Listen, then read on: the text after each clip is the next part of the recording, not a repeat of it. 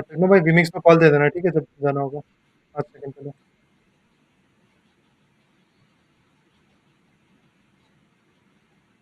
Uh, well, hello, ladies and gentlemen. Presenting Wings Lifestyle Upthrust Esports India Series 2022 in association with Ticker Tapin, and our streaming partner is going to be Loco. Well, my name is Jader, and along with me is my amazing co-caster. That's Inferno. Well, how are you, buddy?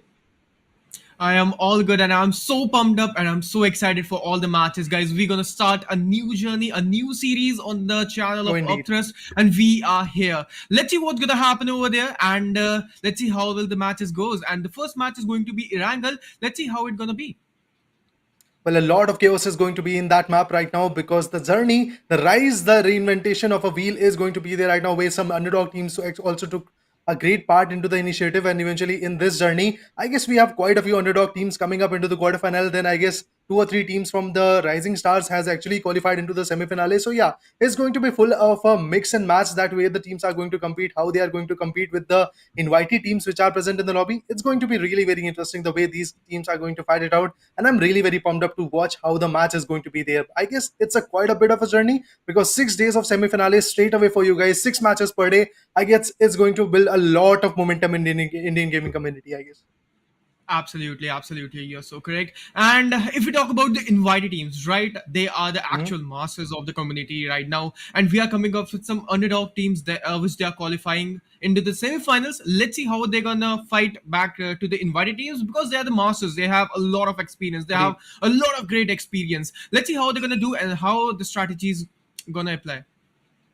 Yeah, indeed. The strategies will be there. Some good new idling senses will be there. Some rotations clashes are going to be there. Well, of course, Miramar is one of those maps where we are going to see n number of clashes. I expect the map of Sanok to also come in, but I don't know about the map schedule. Let's see what the map schedule is going to be there for you guys. I'm equally excited, equally, let's say, full of suspense at this point, as you guys are at this point. Yeah, it's going to be amazing. One hell of a journey is going to start. This is ninth, and I guess from 9 to 16, 9 to 15 to be exact, you are going to see a lot of carnage, a lot of fights, a lot of matches going up and back and forth. And I guess a lot of things will be changed in the leaderboard things. But before that, Inferno, let's talk about the semi-finale group division. Well, there we go. For you, you have the group division coming up on the screens, I guess. All right, so we're gonna have the group A that is going to be Team Godlike out there. So let's see how they're gonna do it. Kemin Esports out there, Celsius, Revenge Esports, and there are a lot of teams. The first map, like it is going to be Irangal, right? This is going to be Group A versus Group B. So you can see the teams in Mhm. front of your screens, and these teams gonna collide, and these teams gonna make the whole map a slaughterhouse out there. Oh, indeed, indeed. These teams are full of energy at this point, and eventually, this is the first day of semi-finale. Yes, quarterfinales were there, where the few of the teams which have qualified were performing. They were trying their real best, and they were, let's say, tasting the chaos which was there in the lobby right now. But coming up now, you can see that 14 teams have been invited in Group A. You can already see that we have teams like Godlike, TSM, Revenant, and Enigma, and came in esports equally, which has been invited in the lobby. But other than that, we have three more qualified teams coming from the quarterfinale. That's going to be Celsius Esports, Revenge Esports, and I guess that's Relentless Extort. Ooh, let's see how it's gonna happen today. And Mhm. there are a lot of qualified teams as well. They are global esports as well. They are also qualified. And if you talk about the past history of this series, right, like global esports, they are coming up with really, really great. Like domination from the past time, and they were actually in the list of MVPs as well. I don't know the player name, but yeah, some of the players of global esports were there in the MVP list as well. Let's see how global Mhm. esports gonna play in this one. And there you go, guys. We have the prize distribution on our screens. Oh, indeed. The prize pool, the thing which these teams are fighting for, along with the trophy which is going to be there for Upthrust Esports India Rising Series 2022. Well, you can see that the prize pool distribution is going to be here for you guys, and eventually the whole prize pool is of 15 lakh rupees. That's a massive thing to watch out. And eventually the winner, the champion, which is going to get the bragging rights along with lifting the trophy, along with getting the, let's say, pleasure of lifting the trophy, is going to get 8 lakh rupees. And eventually, if I talk about the runner up, well, he's going to get 3 lakhs rupees into his courtyard. And eventually, the second runner up is going to get 1,50,000 rupees for himself. And eventually, fourth position, Oh. 50,000. Fifth and sixth position to be exact, 25,000. But look at that Inferno, the top fragger and the team with most finishes. Actually, the top fragger and the team with most finishes, they're also going to get a really great chunk of that prize pool. Let's see which team and who gonna be out there for the top fragment, and I think so I can predict Jonathan. Like, we are watching the past series and some Okay. tournaments as well. Jonathan is actually so pumped up, I have to say, Raider. They are actually Mhm. unstoppable. And I would like to ask the chat sections as well, who gonna be the top fragger, guys? Who gonna be the top fragger? What do you all think? It's all up to you.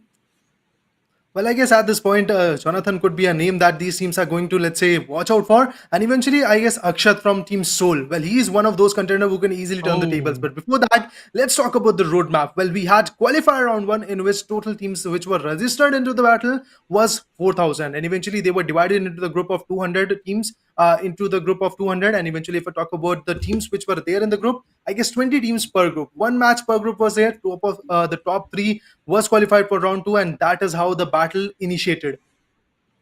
Actually, this is the roadmap: qualifiers 1, qualifiers 2, and group stages. Now we are on the semifinals, right? We have the total 24 teams out there, 14 invited and 10 qualified teams, divided into 3 groups. And let's see, every group gonna contest each other. Let's see who gonna win that one as well. 24 matches per group. That's a really great number of matches, I have to say, Reda. Let's see, every team Mhm. have a great chance. Every match gonna be light for coming up with a great points in the point tables as well. Let's see who gonna win Indeed. the first match. And guys, let's see how what's gonna happen in the first match as well. I'm so pumped up. I'm so excited. I cannot wait for the first match actually. Oh, indeed. The excitement is on top of the heads right now at this point, because eventually this journey was not easy for the teams which are qualifying from round number one. You can see that only one match in the qualifier round one, and I guess only in one match they had to prove their level best. They had to prove their best right now because they have got only one match. Either they have to do it or die for it, and eventually getting qualified in top three was the case. And if we talk about qualifier round two, well, they did their level best. One match was there for them also eventually. If we talk about the group stage, I guess total teams were 120 divided into the group of six, and 20 teams per group, 3 matches per group. Top two teams were qualified for round four, and through this, I guess the battle initiated. But let's talk about the map schedule coming up for you guys. At this Oh, point, it's going to be a group A and B fighting it out into the match of Mirangle. absolutely. Let's see what's gonna happen over there. Group A versus Group B. Both of the groups are so powerful. Let's see how they all gonna play the map. And Irangle, if you talk about the Irangle, it's a really great mix of everything. Every role of the team gonna do a really great job out there. Everyone can use sniper. Everyone can use a close range battle assault rifles as well. Like, if you talk about Miramar Raider, there are a lot of things that you should conclude, right? There are going to be a lot of huge rotations, and that map is called the snipers map. Actually, there are a Oh, lot of indeed. snipers out there, and that is a map of snipers. That's a one-sided way, but yeah, if you talk about Irangal, it's a great mix of every role.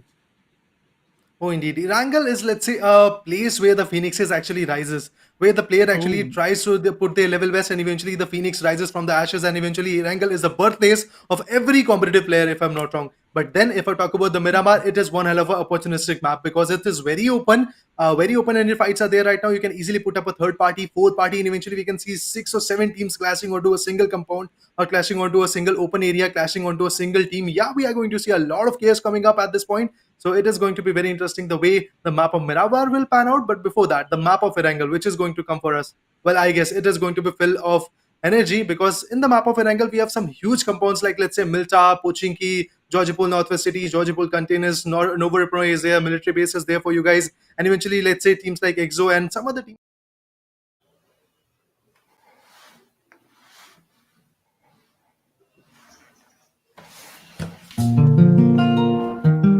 Hello everyone, मेरा नाम है सुशांत और बहुत ही प्यारा सा tournament है यार। और कुछ गाने कोशिश करता हूँ कि आप लोगों के टूर्नामेंट की स्टार्ट जो है ना अच्छी सी हो पाए।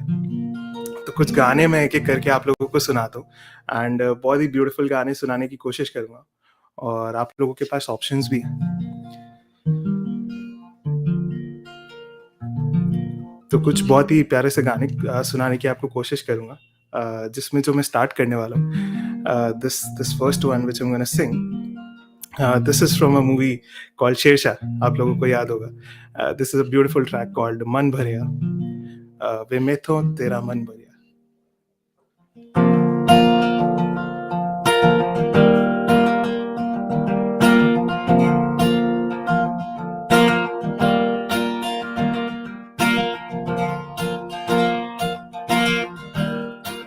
वे मैं तो तेरा मन भरिया, मन परया बदल गयो सारा वे तू मैनू छड़ जाना ओ गल्लां तेरिया तो लगदा है यारा वे मैं तो तेरा मन परया ओ मन परया बदल गयो सारा वे तू मैनू छड़ जाना ओ गल्लां तेरिया तो लगदा है यारा ओ गल गल ते शक कर दे एतबार जरा भी नहीं हुण तेरी आखियां विच मेरे लिए प्यार जरा भी नहीं मेरा ते कोई है नी तेरे बिन तेनू मिल जाना किसे दा सहारा वे तू मैनू छड़ जाना ओ गल्लां तेरिया तो लगदा है यारा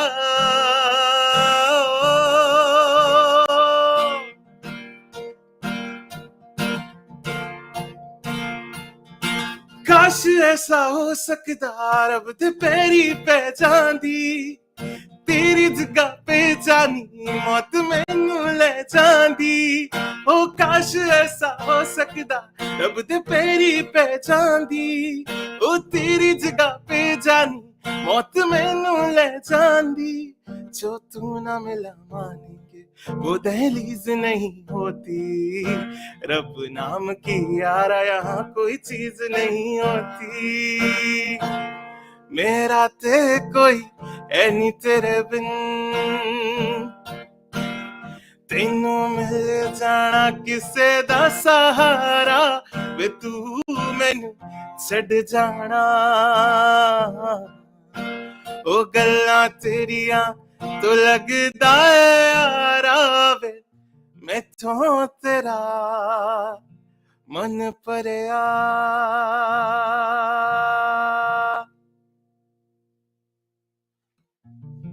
तो अगला जो गाना है उससे पहले मैं आप लोगों को एक बड़ी प्यारी सी चीज बताता हूँ कि ये जो टूर्नामेंट है ना यार इसमें बड़े सारे अंडरडॉग्स आए थे और क्वार्टर फाइनल्स तक 12 अंडरडॉग टीम्स पहुंची भी और उन्होंने बहुत बैटल आउट भी किया बहुत अच्छे से लड़े वो लोग तो ये बड़ा ही प्यारा टूर्नामेंट लगा मुझे बड़ा ही अच्छा टूर्नामेंट लगा जिसके अंदर अंडरडॉग्स को भी बहुत ही अच्छा मौका मिला एंड सेमीफाइनल्स ऑलरेडी स्टार्ट हो रहे हैं तो ये जो नेक्स्ट गाना है ना वो एक मूवी आई थी आप लोगों को याद होगा कबीर सिंह उसके अंदर बहुत अच्छे अच्छे गाने आए थे और उसी में से एक ये गाना है कैसे हुआ तू इतना जरूरी कैसे हुआ तो सुनिएगा और एंजॉय कीजिएगा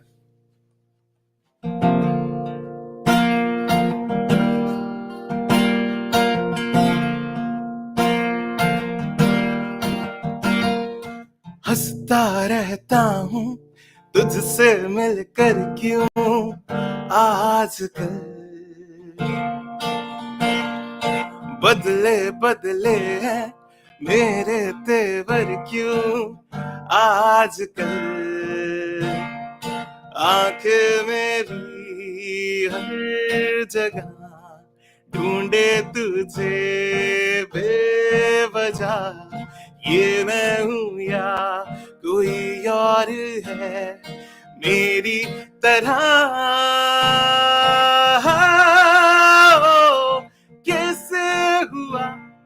कैसे हुआ तू इतना जरूरी कैसे हुआ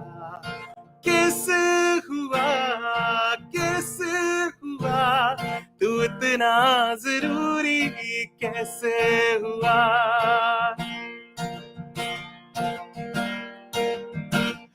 मैं बारिश की बोरी समझता नहीं था हवाओं से मैं यूं उलझता नहीं था सीने में दिल भी कहाँ थी मुझे ये खबर कहीं पे हो रात कहीं पे सवेरे आवारगी रही साथ में ठहर जा ये कहती है तेरी नजर क्या हाल हो गया है ये मेरा, आंखें मेरी हर जगह ढूंढे तुझे बेवजह, ये मैं हूँ या कोई और है मेरी तरह। ओ, कैसे हुआ, कैसे हुआ तू इतना जरूरी, कैसे हुआ, ओ कैसे हुआ, कैसे हुआ तू इतना जरूरी, कैसे हुआ। Thank you so much. तो एक ना बहुत ही प्यारा सा गिव अवे भी हो रहा है यार इस टूर्नामेंट में, और बहुत सिंपल स्टेप्स है, आपने ज्यादा कुछ नहीं करना है। उसके अंदर अपथ्रस्ट ई स्पोर्ट्स का जो इंस्टाग्राम हैंडल है उसको जरूर फॉलो करें, विंग्स लाइफस्टाइल जो है उसको भी जरूर जाके फॉलो करें, और ue.indiarising इन तीनों का जो इंस्टा हैंडल है इसको जाके जरूर फॉलो करें। और जो दूसरा स्टेप है वो बड़ा ही सिंपल है, वहां पे जाके आपको कमेंट करना है कौन से पोस्ट पे जो गिव अवे का वहां पे पोस्ट है, वहां पे आपको जाके बड़ा ही सिंपल सा प्रेडिक्ट करना है कौन से डे का कौन सा मैच। जैसे मान लीजिए डे 1 है और उसका मैच नंबर 2 है, तो अगर आप उसका विनर प्रिडिक्ट करना चाहते हैं तो बस जाइए, वहां पे आपको कमेंट में लिखना है कि डे 1 मैच 2, और अपनी जो टीम है जो आप प्रेडिक्ट करें उसका नाम लिखिए, और बहुत सिंपल सा है, और ग्रुप का जरूर नाम लिख दीजिएगा, और आपको कौन सी एक्सेसरी पसंद है विंग्स लाइफस्टाइल की वो जरूर जो है लिख दीजिएगा। एंड आई होप सो बहुत सारे लकी विनर्स वहां पे जरूर जो गिव अवे है वो जरूर जीतेंगे। और इसी के साथ मैं बताना चाहूंगा विंग्स लाइफस्टाइल के बारे में, बड़े अच्छे प्रोडक्ट्स बनाते हैं साउंड वियर के, मैंने खुद यूज किया पर्सनली, बहुत प्यारे प्रोडक्ट्स हैं। और ये Amazon पे, फ्लिपकार्ट पे और विंग्स लाइफस्टाइल की जो वेबसाइट है wingslifestyle.com, वहाँ तीनों जगह पे ही आपको मिल जाएंगे, तो जरूर जाइए चेकआउट कीजिए, बहुत प्यारे प्रोडक्ट्स बनाते हैं, और जरूर चेकआउट कीजिएगा। और इसी के साथ हम बढ़ते हैं जो अगला जो गाना है, ये मुझे पता है क्राउड फेवरेट होने वाला है, बड़ा ही प्यारा सा गाना है। ये गाने का नाम है जरा जरा बहकता है, महकता है आज तो मेरा तन बदन में प्यासी हो मुझे भर ले। So yes, this is Zara Zara for you guys.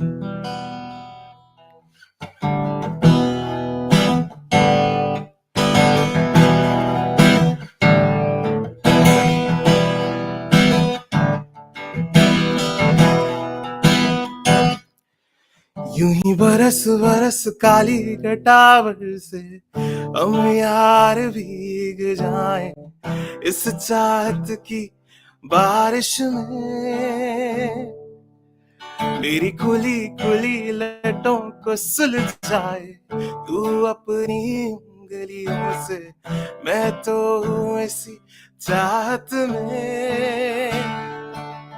सर्दी की रातों में हम सोए रहे एक चादर में, हम दोनों तन्हा हूँ ना कोई भी रहे इस घर में, जरा जरा बहकता है, महकता है आज तो मेरा तन बदन, मैं प्यासा हूँ मुझे भर ले अपनी बाहों में, मेरी कसम तुझको सनम दूर कहीं ना जा, ये दूरी कहती है पास मेरे आ जा रे।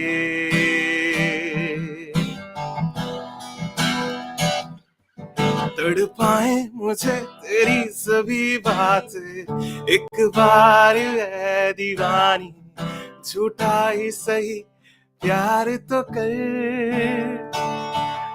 मैं भूला नहीं हंसी मुलाकात, बेचैन करके मुझको मुझसे यूं ना फेर नजर, रूठेगा ना मुझसे मेरे साथिया, ये वादा कर तेरे बिना जीना है, जीना मुश्किल मेरे दिल में, जरा जरा बहकता है, महकता है आज तो मेरा तन बदन मैं प्यासा हूँ, मुझे भर ले अपनी बाहों में है मेरी कसम, तुझको सनम दूर कहीं ना जा, ये दूरी कहती है पास मेरे आजा रे. Thank you so much. And बड़ा ही एक प्यारा सा गाना है ये भी. आई थिंक सो बड़ा ही पसंद है आप सभी लोगों को, जहां तक मुझे मालूम है. और ये कबीर सिंह में से अगेन एक बहुत प्यारा सा गाना है. पर्सनली मुझे बड़ा पसंद है और आप सभी लोग ने सुना है ये गाना, I am sure. This is तुझे कितना चाहने लगे हम, तेरे बिन अब ना लेंगे एक भी दम, तुझे कितना चाहने लगे हम.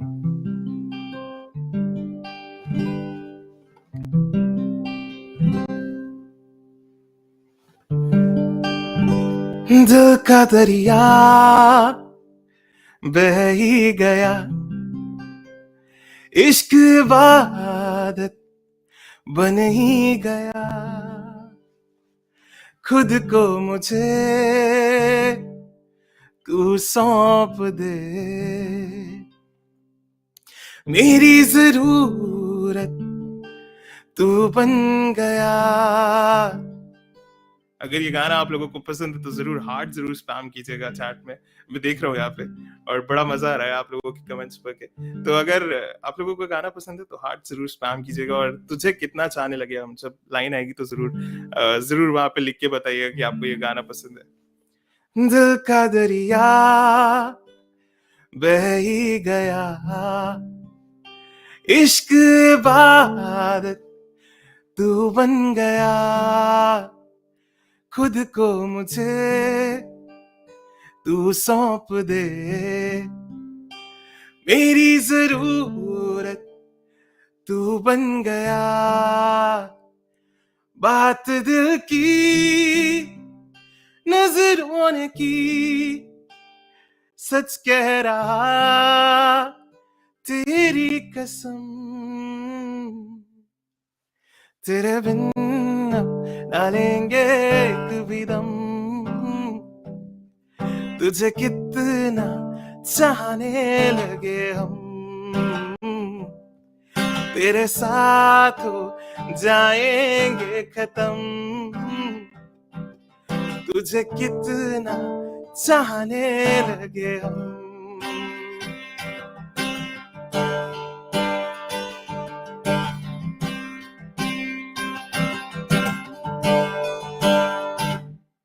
इस जगह आ गई चाहते अब मेरी, छीन लूंगा तुम्हें सारी दुनिया से भी, तेरे इश्क पे हक मेरा ही तो है, कह दिया है ये मैंने मेरे रब से भी, जिस रास्ते तू ना मिले उस पे ना हो मेरे कदम,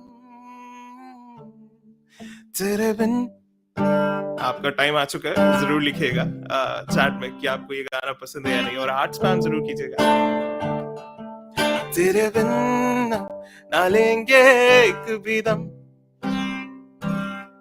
तुझे कितना चाहने लगे हम, तेरे साथ हो जाएंगे खत्म, तुझे कितना चाहने लगे हम. For the last time, let's go.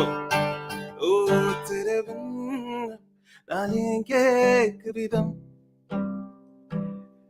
तुझे कितना चाहने लगे हम.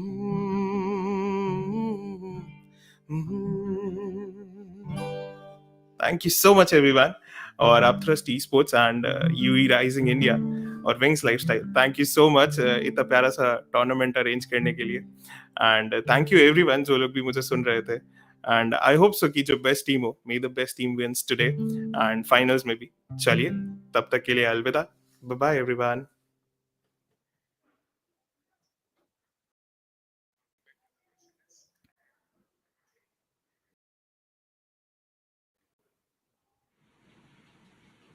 Well, Inferno, I guess what a soulful series of songs at this point, and I guess it is the rise of new things and the rise of new ceremonies coming up at this point. Opening ceremony is something, let's say, unexpected for us and viewers at this point, but yeah, it was very amazing the kind of refreshment that we got. But yeah, before that, I Actually. think one thing that we are going to talk about, that's the Wings lifestyle earphones and earbuds and whatever the accessories they are trying to provide at this point. Well, it is one of the India's biggest gaming and lifestyle accessories brand at this point, which are selling earbuds and some neckbands and soon to launch PC gaming accessories also. So yeah, you can just check it out at wingslifestyles.in, or you can just order it out if you want on Amazon and Flipkart also. So yes, I guess Inferno, I have got the Wings Lifestyle, and if I have not got it, I would have ordered it because yeah, I'm loving it, man. Okay, so I'm also ordering it now. I'm going to Yeah, order it sure, now, sure, sure. and yeah, actually, I want to. I actually admit that Shushan, what an amazing singer he is. Actually, Yeah. when he was singing the last song, I was like, who's cutting the onions, man? So yeah, that was a really great refreshment for us and for the viewers as well. And guys, this is time to go and reverb the matches. What's gonna happen over there? The lobby is getting ready, and we are actually all Mhm. set to go. The first match is going to be Erangel. And guys, if you haven't liked and subscribed yet, what you guys are waiting for? Go and hit that like and subscribe, and follow us on Instagram as well. Follow Upthrust as well on Instagram. Look at the production, look at everything, look at each and Oh, indeed. everything you guys are getting. That a great kind of entertainment we are getting, and actually I'm also loving it.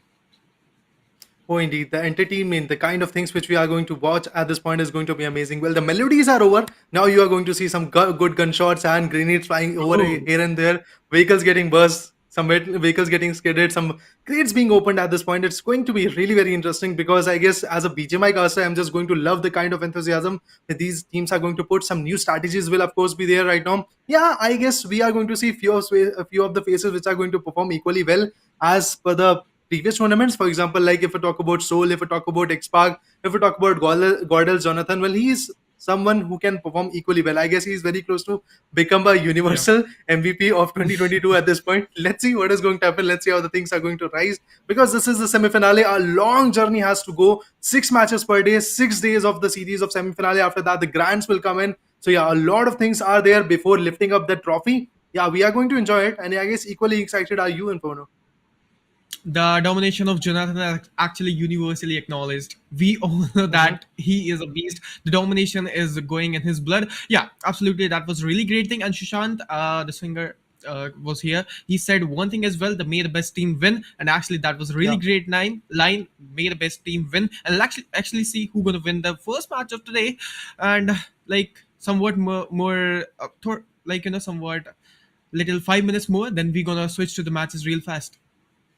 Oh, indeed, the matches will be there anytime soon at this point. But yeah, one thing I would like to remind every one of you that yes, 10 teams were qualified from the quarter finale. 3 teams are in Group A and B, and 4 teams are in Group C at this point. And eventually, if we talk about the invited teams, well, they are 14 in number. Out of 14, 5 are in Group A, 5 are in Group B, and 4 are going to be in Group number C. So yeah, we are going to see a huge mix and match of these things at this point. And eventually, 6 matches are there. So yes, every team is going to get equal participation. Absolutely. I guess 4 matches per day. So yeah, 4 matches per day for every team. The leaderboard could go anytime, any south direction, any direction at this point, because now a new leaderboard, a new vehicle is going to rise at this point. A new wheel is going to rise, to be exact. Some new things are going to be there right now. Some new teams are going to dominate the day number one. But then I guess let's say after 15 to 16 hours of a gap, some new team will rise up once again and clash for the leaderboard table topper list. So yeah, we are going to see a lot of chaos coming up in the next upcoming 6 days. So I'm pretty excited to see that how the leaderboard is going to Absolutely. shift.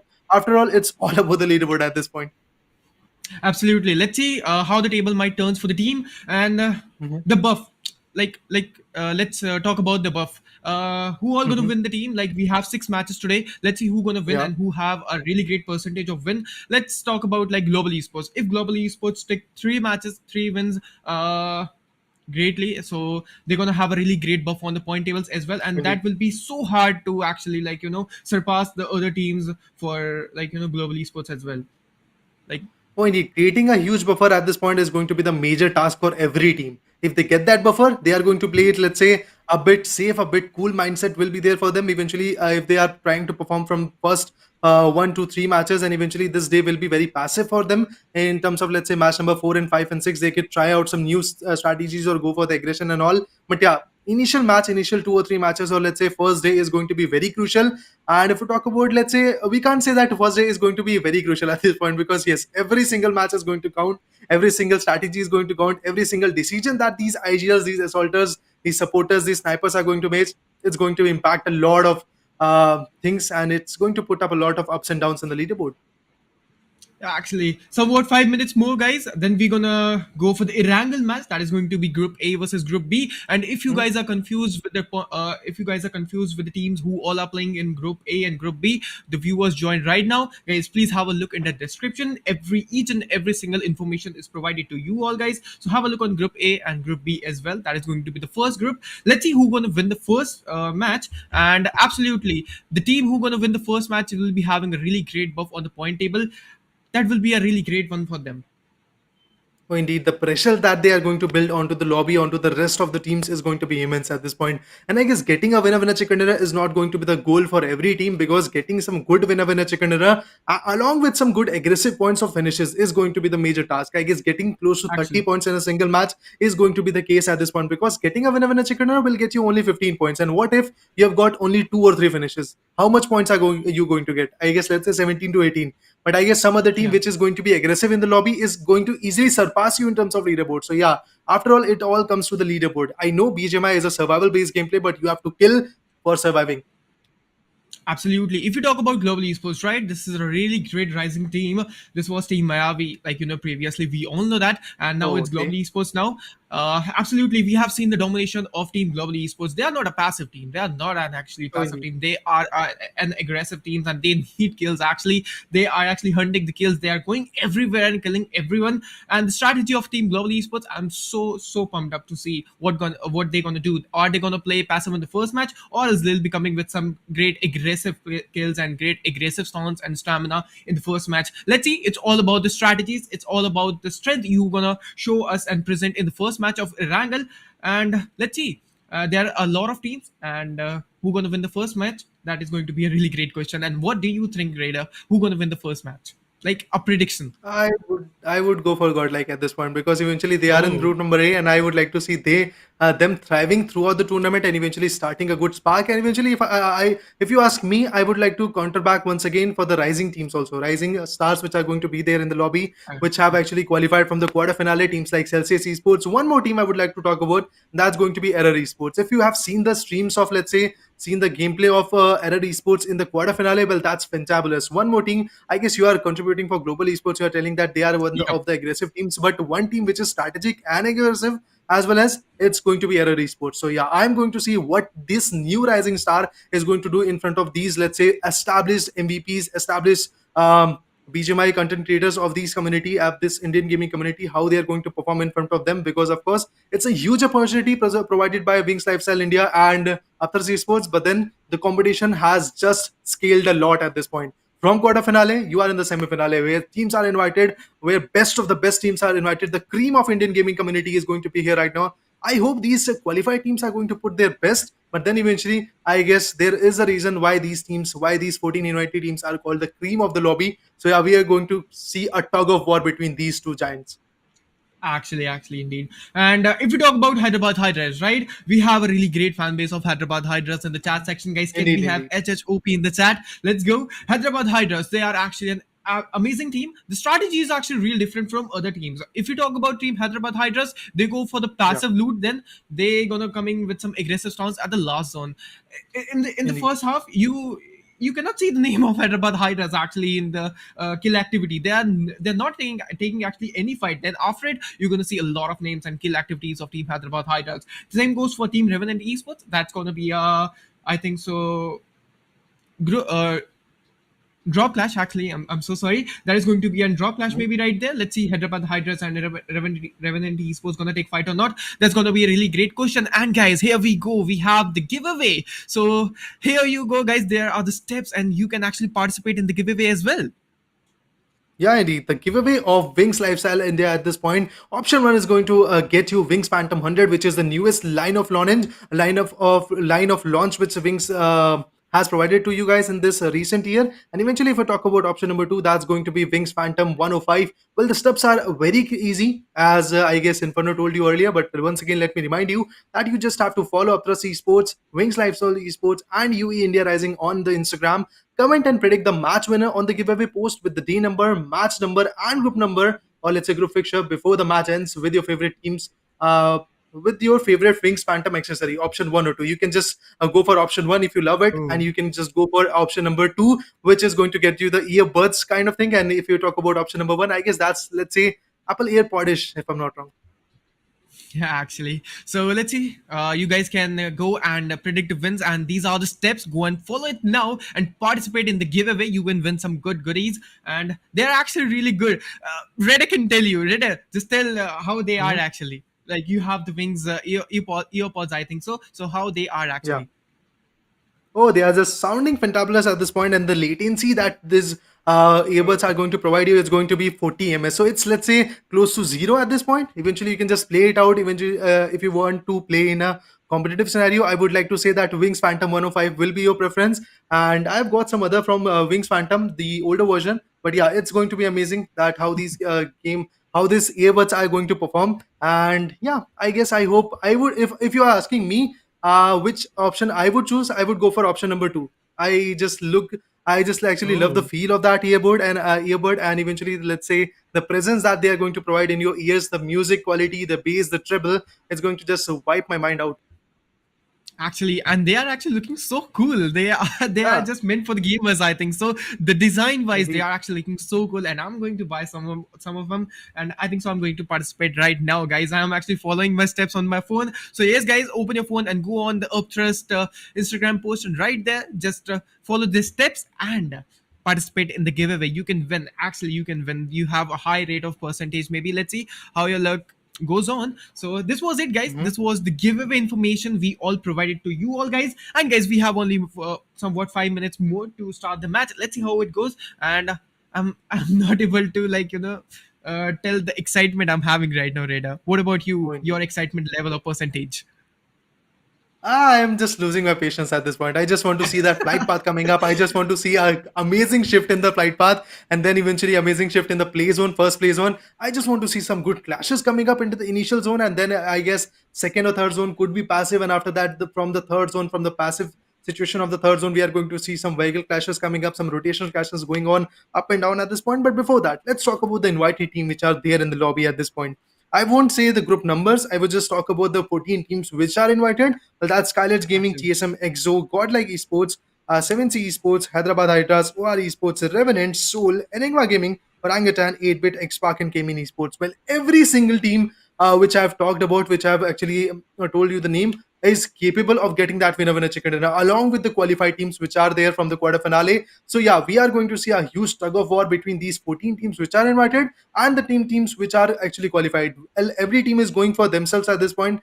Every team wants a winner chicken dinner to their perspective with some good amount of finishes. So yeah, I'm eagerly waiting absolutely. at how the fights are going to pan out. And yeah, actually, I was telling you in the first half when we started the series, when we started the stream out there on the channel. So I was talking about the MVPs of quarterfinals day two. So I have the Mhm. stats over here, and if we talk about the day two of quarterfinals, so Shadow, Team Entity Shadow, he will be having Oh. 24 freaking finishes. What do you think about it? That's a really great number of kills.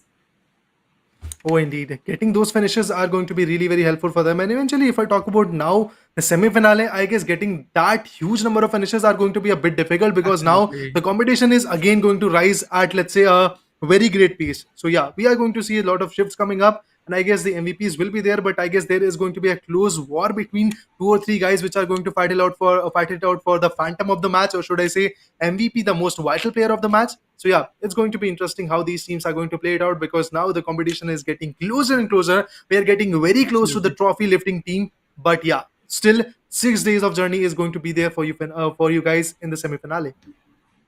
Absolutely. And guys, if you talk about the somewhat more MVPs of quarterfinals day two, so we have Global Esports. We have two players of Global Esports actually. We have Oh. GE Nakul and GE Manya. Oh my god, they're having 19 and 17 finishes. So they are actually a beast in that lobby and in that Wrangle arena of every map. Let's see how Team Mm-hmm. Global Esports gonna perform in the semifinals, because now the domination and the competition is getting tougher and tougher with each and each steps and each matches as well. Because right now the teams are having a really less number of pressure, I think so. I would like to say a less percentage of pressure they'll be having on their mind, but when, like, they have less number of matches, less number of count of matches, the pressure gonna rise. The pressure will absolutely rise. The teams on the top of the team on the top of leaderboard are going to get a pressure of, let's say, remaining on the leaderboard tabletop. The teams which are at the bottom of the list are going to climb slightly. They will just try to just actually, let's say, grab some good points eventually and get some good position points, get into the top 15. And if I talk about the teams which are in the average position, let's say from hashtag 6 to hashtag 15, I guess those teams are just going to push themselves slowly but steadily, sneaking onto the leaderboard and getting into their top five position, because that's where you are going to get some good trophies and I guess prizes, and eventually getting into the final is also going to be an objective.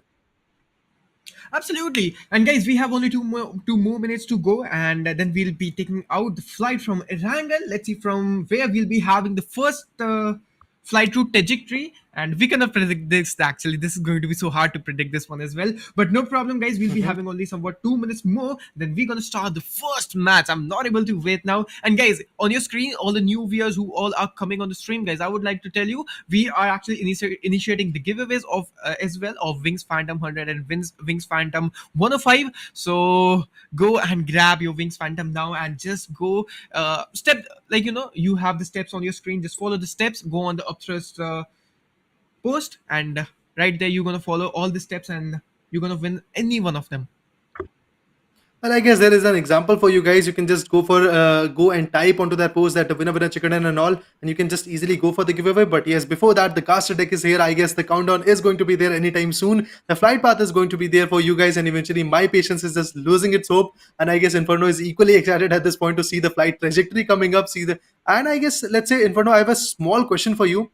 Do you want initial fight, or let's say a passive game in initial two zones, and after that the rotational clashes and all will start? I need actually pacified. I don't want that Okay. masala like kind of thing in the starting of the Uh, map, because there's no fight. Unlike me.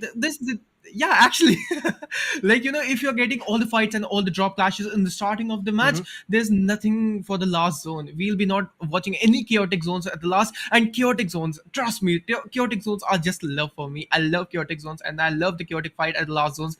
What about you? And what about the viewers, guys? What do you like? The passive game and the in the starting, or the drop clashes?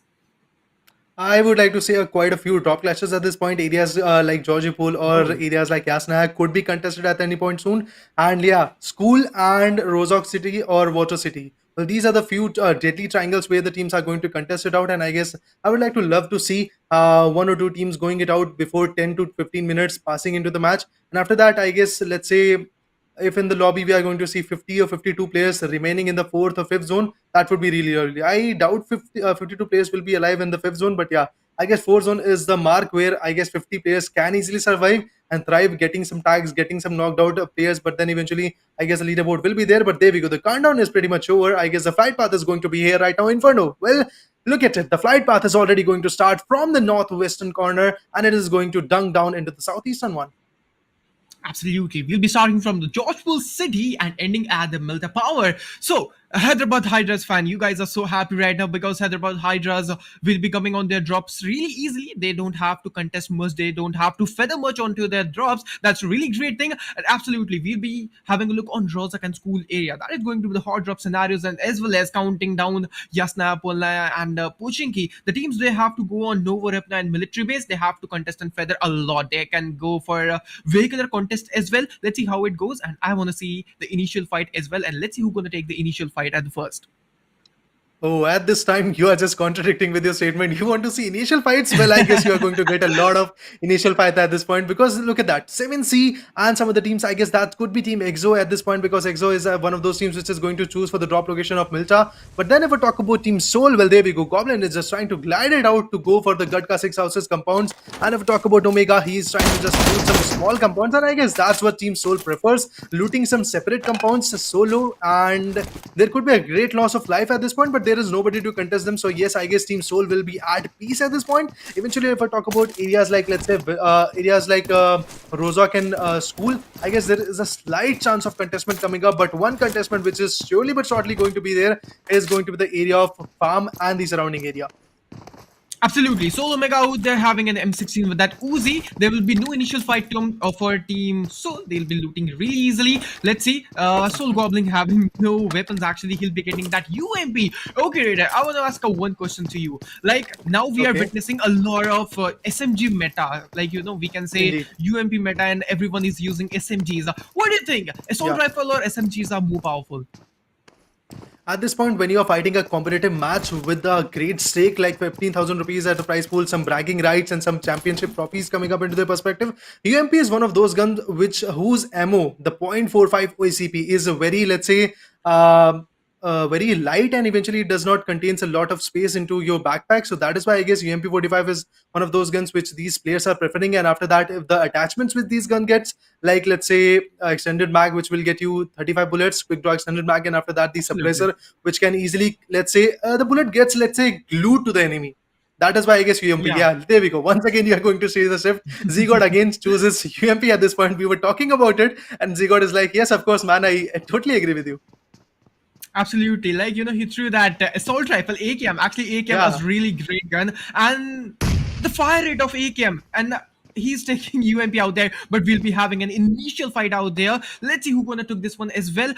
He's having that AKM, Locker having that AKM and 5 bandages as well. But you can see one thing, he's not having armor, so he's at a setback right now. Team Nade is just in front of them. They'll be having some weapons, I think so. But okay, they are initiating some fights and they'll be having some really great opening.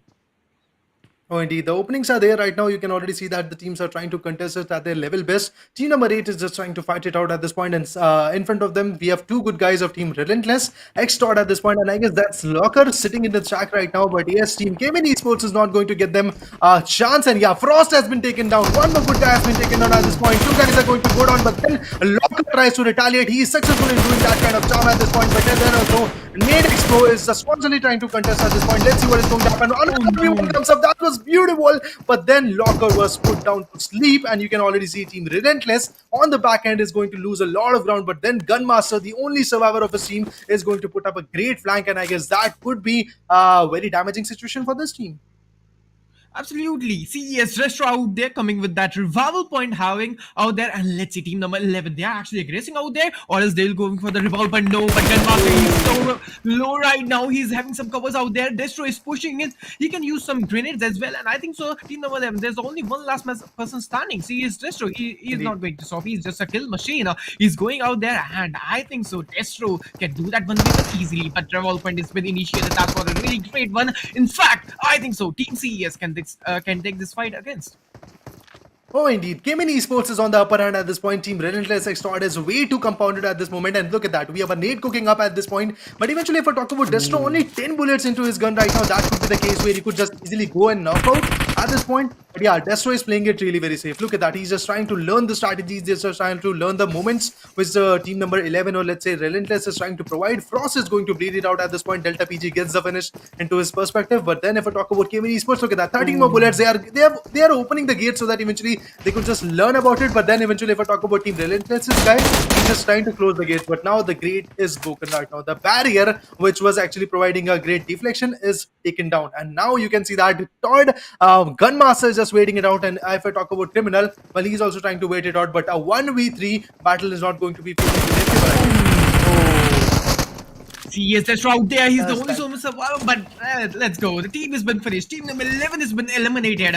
The first match for them is not actually so good. They'll be getting the second turn as well in the Miramar. No, in the actually third match, they'll be getting somewhat more chances to grab the chances. And let's see how they're going to do it in the next upcoming matches. But if you talk about 7C's esports, 7C's out there, Spray are having a really great combination of M4 and UMP. That's a really great thing, and they're having a really great loot, I think so, and they are ready for some rotations.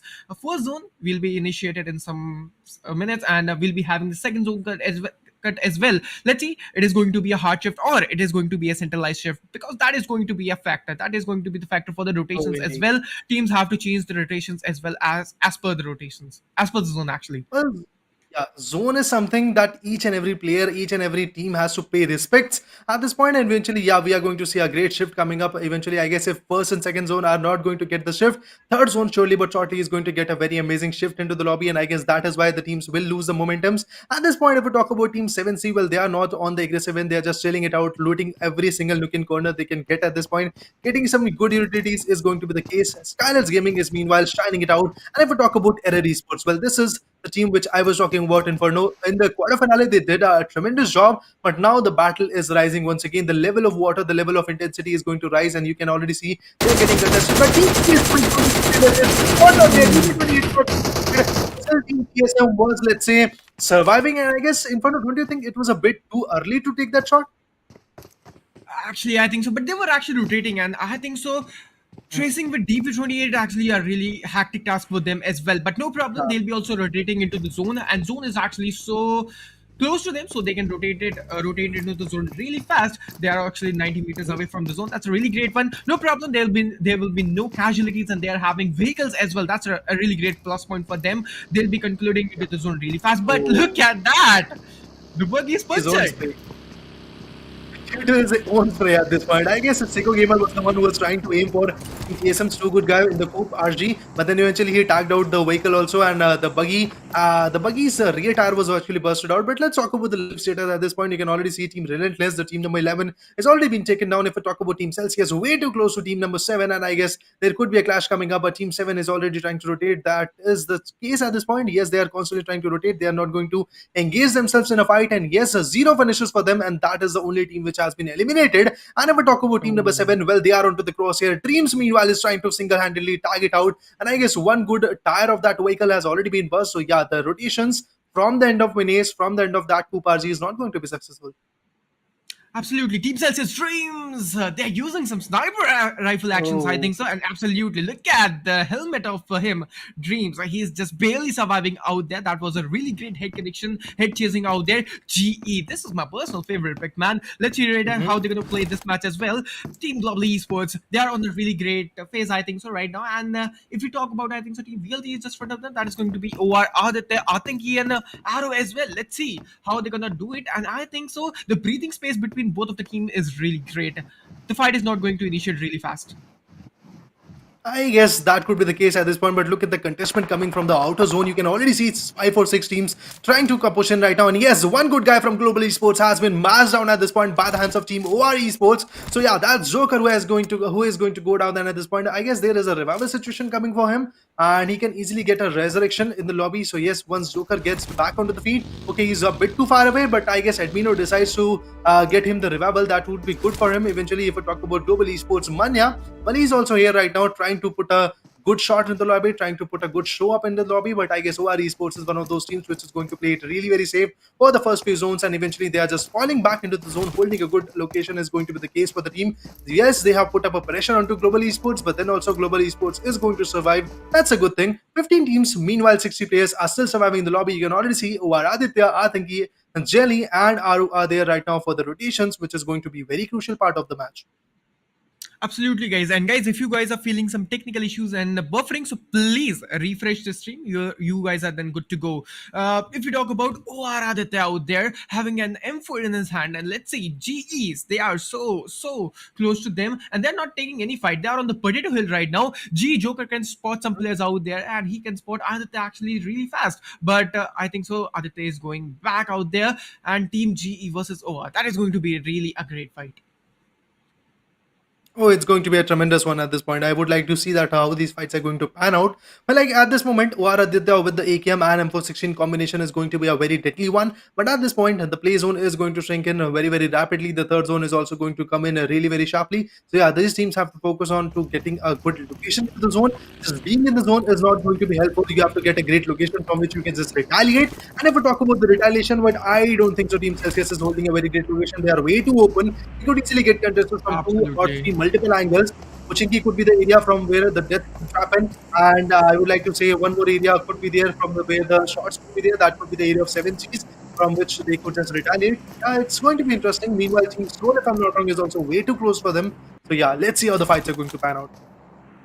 Team Celsius, they are actually so open, as you told, and I think so. They have Mhm. to hibernate themselves into the compounds, and they have to go for some compounds as well because Team SouL is coming from the backwards area. Team OR, if you talk about OR, Aditya, look at that. That's a really great cover. Although that's a really great one. OR Aditya is sitting out there, and they are actually in the open scenario as well. They have to go and find some compounds as well. But I think so. The factor is zone. The team GE is actually doing the gatekeeping scenarios out there, and GE is heading into the zone, and GE Manya is getting some knocks out there, and AKM through that AKM he found one knock. Oh, he puts one down at this moment and he's going to finish him off if I'm not wrong. Z-God has been taken down. Nakul puts one more down. Team GodL is facing a lot of wrath and you can always say that if two good guys have been taken down, that's going to be the case for Team GodL. I never expected this is going to happen, but once you are in a competitive match, you are going to see a lot of up and down going up in the lobbies. And yes, Global Esports has secured one good amazing finish. Admino goes out to finish one more out. That's interesting for Global Esports. They have got two amazing finishes, but if we talk about Team GodL, that's not a good start for the team. Absolutely. GE Mania is doing really great. He found first finish for himself and the second finish for the team itself. Let's see how it goes. GE Mania, they have to go for the rotations as well and they have to go into the zone. But look at that, Raider. That's a really great chaotic scenarios going out there from the north side. And there are a lot of teams rotating, each one of them at the same part of movement. Team Celsius versus Team SouL. That is going to be a fight. I'm actually waiting. If we talk about Team God, Mhm. like they are into the Pochinki squad house right there and hibernating themselves. They're doing really great. But actually, two players are is been down. They have to go for the zonal scenarios as well, and that is going to be really a great disadvantage for them because there are a lot of teams gonna do some gate game scenario for them. ONG, the gatekeeping is going to be there at this moment. The bubbly from GodL is there. Blueberry is also going to be present at this point. They have the Coup RG through which they could cut the rotations. And I guess this is one of those vehicles which is, let's say, unpredictable in terms of rotation. You can easily just skid it out and just go down. And if you have burst out one tire from the front tires at this point, I guess the rotations will be a bit easier for you. But then these are the experienced player. They know what they have to do. And I guess they are doing it successfully. If I talk about Team 7C, a bit close to Team Error Esports, there could be a clash coming up. There could be a tug of war coming up. But one team which is still alive and is at a great loss is going to be GodL Esports. Look at that. They have lost two good man of their team. And I guess after losing two good guys of their team, now a great sense of, let's say, responsibility is going to rise onto the hands of Bubbly and as well as Blueberry. They have to do something tremendous in the lobby. And once again, in front of we have Hyderabadi Hydras playing it safe for the Hyderabad Hydras playing it safe for the initial 2 or 3 zones. And after that, I guess, just like you said, that in the last few zones, they are going to just wreak a havoc on the lobby.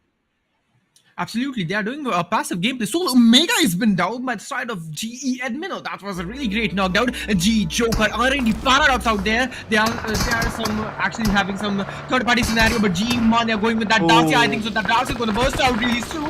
But I think so. Admino is trying to finish Omega from that vehicle as well. But no, he'll be having some covers out there, and this is going to be an historical and tremendous fight out there. GE versus Team SouL. Let's see who's going to get. And Team GE Joker has been down, and from Team SouL, Omega is been down.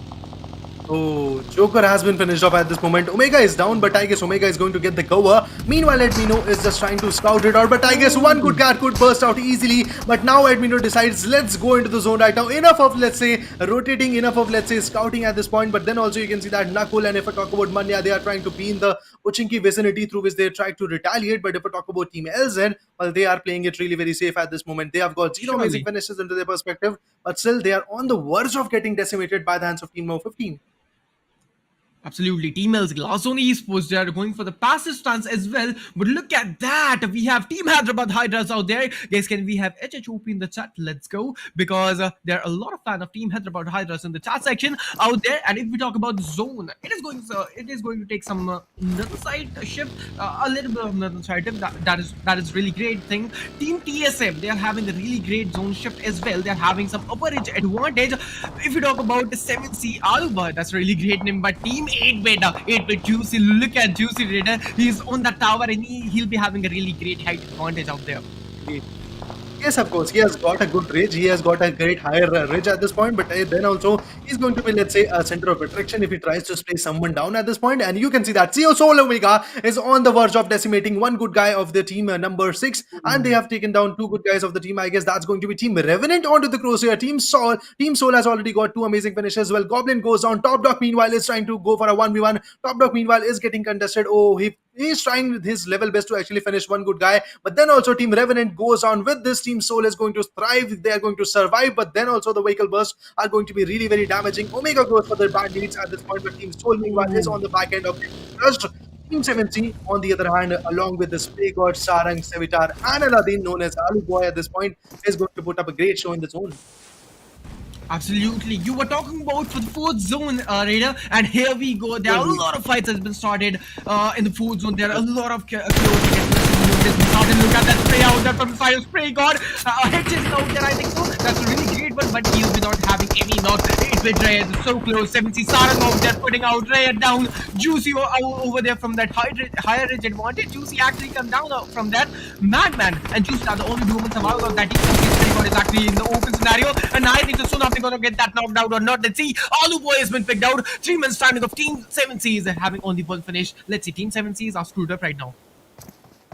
Oh, indeed, they are a bit too open at this moment, and eventually, let's say, getting a knockout by the hands of 7C is going to be amazing. But if I talk about Team Hyderabad Hydras, well, they are trying to shine at this moment. Carry is going to be the last man standing of his team, goes for a 1v1. He does it successfully. He's got 2 amazing finishes. Finally, he survives. He thrives in the fight right now, but still, Maxi has to get the treble. Team Hyderabad Hydras with some great amazing throws. Absolutely players of their team is still surviving in the lobby, and that's a great start.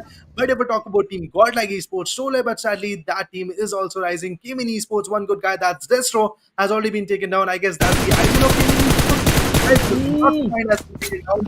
Eventually, 7C again with the blue. Team Error Esports out there. Team Error Esports, I think so. Error Hulk OG picking out Revenge Esports. That was a really great one. And Team Error Esports doing a really great job. SouL Hector has been picked out from OR Aru. That was a really great initial pick. Team GodL is coming with the fights. CES Delta OG has been down. That's a really great one. And SouL Esports has been eliminated. Team GodL is rising slowly, but they are actually picking out some knockout. They are not having any kind of kills. Team SouL, if we talk about Team SouL, they were on open scenario. If we talk about they were taking fight with Global Esports, but both of the teams are surviving right now. Each and every team is doing really great, but Maxi has been picked out. Team Hyderabad Hydras, they are not doing really well right now. Oh, indeed, if you focus onto the kill feed, I just saw Team SouL getting wiped out. Man, oh man, that's a sad sight to watch out. And yes, SouL's marker, the team number 3, which was there in the lobby, has been decimated. Meanwhile, GodL is still surviving in the fight. So let's see how the fights are going to pan out. Maxi, on the other hand, has also been taken down, if I'm not wrong. That could be the end of Team Hyderabad Hydras. I don't see any other guy coming up. Okay, I guess Team Hyderabad Hydras is still surviving in the lobby. But then 11 teams, 33 players are going to fight it out. 30 more seconds to go after that. The zone will punch in. Meanwhile, if we talk about Team 8-bit, we have not seen. My God. 8-bit is slowly but steadily sneaking onto the zone and stealing some good finishes is going to be the case for them. After the loss of Juicy and Rai, this team is on the back end. And if we talk about Gaming Esports, well, they are also looking sharp. Absolutely. To be sure, Team CES comeback. Let's see how they're going to do the comeback. Actually, they are having 4 finishes on the account. Right now, they have to go for some with more finishes, and I think they can go for the position point as well. If we talk about Team GodL, they're going to go with the 2v2 fight against Team Nade. But what the GEZ is doing... Right, what's actually happening? All the teams are in the pattern right now. Somewhat like everywhere you see, there are duo and survival out there. But Nurkul has been picked out. That's a really great initial pick out. Team GodL is pushing on Team G, I think so. But no, they are going and focusing on the rotation and going into the zone. I mean, at this point, when the zone is already shrinking, you have to focus onto that situation. And look at that. That's what I was talking about, Inferno, that this is the semi-finale where the contribution, where the competition is going to be on another level. And yes, you can see that teams like Global Esports, which are way too aggressive in the lobbies of quarter finale. Now look at that. Global Esports getting understood, and yes, they have been finished off. Global Esports also goes out in the lobby. Now OR Esports, holding a great compound in the lobby, is absolutely judging each and every team which is trying to cut their rotations, absolutely crushing them down. Aditya is also on the verge of getting one more finish. LZ Half Knight has been taken down. Enigma also pushes in. Man, oh man, look at the decimation coming in the lobby. Evo Italy, Nimes already goes out. Evo Italy is trying to just demonstrate the kind of carnage he has into this perspective. 5 amazing finishes for Team Enigma. That was a great action from the teams of Enigma. This zone has been converted into a slaughterhouse arena. Let's see what's gonna happen over there. Team GodL, Bubbly. If you talk about Bubbly, only 2 players are standing. Actually, Blueberry and Bubbly having 2 finishes in their hand. CS comeback has been knocked out and finished off from the side of Team TSM. But look at that, Bubbly has been picked out. That was a really great initial pick. Blueberry is the only solo survival out there. Blueberry has been also picked out, and here we go. Team GodLike has been eliminated. That's a really great one. LZ is still surviving. They are actually doom in survival, having 0 finishes. They have to go for some finishes, man. They have to go for an aggressive stance as well. Let's say they have a really great stance in the zone. They have a really great part in the zonal scenario as well. But 8-bit, they are actually unstoppable, man. Madman, he is actually a madman, taking sprays in that smoke out there, trying to grab some knocks, trying to grab something. But he is actually unsuccessful in that. He is actually unfortunate right now. I mean, you just have to put the pressure at this point, and that's what he's trying to do at this moment. He's just trying to pre-fire, pre-judge into the smoke. He's just trying to trace out the player, trying to just figure out that where the marker could be there of hitting it out. But then you can see that Team 8-bit is playing it really very safe. We have 5 teams surviving. Team TSM, one of those teams which have not been shown into the perspective of this lobby. But yeah, there we go. Team TSM holding a great upper edge is going to be very interesting. And I guess I would like to predict that yeah, Team TSM is going to just win it. If you guys want to win the Wings Lifestyle earbuds, go for the option number 2 and type on Team TSM, because I really bet on them at this point, because Team TSM absolutely with a greater edge, absolutely with a greater massive chunk of the zone, I guess they could just do the part. I'm going with the same, right? I'm going to do the same right now. Absolutely. But if we talk about Team 8-bit, guys, we have our top 4 teams and top 10 players in the zone. In the 6th zone, we have a Team 7Cs. They are screwed up right now. They are in the open scenario. From the back for Team Evo, Italy has been picked out. Okay, they are actually not doing really well. They have to go for the development, and they have to go for the zonal scenarios as well. But if we talk about Team 7Cs Esports, they have to go for the zone. They are doing some smokes, but no, they are coming with some sprays out there. 8-bit, man, he's a real madman. And we were talking about the pressure. He was pressurizing Team 7Cs, and they were not able to come into the zone, and the zone started shrinking. Madman out there, he's doing the real great job of gatekeeping scenarios. But then also you can see that Madman tried his real best to actually put up a M4 3x spray. But then if I talk about Team TSM, look at that. They're just constantly in the, let's say, 6th or if I'm not wrong, 5th zone. They tried their level best to just be in the zone. Bubbly was the one who was picked off by the hands of Team Enigma. And after that, I guess Blueberry was also picked off. And just like that, at hashtag 706, Team GodLike Esports was wiped out. But if I talk about Team SouL, well, I guess that was way too early. They tried their level best. They put a Revenant down. And after that, what happened to the lobby, I don't know, because we didn't got the perspective of Team SouL and the other team which was fighting it out. But I guess Team SouL was bombarded by the grenades. And I guess a mini red zone was created. And that is why in the kill feed, we just saw that this guy from the need has put SouL Omega down. Omega Akshat was taken down, and after that, the whole team SouL was wiped out. And with this, I guess the end of SouL was there in the first match. But yeah, we are going to see these phoenixes rising from the ash in the map of Miramar. Absolutely. Miramar, the comeback map. Absolutely. We all know, audience know, we all, every casters know that Miramar is the map of comebacks. And here we go. We have the position points. They'll be having 15 position points. And look at the finishes. My man, 13 finishes. That's a really great number. I wish they have 15 finishes and they'll be concluding that 30 mark of total points. But really great, man. Ninja Jord. He's the real Jord. He's the real OG out there, having 5 finishes and finish contribution. That is going to be 38%. That's a really great number. Oh, indeed. Ninja Jord going all out in the lobby. He tried his level best. He got 5 amazing finishes. That's a massive jump in the lobby. But then eventually, if we talk about his teammates, well, they were equally good in terms of, let's say, positioning, equally good in terms of the damage they tried to dissipate. And I guess Blaze was the one who got only 1 finishes. His team contribution is 8%. But I would like to say that he was the one who tried to provide a great amount of support in the lobby. He has not got some good aggressive points into this perspective, let's say, like finishes. but still he did a tremendous job. He tried to cover most of the areas. Yeah, this team has got 15 amazing points for the position, but then if I talk about the finish points, that's 13 to 14 finishes I was predicting, but yeah, they have got 13 amazing finishes. That's beautiful, the way they tried to perform, the way they tried to accumulate the points they had, and eventually 28 points in a single match is not that bad if I talk about it in terms of leaderboard. Yeah, it's going to create a huge buff. But yeah, Inferno, I would like to talk about the teams which are in the runner-up position, teams like Enigma and teams like 8-Bit. I don't think they have got more finishes, more than let's say 6 and 7 finishes. Absolutely. They'll be having the second match, right? They Hmm. have somewhat more matches to go, and let's see how they're going to go for them as well. They have somewhat more chances. There are a lot of match for the comebacks as well. We are waiting. We are waiting for their comeback as well. Let's see how Enigma plays in the second match as well. And TSM, really amazing performance in this match. You were the best for taking the second dinner, have it and enjoy it. And if we talk about the second match, that is going to be Miramar. That is my personal favorite pick, right? I actually absolutely love Hmm. Miramar. And what do you think? If you, what map you love in the competitive scenario? You like Miramar, Erangel, or Sanok the most? Like, it's all up to you. Sanok. I would go for Sanok because if you ask Oh. me to play, I would like to play in Erangel. If you like me to cast, I would like to cast the map of, let's say, Sanok, because it is one of those maps which is unpredictable. But before that, let's talk about the highlights. Let's talk about the moments which were there right now. But yeah, guys, make sure to get your wings now. Phantom 1000, Phantom 105, and all, what you can get onto the Flipkart, onto the Amazon, onto the wingslifestyle.in. But yeah, before that, we have the first ever fight coming up into this vicinity, which was way too close to Nova Ripnoi. I guess a small compound was there. Look at that. Testo goes in, goes gun blazing, and then after that, I guess he was gun stabbed. He was knocked out, but still, I guess his teammates were there for the proper cover. And just like that, Team Cayman Esports provides initial frag into the lobby. And now look at that. Team Godlike saying goodbye to the lobby. Absolutely. This was the first fight. This was the third fight we'll be Mhm. having on the fight of SouL. Omega. Omega, he's just unstoppable beast out there. And Core, like, look at that. He's actually chasing the players and he's unstoppable beast. Seven Seas Spray God. Look at the Indeed. sprays of Seven Seas. Mexi out there. This was a really great fight for contesting CES versus HS. That was a really great one. Yeah. GodL Blueberry. These were the only duo and survival of that team. CS come back out there and they were actually playing a passive mode in the fourth zone as well. But actually, they were rotating. Then they were picked out. Saring has been also down. Madman, he is a real madman. And this is the thing I was waiting. Like, you have a segment and you were so ready, you were so energetic on that part. But that was so amazing. Mhm. Simsi Spray God. Look at that. He's in smoke. And and this is my favorite, like, moment.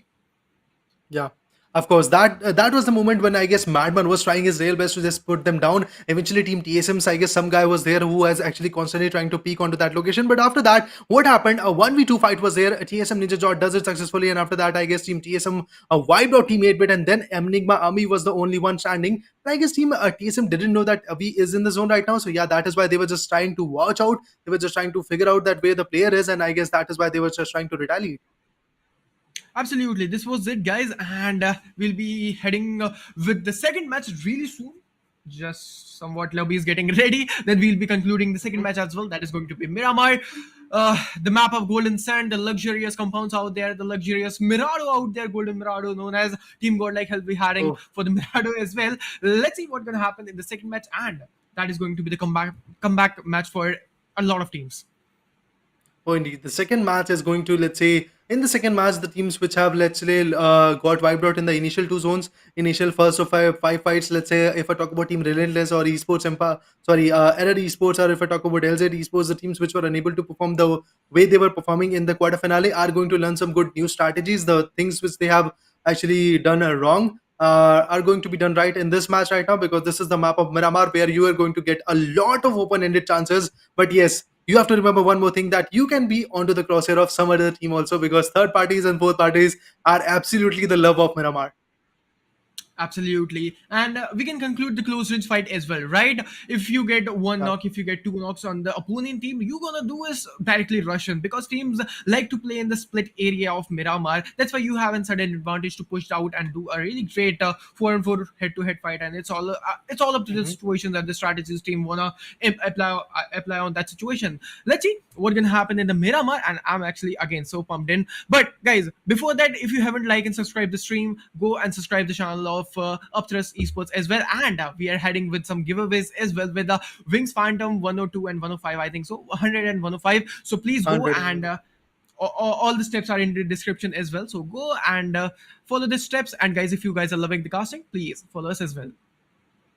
Oh, indeed. Yeah, of course. You are going to love a lot of things which is going to be there right now. Yes, of course, we have, let's say, passed one match, but a lot of matches are there. If I talk about this day, day number one, you are going to see five more matches where a lot of chaos will be there, a lot of strategies will be developed, a lot of new gun game, a lot of new game sense will be there. If I talk about teams like, let's say, 7C Esports, well, they were playing it really very safe, but they were caught off guard. They were unable to be in the zone, although they were the first one to be in the third or fourth zone, but they were unable to predict it out the way Team TSM did. So, yes, prediction, the eye-gelling, the assaulting, the support, everything contributes into a match, and after that you get that winner chicken dinner. At this point, we are talking about it, and I guess you as an audience are looking at it and you are saying, let it's really very easy the way the team TSM did it, the way Team 8-bit was trying to perform, but no, that's not easy. If you are in the lobby, you are going to face a lot of wrath, a lot of chaos, and the pressure which is there. If you are going to face a lot of bullets coming from multiple directions, you never know where you are going to retaliate. You just have to pop some smokes, you just have to pop some retaliation space. So yeah, a lot of things are there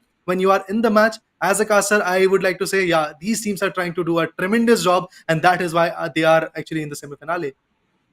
Absolutely. And I think so popping smokes are the only not thing you have to do. We saw Madman what he was doing, just doing some random fights, and I think so absolutely he Indeed. just surpassed more than 120 more than 120 ammos of five ammunitions. That was a Oh, really great indeed. strategy. I love it. And I am going to apply in the classic modes, bro. I'm going in classics, then I'll be spraying it everywhere in the smokes. Let's see, I'm going to do it.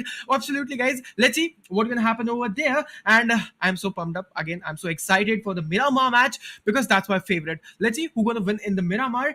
And the comeback team. I have to see the comebacks of team. Oh, indeed. The comebacks will be there for you, and eventually all the other teams which are unable to perform in this match are going to compete it out once again. But if I talk about the day number one, match number two is going to be into the combination of group A and C. So, yes, I guess you are going to see your fan favorite teams like Xpark once again bouncing back in the lobby. And from group A, you are going to see teams like GodL Esports and some other teams which were there in the group A. So, yeah, we are going to see a lot of contestment coming up. In group A, you are going to see teams like GodL, TSM, which was the previous winner chicken dinner of match number one. Revenant Esports, wiped out by the hands of Team SouL. You already saw. Anima Gaming tried their level best, wiped out Team OR Esports. Came in Esports, first ever frag in the lobby of semi-finale of Upthrust Esports presents the India series. And if we talk about some other teams like, let's say, Celsius Esports, Revenge Esports, and Relentless Extort, well, I guess Relentless was the one team which was wiped out in the previous battle in the first ever match. So yeah, they have to work on something serious. But if I talk about group number C, teams like Skylar's Gaming, Xpark, Exo, Orangutan Forever is going to be there for you, along with Entity, Scar Esports, and TUDX, or let's say 2DX Esports. So yeah, it's going to be amazing. But one thing in Inferno I would like to add on, that Skylights Gaming is one of those teams which is actually the Miramar Masters. So yeah, I would like to Absolutely. see them performing. And absolutely, I would like to add on Entity and Team Orangutan as well. They are actually the Miramar Indeed. experts as well. And how we can forget Team Xbox? They are the OGs, man. Let's see how they're Oh, gonna indeed. do it in Miramar, and it is going to be. Group B versus Group C, and we have the point tables out there, and Team TSM acquiring 28 finishes, 28 total points. And if we talk about Team Enigma, they are the leaders, they are the runner-ups with Team 8-bit. Oh, indeed, indeed. Enigma's Aviv, if I'm not wrong, was the last man standing. He got 11 amazing finishes. Even though 8-bit Madman actually tried to dissipate a lot of space, but then also he has got only 3 frags into his perspective. I guess 2 frags were there for Madman, and the other guy was also contributing with 1 finishes. That was good enough. They have got 13 amazing points. I guess that's an average stats. And Team 8-bit is one of those teams in Inferno. I've seen them in previous tournaments of Upthrust Esports and many more. That yes, 8-bit is one of those teams which plays a very low-key gameplay, just like Team Exo, where they just try to gather average amount of points, and they just remain in the top 5 in the terms of leaderboard. And eventually, once again, if a good victory is there into their perspective, they would easily jump back into the top 3. So yeah, I would like to see teams like Team 8-bit once again bouncing back. If we talk about 7C Esports, 11 points, OR Esports 10 points, and there goes the point table. Absolutely. And look, Team LZ Esports, Last Zone Esports acquiring 0 finishes, and they are on hashtag 6, acquiring 6 position points. That's a really great thing. And if we talk about Team Global Esports, Team SouL, Team Godlike Esports, and Error Esports as well, they are acquiring 4 total points. Like each and every team have 4 points, and they are actually doing a different level concession, like a different level of competition is going between them on hashtag 9, 10, 11, and 12. Let's see who gonna bump in and who gonna jump out from the table. I guess these teams are trying their level best. Some other team could easily bounce back. I would like to see teams like Hyderabad Hydras bouncing back once again. Teams like GodL Esports could come back. Teams like Team SouL with getting only 4 points was something they had to work on. And eventually, if we talk about the finish and placement match-wise graph, this was the match number one. If you can see that Team TSM is on the verge of, let's say, balancing it out. They have got 13 amazing frags into their perspective and 15 points for the winner chicken. And another team which is balancing it out, it's going to be Enigma Gaming, 11 frags and 12 for the position. That's beautiful. If we talk about 8-bit, well, they were actually good in number of position points, but if we talk about the point system of finishes, they have got only 3 frags into the perspective. So yeah, I guess that is something they have to work on, and I guess maintaining an equalizer in both finishes and placement is going to be the case, which is going to uplift you and get you the champions trophy. Absolutely, and Team TSM having a really great balance between the position and between the placement as well. That's why they were the owners of winner chicken dinner. Team Enigma doing a really great job. This is the graph, guys. This is a really great one, and you can see overall the stats of the teams. Team Godlike, they are just in between the graph, right? They're having 2 placement Mhm. points and 2 finish points. They are so equal right now. Let's see how it goes. Team SouL as well. They have to do something somewhat magic in the next match as well. The upcoming matches and the upcoming events for them. Let's see how it goes, and there will be some different changes in the strategies as well. Team Global Esports, Team Community Esports LC, they have to do something out of the box to win the match, to win the tournament, to win the series. I mean, let's say if I talk about Team SouL, it's a fairly new lineup. They have performed in, let's say, two or three tournaments, two or three huge tournaments which were there by Indian gaming community. So yeah, it was really very interesting how this lineup is trying to perform. And after the newly formed lineup, Team SouL is just trying to decimate. And I guess this is a team which is slightly onto the balancing mode. Well, they are not a passive team at this point, but still they are not the most aggressive team of India at this moment. Yeah, Akshat is one of those guys who is just competing back and forth with Jonathan from GodL Esports for the MVP tabletoppers list. But still, I would like to say Team SouL is one of those teams which knows when to back out and when to fight it out.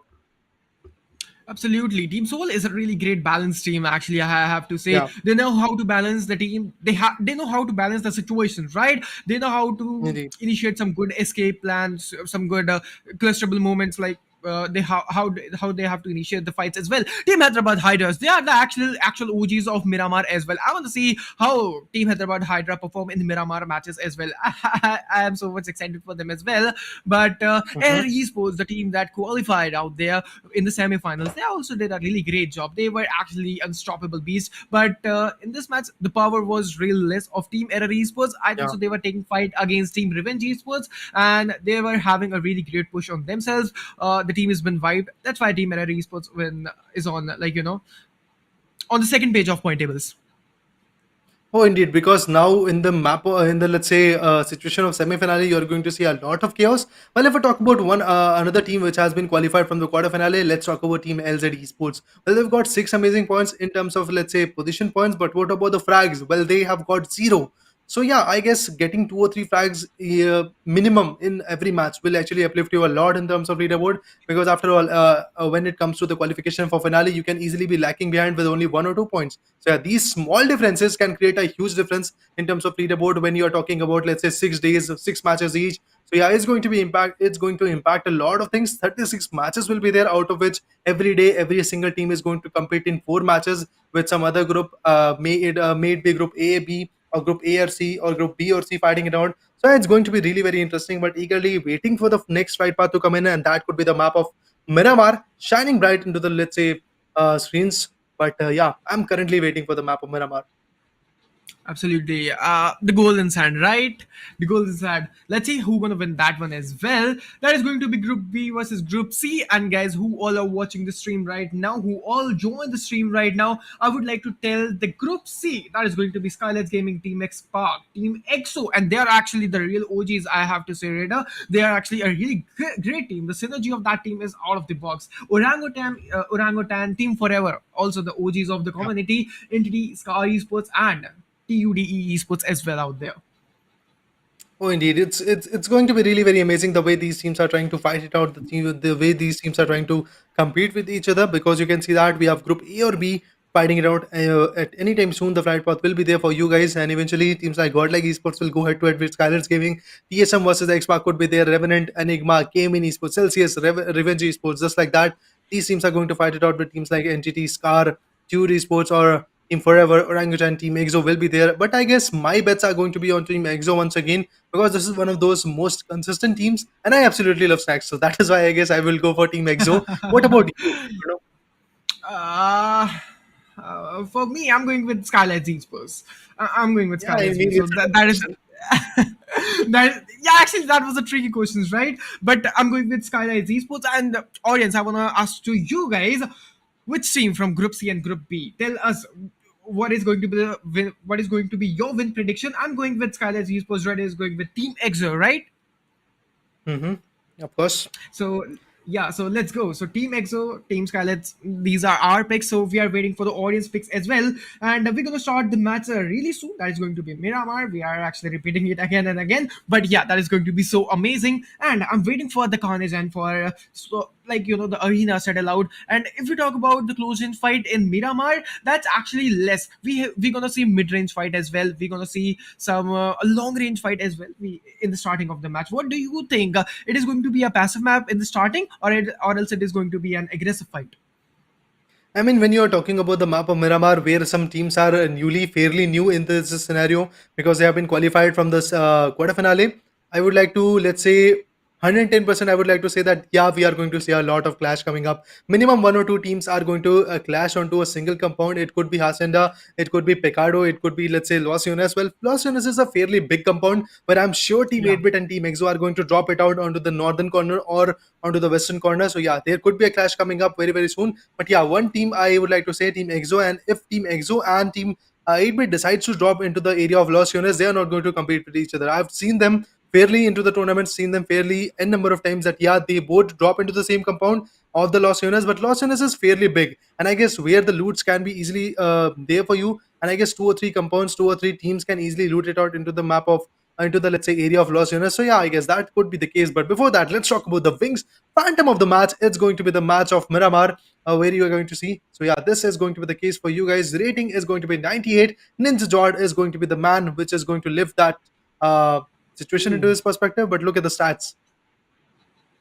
The stats told the everything, like that stats are the Mhm. summary of the last match. And Yeah, I'm indeed. actually waiting for Error Esports. Like, let's see how they play in the second match. But actually, let's see how what's gonna happen. And Team Scar Esports as well, TUDE Esports as well. Let's see, Scar Esports, I've seen their gameplay and their play style and the strategy of Scar Esports. That's pretty well, that's pretty good. And TUDE Esports, they're actually doing a really great job in the quarterfinals as well. They did a really great thing, and that's why they are in the semifinals. They're feeling proud to again compete against these kind of teams. And again, we have Ninja Jord. He's the real Jord, man. Look at the rating. Two more, he'll be surpassing 100. Oh, indeed, indeed, easily. The rating is 98 at this point, and Ninja Jord is going to be the man which is going to actually uplift Team TSM for the winner chicken dinner in the previous match. This is the find of the match for match number one, and that was the map of Erangel for you guys. If we talk about match finishes, well, that was five match contribution percentage. If I'm not wrong, that was 38% we previously saw after that Yeah. winner chicken dinner. Total number of finishes were five for him. And if we talk about the MVP rank, it's going to be #1 at this point because we just have passed only one match. And in that match, the only guy which has actually secured that many finishes was this one that is known as Ninja Jord. Ninja Jord is the real Jord. So he's the Yeah, MVP out there. Let's see. I'm waiting for Miramar. What else? I'm waiting for Miramar. I'm indeed, again, indeed. my blood pressure, my heartbeats are actually pumping out right now. Miramar, the fights, the rich fights. Actually, I love the best thing in Miramar. Actually, I love is actually the rich fight team try to take, because that's an open map, as you told. That's an open map, and there are a lot of ridge and a lot of mountains. The Sun Mountains. There are a lot of fights. Rich fighters. Oh, indeed. A lot of rich fights are going to be there for you, and eventually sniper action will be there. But I would like to again ask one small question from you, Inferno, that will, let's say, if you are in this kind of situation, you are going to choose Sky 98 or some kind of bolt action over mini 14s or DMR actions, or let's say tap guns, tap shotguns, or you are going to prefer the bolt actions. I would like to prefer the DMR actions, right? Mini 40 and the tap action is really well. I know that the K98 and bolt rifle actions are really great. You can play from the cheeky angles, you can play from the back foot side, but you need a really great accuracy to use them. We all know that the players are Indeed. so accurate, but but there are some chances. Body shots, you missed it. Like just take mini 14, have some shots, and then just directly switch on to your assault rifle and then just shoot it out. You're Yeah. gonna get some knocks out. That's why I like actually DMR action. And what do you think, guys? The audience in the chat section, I would like to prefer the question, same question the Raider says, like you gonna use DMR actions, or else you gonna use some bolt rifle action. And my personal pick is going to be DMR. What do you think, Raider? And I think so you're gonna use some DMR action as well. Oh, indeed. DMR is going to be absolute love at this point, because eventually, if I talk about the accuracy of Carnatier, or let's say OM is there, or M24 is going to be into your backpack, you are going to aim onto some other guy with an 8x, 6x, or 4x, whatever you are holding at this point. Yes, one good shot of that gun can easily put him down, but you can already see that in this kind of lobby, no single player, none of the player, even though they are in the Absolutely. compounds, are going to sit idle. They're just absolutely jiggling it around, absolutely crowning, actually crouching and proning at the same time. Eventually, they're just trying to figure out. They're just trying to learn some new sound cues or visual cues they could just easily get from the location. And if you actually miss your shot, you can easily reveal your position, and the guy can easily go into the cover if he's way too open-ended. But if I talk about DMR, well, first thing I would like to conclude in DMR is going to be the ammo which you get. If you are holding a mini 14, or eventually let's say SKS, if you are getting an extended mag, you are going to get 20 MOs into your perspective. So you can easily just trace him out while he is running. But before that, let's talk about the application of DMRs. The map of Miramar is going to pan out. The zone is going to start from southeastern corner. It is going to dunk down into, let's say, the western corner. You can start from Porto Preso. It is going to end in the large relay compounds. And yes, of course, Los Unis, Picado, Chumasara, Montenovo are few of those compounds which is going to be easily accessible. But I guess Inferno, compounds like La Cobraria, Hacienda, Water Treatment, Krasdelbele, Elazar are a bit too far for the teams.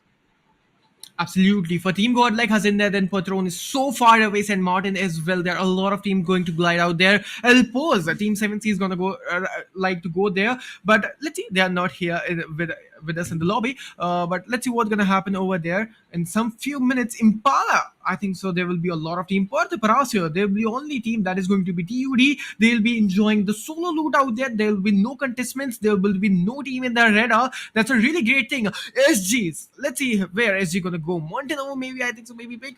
But they are actually gliding out, and look at Los Leones radar. There are a lot of teams.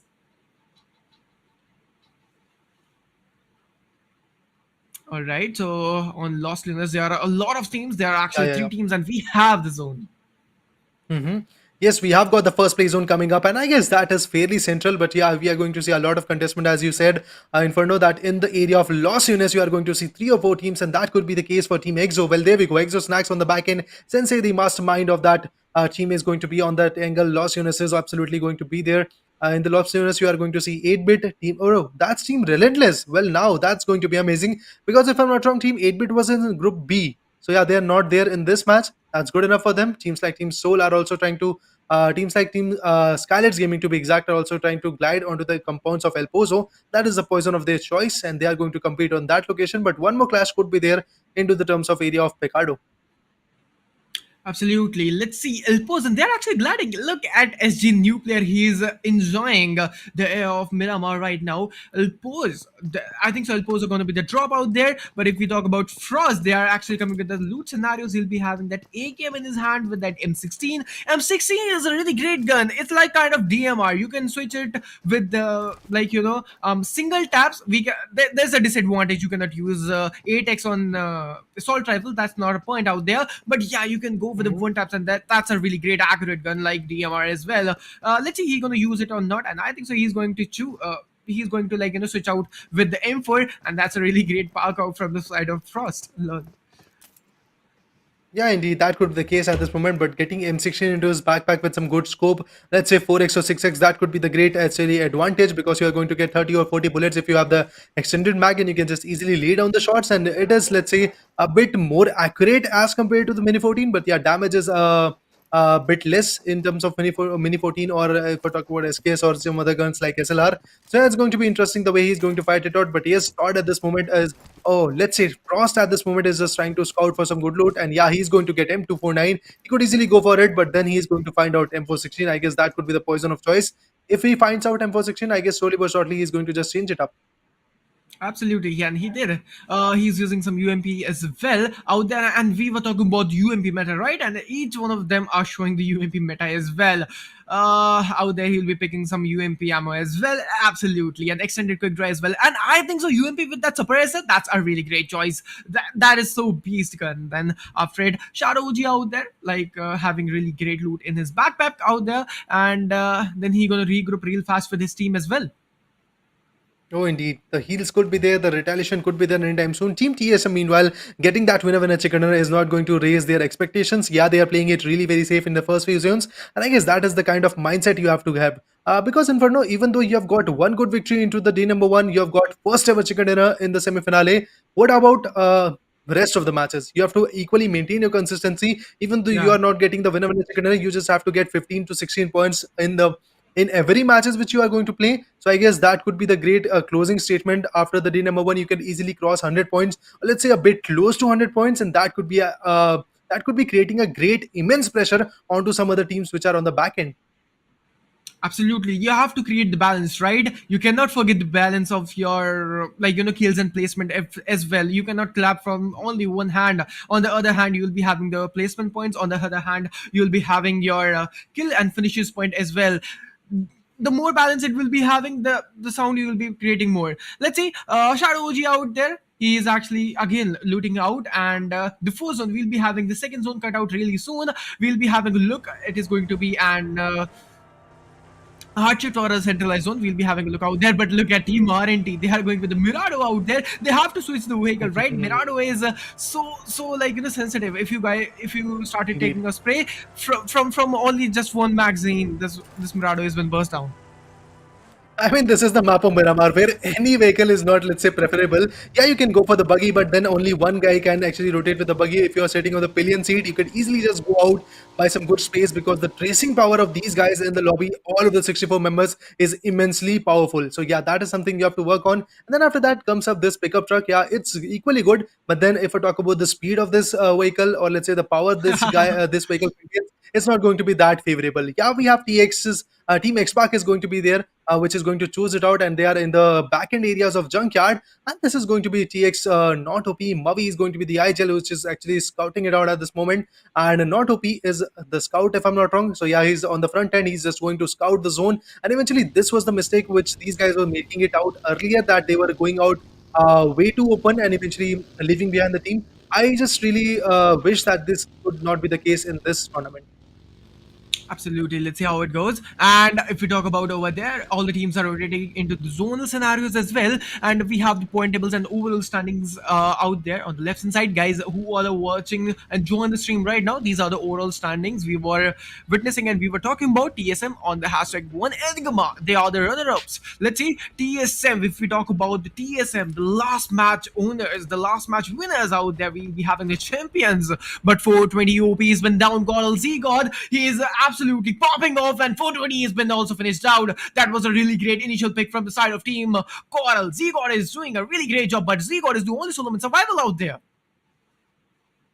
Oh, indeed. Z-God is going to be the last man standing of his team. Yes, of course, 420 OP has been wiped out. Team TX is actually facing a lot of wrath. But then, if we talk about Z-God, he is way too actually secluded in a compound. He could just easily go down anytime soon. Ultron, meanwhile, is trying to, let's say, give a cover for his teammates. Mavi is actually pushing in. And yes, Mavi successfully does it. He's way too close to Z-God. And there is a 1v1 condition coming up. Let's see what is going to happen. Is it Z-God who is going to go down? Yeah, Z-God once again getting tagged out a lot. But then Mavi has to just reload his gun. Meanwhile, from the back end, we have some other guys from GodL. But once Damn. again, the 1v1 has been choked out. Mavi meanwhile is getting contested. Look at the HP Mavi is holding at this moment. He's going for the first hit kit. He has to reload his gun also. So yes, multiple task is going to be there, but then also Team GodL is on the superior angle. It's a three-way battle at this moment, but if I talk about Team X-Pac, they are way too compounded. On the other hand, not OP is going to be on the open-ended situation. So yeah, there is a other situation, and yes, look at that. Not OP is already getting contested. The equation has been balanced, right? We'll be having a 3v3 fight. Z-God has been eliminated, and 420 has been also eliminated from the both of the teams. Team Godlike is doing a really great job. They are actually doing a united game. They're playing they're playing like, 3-man standing. They're playing like a squad out there. Jonathan, if you talk about Jonathan out there, he'll be trying to do some grenade and picking out some knockout, but not OP out there. He's giving a really great cover. He's behind that Mirado. I think so. He's behind that ridge. That's a really great thing. They're actually doing a really great split gameplay. Ultron and Mavi, they are going with the close range piece out there, but they're actually not pushing. They're waiting for the push of Team Godlike. Let's see who gonna retaliate the fight and who gonna step back. And I think so. They both are predators. The both of the teams are predator, and Team Godlike has been pushing out on Ultron. Scout has been spotted. Not OP. He's just too low. Jonathan with this 6-6 spray. He was trying his level best to actually trace him out, and then eventually Scout also deciphered that yes, there could be a tagging situation for him. So that is why he laid down his shots and eventually just be in the zone. But now you can see that Z-God, meanwhile, holding on to his breath, has been taken down by the bleeding. And if we talk about now Blueberry, you can see that he's trying to fight out. But from Team Revenge's final boss, where's both from Team Forever, has been taken down. That's a bad sight to watch. And eventually you can already see that the retaliation is going to rise once again. Mavi puts one down, but then also, I guess Mavi is going to be a charming one. Mavi puts two down from the lobby. Team Xbox, the iGel is actually providing a great level of damage, but then if we talk about Ultron, another nade is going to be there. Oh, Ultron gets bombed out by the nade, and now you can see that Mavi is going to be the sole survivor at this moment on the backyard compounds. And if we talk about Scout, he's going to be on the upper ridges. Oh, man. Jonathan, what did you Same do? team. You don't have to do it. You don't have to do it. You don't have to do it. Jonathan, he is the 1v1 god in the community. You cannot just face it. The aim duel of Jonathan is really well, but right now, Jonathan is just pushing in. You don't have to give a single second. He don't have to give a single breath out there. Jonathan is starting pushing in. Mavi out there. Oh. The 1v1 has been initiated. Mavi has been down. The last 1v1. There we go. Jonathan, you can do it. The last single HP out there. But Oh, reload. Jonathan has been down. Scout out there. TX, you are just unstoppable. But they were in a really great situation out there. But Team Godlike, Jonathan, what did you did? That grenade just cost a lot. Just cost a lot. I mean, two or three small mistakes at this moment has let Godlike down at this moment. Yeah, Godlike tried to pressurize. Godlike did it successfully. Eventually, they were taking down some good guys. Mavi was taken. Okay, that's Ultron was taken down by that beautiful nade. But what happened after that? Godlike Jonathan tried to provide a nade, but then I guess the other guy from Team Godlike, just like that, walked into that nade, and despite of getting knocked out, he was just cornered. And then after that, what happened? Team Godlike Jonathan tried to push in. He does it successfully. He puts Mavi down with a beautiful UMP. He had to reload, but then also he's tried to find a gap through which Jonathan tried to retaliate, and then he popped out his M416 to be exact. He tried to spray him down, and Scout was way too late. He was actually, let's say, 10 to 5 HP at that moment, and he just had some, let's say, energy rings or boosters into his perspective. But then after that, what happened? Godlike Jonathan decides to just go for a reload, and that was the moment when Godlike lost it.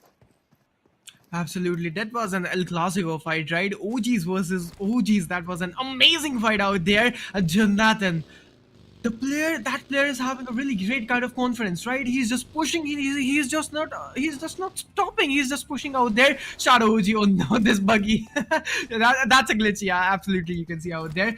And here we go. TSM will be coming into the zonal scenario as well. Team Godlike has been eliminated. Revenge Esports, 3 players has been picked out. Team Entity, 1 player has been picked out, and there are a lot of teams. The 1 player has been picked out.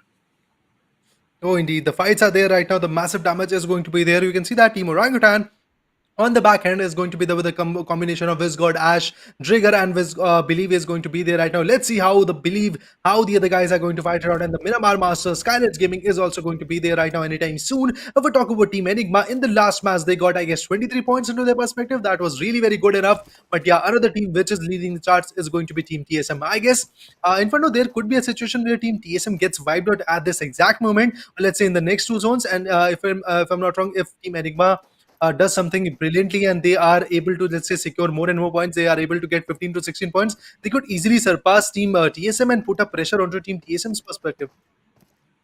Absolutely. And I am actually imagining the only fight we had right now, that was that was Godlike versus TX, right? That reload, just that single reload, right? Oh, man. I think so Jonathan can make that 1v3, and that would be historical moment in the community, right?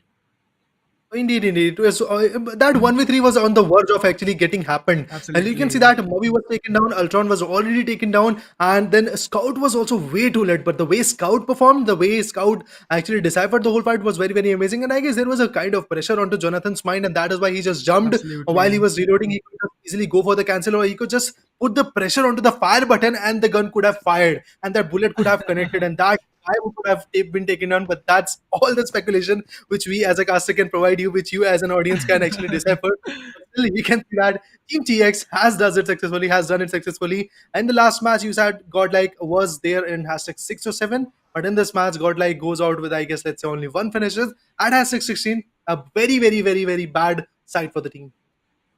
Absolutely, but that was a really great one. The start of the match is really great, right? In the third zone, we'll be having 52 alive count, and here we go. Delta PG picking out Diljit. That's a really great one, and he's one of the best snipers in the Miramar out there. But he's been picked out. He's Oh, knocked indeed. out, I think so, and he's been finished out as well from the side of comeback. That was a really great bad news for the team and great news for the opponent team as well. But Nexus out there, CES team coming, Esports is Oh, doing really great job. Celsius out there, Nexus has been spotted out. He's behind that van. He's coming with the compounds, and I think so he'll be going in that compound as well. He's using that M249 with that 3x. Oh my god, the recoil control has been actually so hard for him, I think so. But he's an oh, amazing indeed. player, so that is going to be easy.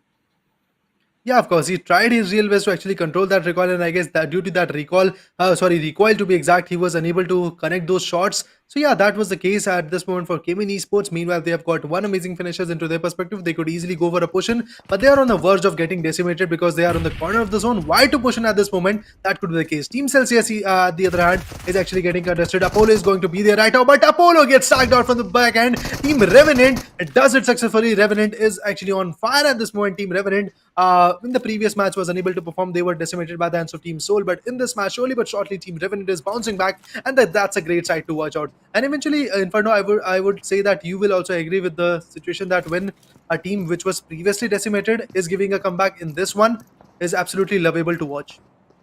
Absolutely. CES is doing really great job. Celsius Max out there.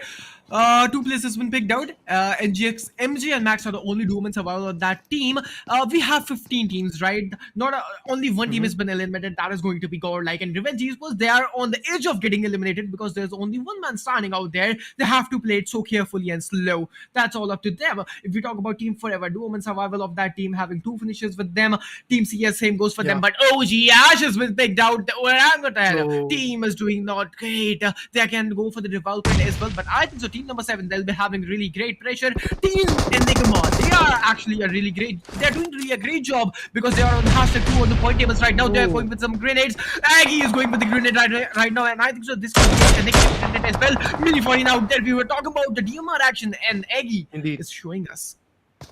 Oh, indeed. Enigma Edgy is just on fire at this moment. He is just holding a very great upper ridge, and that is why he's connected some good shot. But then you can see that Trigger was way too open. He was trying his level best to just win the zone, but then some good great finishes are also being used by Team Diamond, and they're really trying to defend it out. But still, the kind of damage is going to be very, very amazing. Miss God is going to be the last man standing, and yeah, he also goes down with the hands of Team Enigma. They are rising surely but shortly. They are the one of those aggressive teams, and yes, Enigma is going to conquer this fight. They are in the top 12. They are in the top 41 teams. They have successfully wiped out the team known as Team Orangutan Esports, and this is going to be the rise of Team Enigma. Absolutely.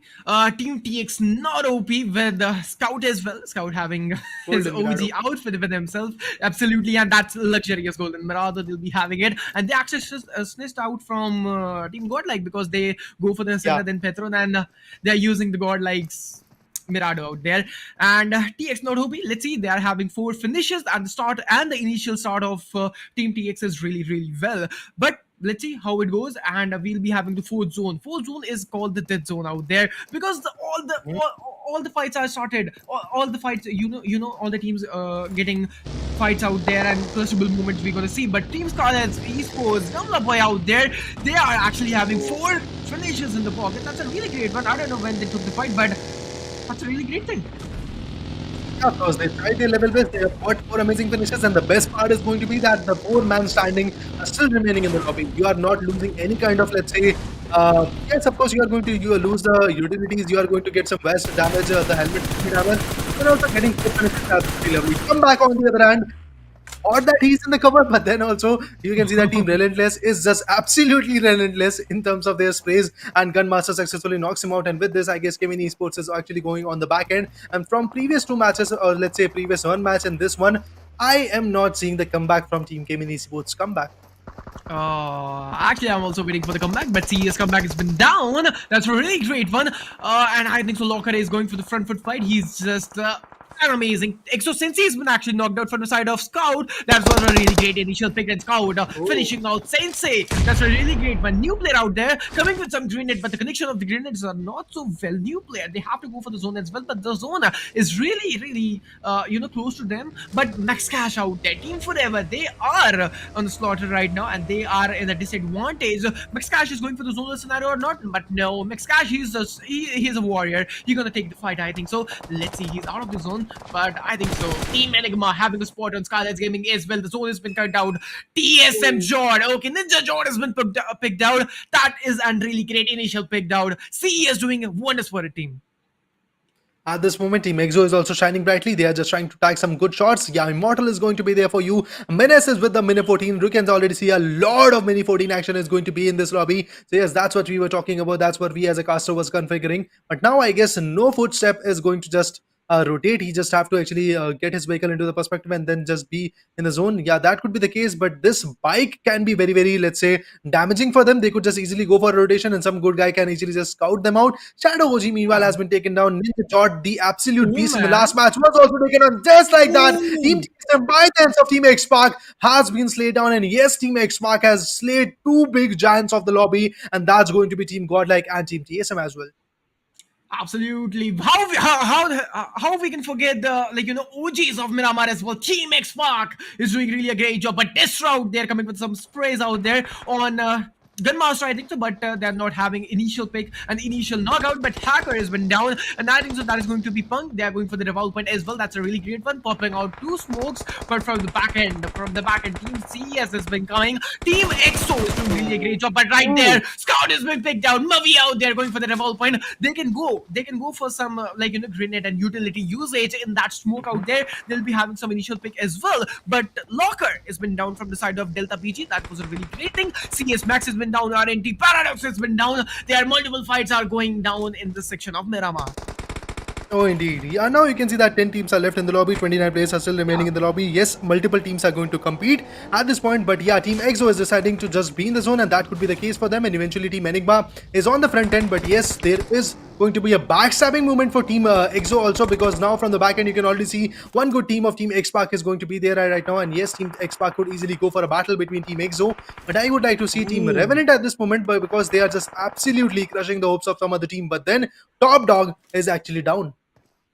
Absolutely, and I'm watching the chat section. Assassin OP is saying Enigma is looking very strong. Absolutely, man. I'm agreeing with you. Enigma is looking so strong right now. CS Destro, if you talk about CS Destro, they're acquiring 4 finishes. Delta Peach has been picked out. That's a really great thing. But back of side, we'll be having a look out there.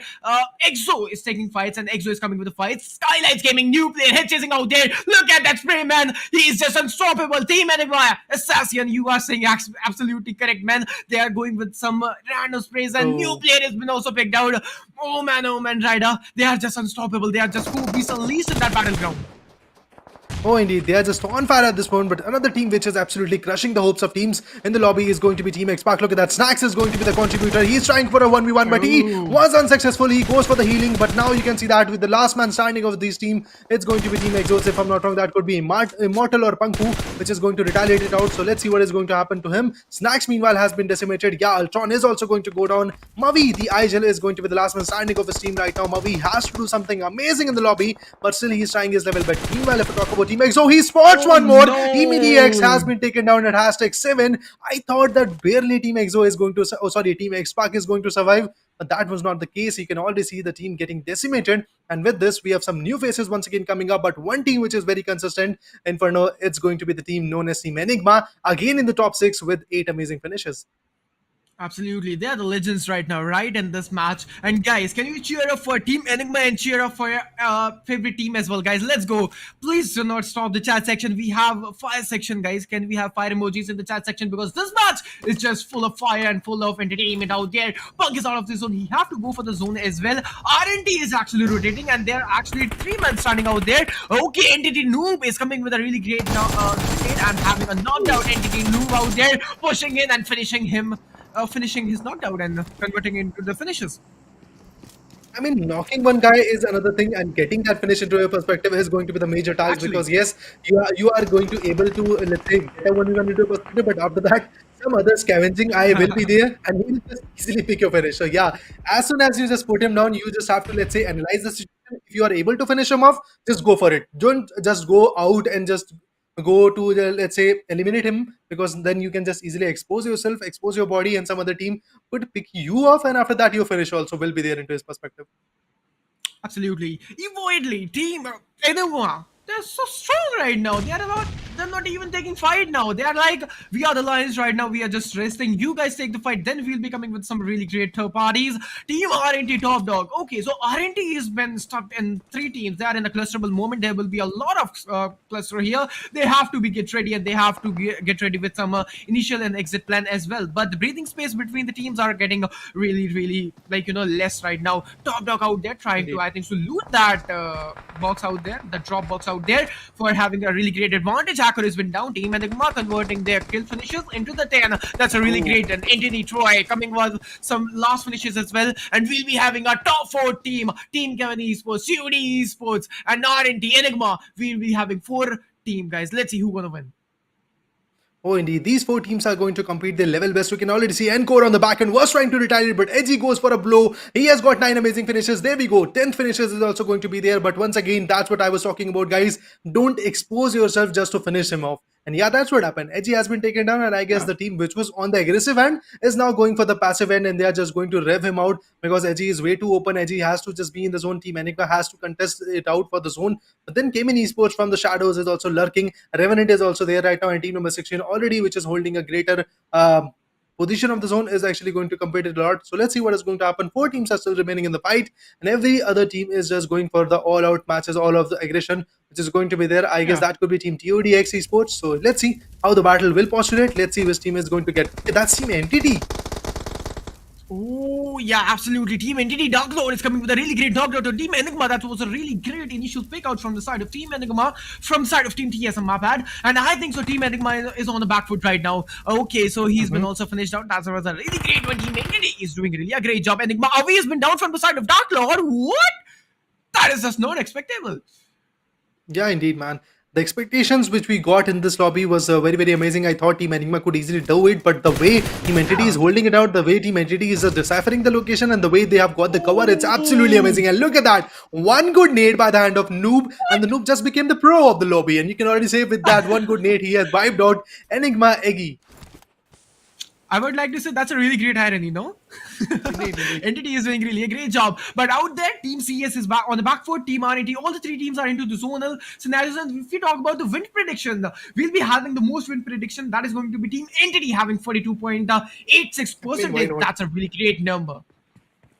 I mean, why not at this point? Because they have got the manpower, they have got the zone into their perspective. But one other team which is actually holding a, let's say, center location of the zone, that's going to be Team Revenant. And meanwhile, Team Revenant is lurking in the shadows. They are not messing with Team Entity, neither messing with Team Cayman Esports. Both of the teams, Cayman Esports and the Team Entity, are fighting it out. But now Top Dog is onto the crosshair right now. Destro from the back end is also getting contested. Troy goes down with the brutal blow. Cayman Esports, Destro is going to provide that cover. But if I talk about Top Dog, he's way too late. But Troy is actually just pushing back into the perspective so that a revival could be possible. But then also Troy is actually a bit late. But then Destro pops one out, and Destro is also way too late. We also saw that the Destro decimation is going to rise once again. All the Austin Vortex has been finished off. Another nade is going to pop out, and that could be the end of Top Dog to be exact. He was a bit far away from that nade, and that is why he's still surviving. But Destro is still getting connected. absolutely. Entity. Oh, Dark Lord, he just barely survived out Oh. there. Oh, let's see what's gonna happen. That is going to be a 3v2v2 scenario, but now it's been converted into a 3v2v1. That's a really great pattern out there. But Entity Dark Lord out there, Team Entity is going with a really great aggressive mode, and yeah, they'll be Oh. picking it out. RNT Top Dog, the Solomon survival out there. CS Delta PJ is the only Oh. Solomon survival. Last 1v1 initiating out against Noob and against. But no, Oh. Noob is not Noob. He's irony out there, and he's a pro out there. And Team Entity coming with a really great chicken dinner. But yeah, Entity did a tremendous job. They tried to perform. They got some good finishes into the perspective. If I'm not wrong, that could be 10 to 15 finishes they got into the perspective. But one other team I would like to talk about, and that's going to be Team Cayman Esports. The way they are trying to perform, the way they are trying to compete it out. The last one standing of Cayman Esports did a 1v2 onto Team Entity, and the third guy was also way too late. But then he decides for a gun change because the ammo was not there, and that was the moment when Cayman Esports messed up. Otherwise, again, there could have been the turn of tables, and this could be the moment where history could have been repeated. A 1v3 in the last zone could have been there. The career ending performance could have been there right now. But yeah, Entity saved himself. Entity Noob did it purposefully, and he is still in the lobby. He is still going to get that victory into the perspective, and I guess they are going to cherish it out. But after that, once again, you are going to see a lot of decimation into the third match because Inferno, we were talking about the consistency. We saw that, yes, in the previous match, Team TSM, in the previous match, in the match number 1 of semi-finale, Team TSM, massive victory for them. But what happened in the next match? They were unable to perform. They were unable to get some good facts into the perspective, and they have been choked out. But what about Team Enigma Gaming? They tried their level best, although they were wiped out Yeah. at a second or 4. Still, they actually did a very good job. They got some good finishes. Absolutely. We are talking about the runner-ups, right?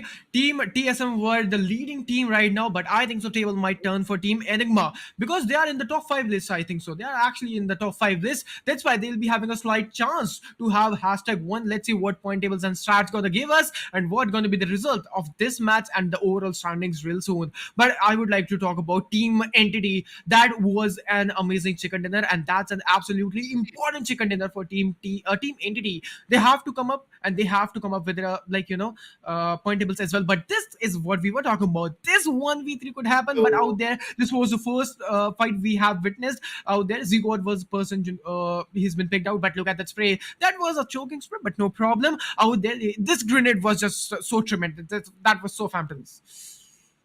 oh, indeed. That nade actually popped him out. And Oh, after that, look at that. Little Reinhardt was also taken down by the hands of Jonathan. Look at that. This was the oh. moment which I was speculating about. If that reload, if that jump was not there, if that panic situation for Jonathan was not there, Jonathan could have just pressed that aggressive gun, which is known as, let's say, the button of bullet. I guess Scout could have been taken on, and that could be the history in making. A 1v3 would have been there, and Team Godlike could have actually surpassed the hope of every other teams. And then also Team X-Pac rise into the battle, and that was the moment, I guess, Inferno, when these phoenixes rise from the ash. Because after that, what you saw, that Team X-Pac guns blazing in the lobby. They were tremendous with 7 to 8 amazing finishes. They tried to outperform. They were performing their level best. And if we talk about Team Skylights Gaming, I voted for them. I vouched out for them. But then also they were picked off just like that by the hands of Team Enigma. One hell of a assaulter. Absolutely. And guys, I would like to say just spam hearts in the chat section for yourself, guys, because the audience we are just witnessing right now, they are just so amazing, right? And if we talk about this, is the last moment of the match, and Entity Dark Lord, he just barely survived from that grenade. But out there, CS Testro coming with some sprays on Team CS. They did a really great job. They actually dodged themselves. Dark Lord was the person. He was just providing a lot of damage to the opponents. Oh, indeed. He was trying his level best to provide a lot of damage or provide a lot of decimation into the perspective, unable to do it. But yeah, he was trying his level best. If I talk about Team EXO, Hacker was the one who actually put a full stop on Team TX's spree onto their killing brigade, which was there right now. So yeah, it was really very amazing the way they tried to perform, the way they tried to retaliate. It was one hell of a showdown for these teams. But if I talk about Team TSM, I didn't saw that where they were wiped out. But yeah, I would like to see what they did into the lobby in terms of the leaderboard. If we talk about the winner chicken dinner team, that's going to be the team known as Team Entity Gaming, and they've got 15 amazing points for the finishes, for the, let's say, positions for the winner chicken dinner. And if I talk about finishes point, that's going to be 10. And if I talk about the guy which actually did it, the name is Noob, but the performance is absolutely pro level. Absolutely. Team Entity did a really great job. And if we talk about Noob acquiring 5 finishes and contribution is really, really well, they'll be having a really great total points, and that is going to be 25. Not as, the first winner, the champions. I'm talking about the champions of the first map. That is going to be. I'm forgetting the team name. That's TSM, my bad. That they will be acquiring 28 points, and now they're having 25 points. Team Entity. That's a really great thing. That's a really great number out there. Let's see, table my turn for Team Entity as well, but Team Enigma. I'm waiting for the point tables right now. What do you think? Can Enigma on the table, the toppers right now? Indeed, they are absolutely going to crush the table toppers list. They are going to be on the top right now. They are going to maintain, let's say, 10 to 15 points of buffer from Team TSM, because Team TSM, one of those teams which was competing their level best. They got 28 points in the previous one. But what about this one? In this match, they got, I guess, let's say they could have got 5 to 6 points at most. So 35 points, let's say, let's on an average. This is a speculation, guys. I'm not taking it, let's say, seriously. Yeah, but you should actually learn that how you have to maintain the consistency. And Team Enigma is one of those teams, despite of getting that runner position in the previous one in the map of Irangal, they tried their level best. They got some good frags. I guess 8 to 10 frags were there into their perspective. They were unable to get the victory still in this match, but the level of points they have got, it's really very amazing. I guess close to 17 to 18 points they've got into the perspective, because hashtag third or hashtag fourth. Okay, I guess hashtag fourth or fifth was the position they got. So yeah, that's a great sight to watch. Eventually, there we go. We have the leaderboard also coming up. Match was standing for match number 2, and you can already see NTT Gaming 25 Yeah. points, Enigma meanwhile 18 points. And I guess at this point, Inferno, you would like to agree that yes, they are going to be the table toppers. Yeah, absolutely. They'll be going to the. They are going to be the table toppers because Team TSM, they have been eliminated too early on #9, and they are Mhm. acquiring only 5 points. So that is just a bad news for them. But I think so. Team Enigma Indeed. have a slight chance to do #1 and top. They'll be coming with the top teams as well. Kevin Esports, you're waiting for the comeback. Here you go for the comeback. Indeed, Kevin Esports getting back in the lobby. I know they have not got that kind of finishes, but yeah, the kind of pressure they tried to provide in the lobby was very, very immensely. You can already see that the Kevin Esports skill feed was way on. Destro was one of those guys who actually got the dominator perspective into his favor into this map. So yeah, Kevin Esports, although they were very aggressive, but they were unable to secure those finishes. So yeah, that was something we were talking about earlier in the match. That yes, despite of getting a knockout, you just have to go for the finishes. But yes, Kevin Esports knew if they try to overexpose themselves, if they try to go for the finishes, they might get wiped out. So yeah, that was a massive great strategy coming from their angle. 18 points into the perspective, that's a good one. Enigma Gaming 18 points, Revenant 13 points, Team X Park 11 points. One hell of aggressive team was there, was Team X Park. But then if we talk about the finishes and placement match-wise graph for match number 2, well, one team which is actually going to maintain the balance out, that's going to be Team Entity, because they've got 10 amazing frags and 15 points for the winner and chicken dinner.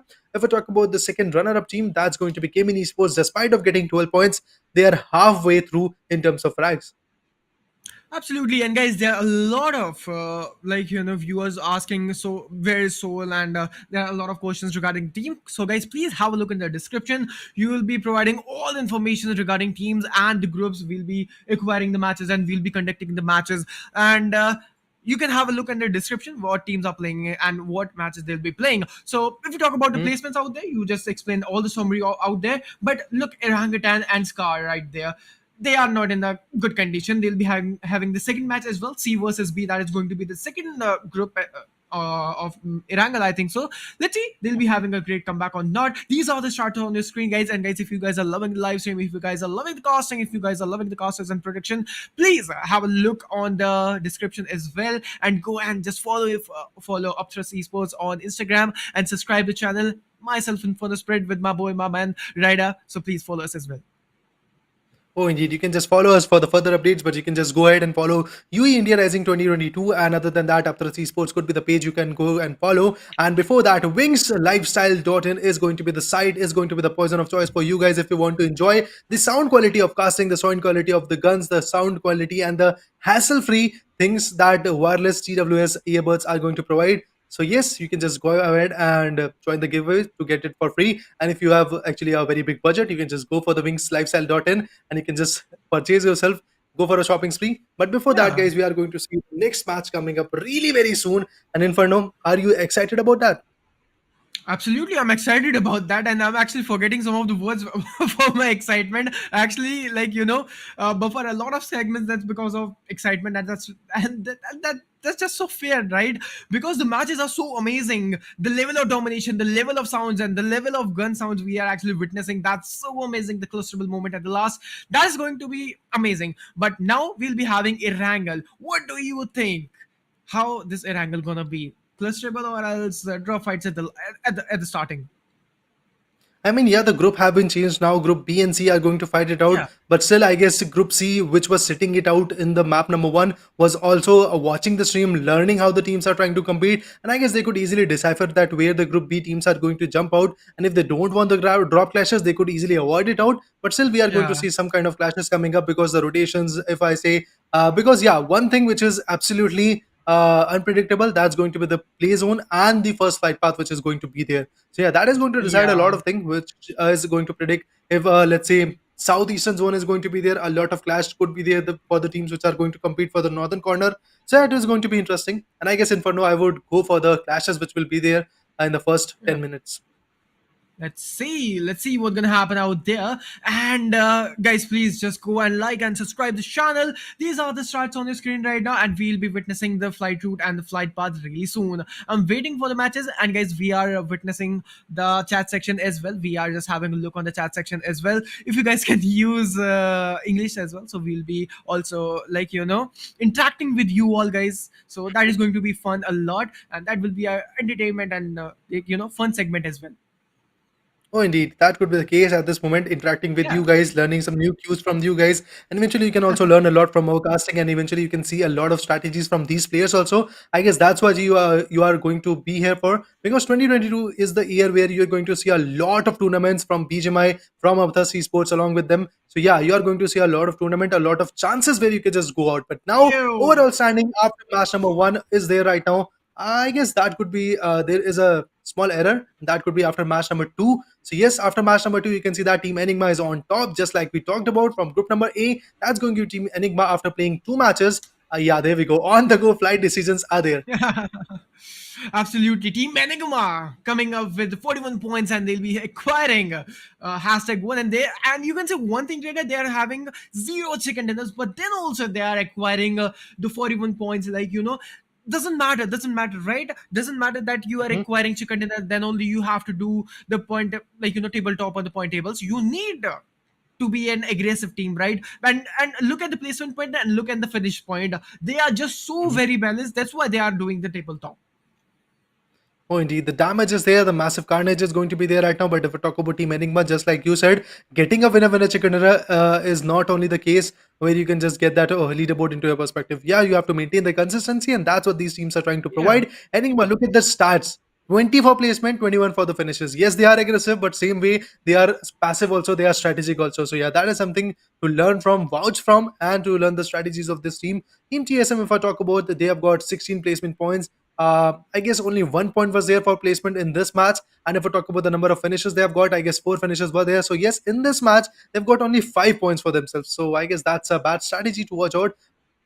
Esports Team Exo, they are in the second page. They are leading the second page at this moment. Team Exo, with only one match they have played, they have got 8 amazing points, 4 for the finishes, 4 for the placement. OR Esports, meanwhile, leading the chart at hashtag 9 with 4 points for the placement and 6 finishes. That's good enough for them. But Scarlet's Gaming, the Miramar Masters, I don't know what happened to them. Yes, they were aggressive, but what about the positions, man? Yeah, absolutely. Let's see how it goes. And let's see what's going to happen in the next match as well, says SouL Esports. Okay, so they are actually, Hyderabad Hydras are so down, no? They need some majestic and almighty comeback, right?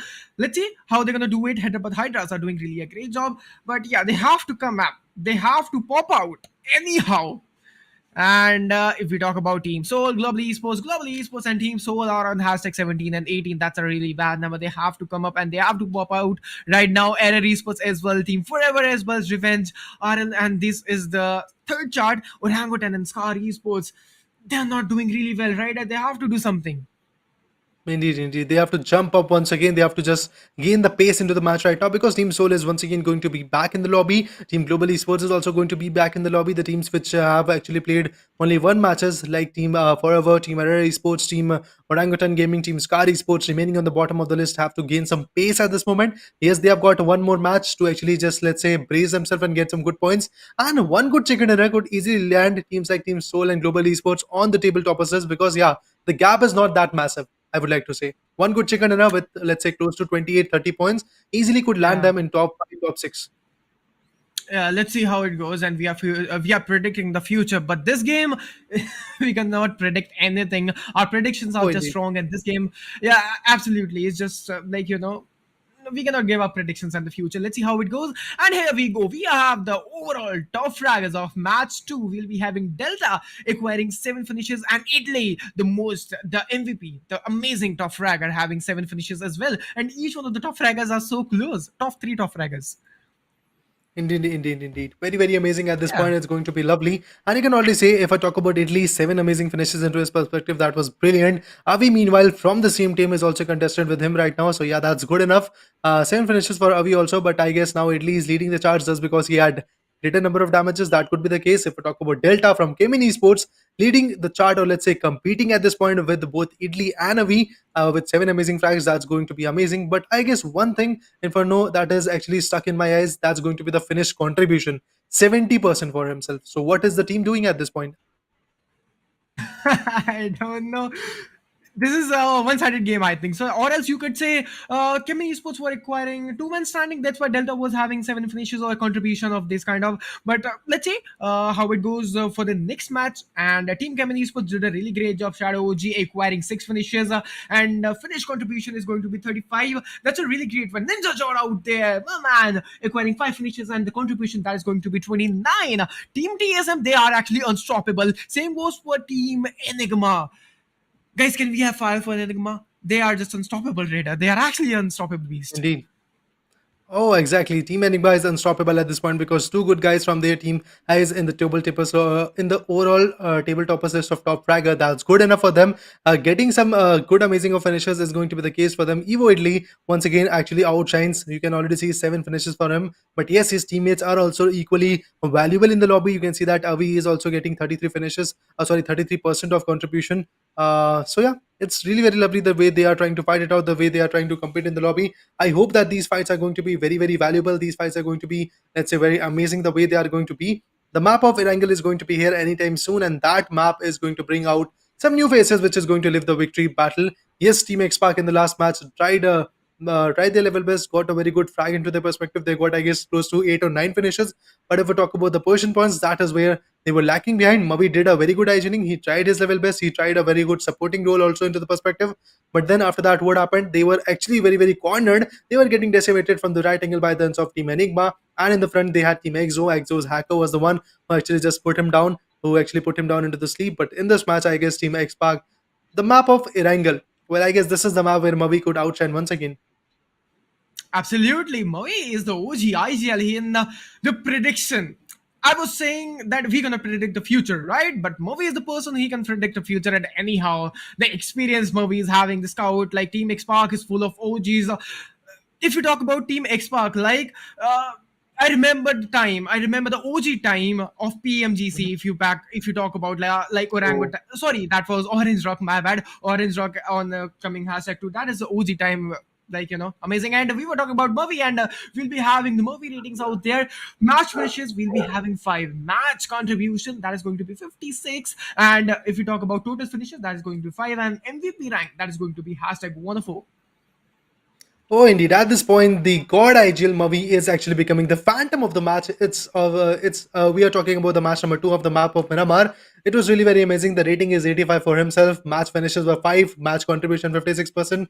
Total finishes 5. And MVP rank is going to be #104 at this moment. It was really very amazing the way he fighted it out. The support he provided in the initial battle was tremendous for his team because if Mavi was not there, I guess Ultron could have easily have been popped out and the other guy could have easily been powered off. So yeah, that was something we had to watch out. Yes, initially TX 420 OP, if I'm not wrong, was taken down, but then after that, what happened? Mavi and Ultron tried to balance it out.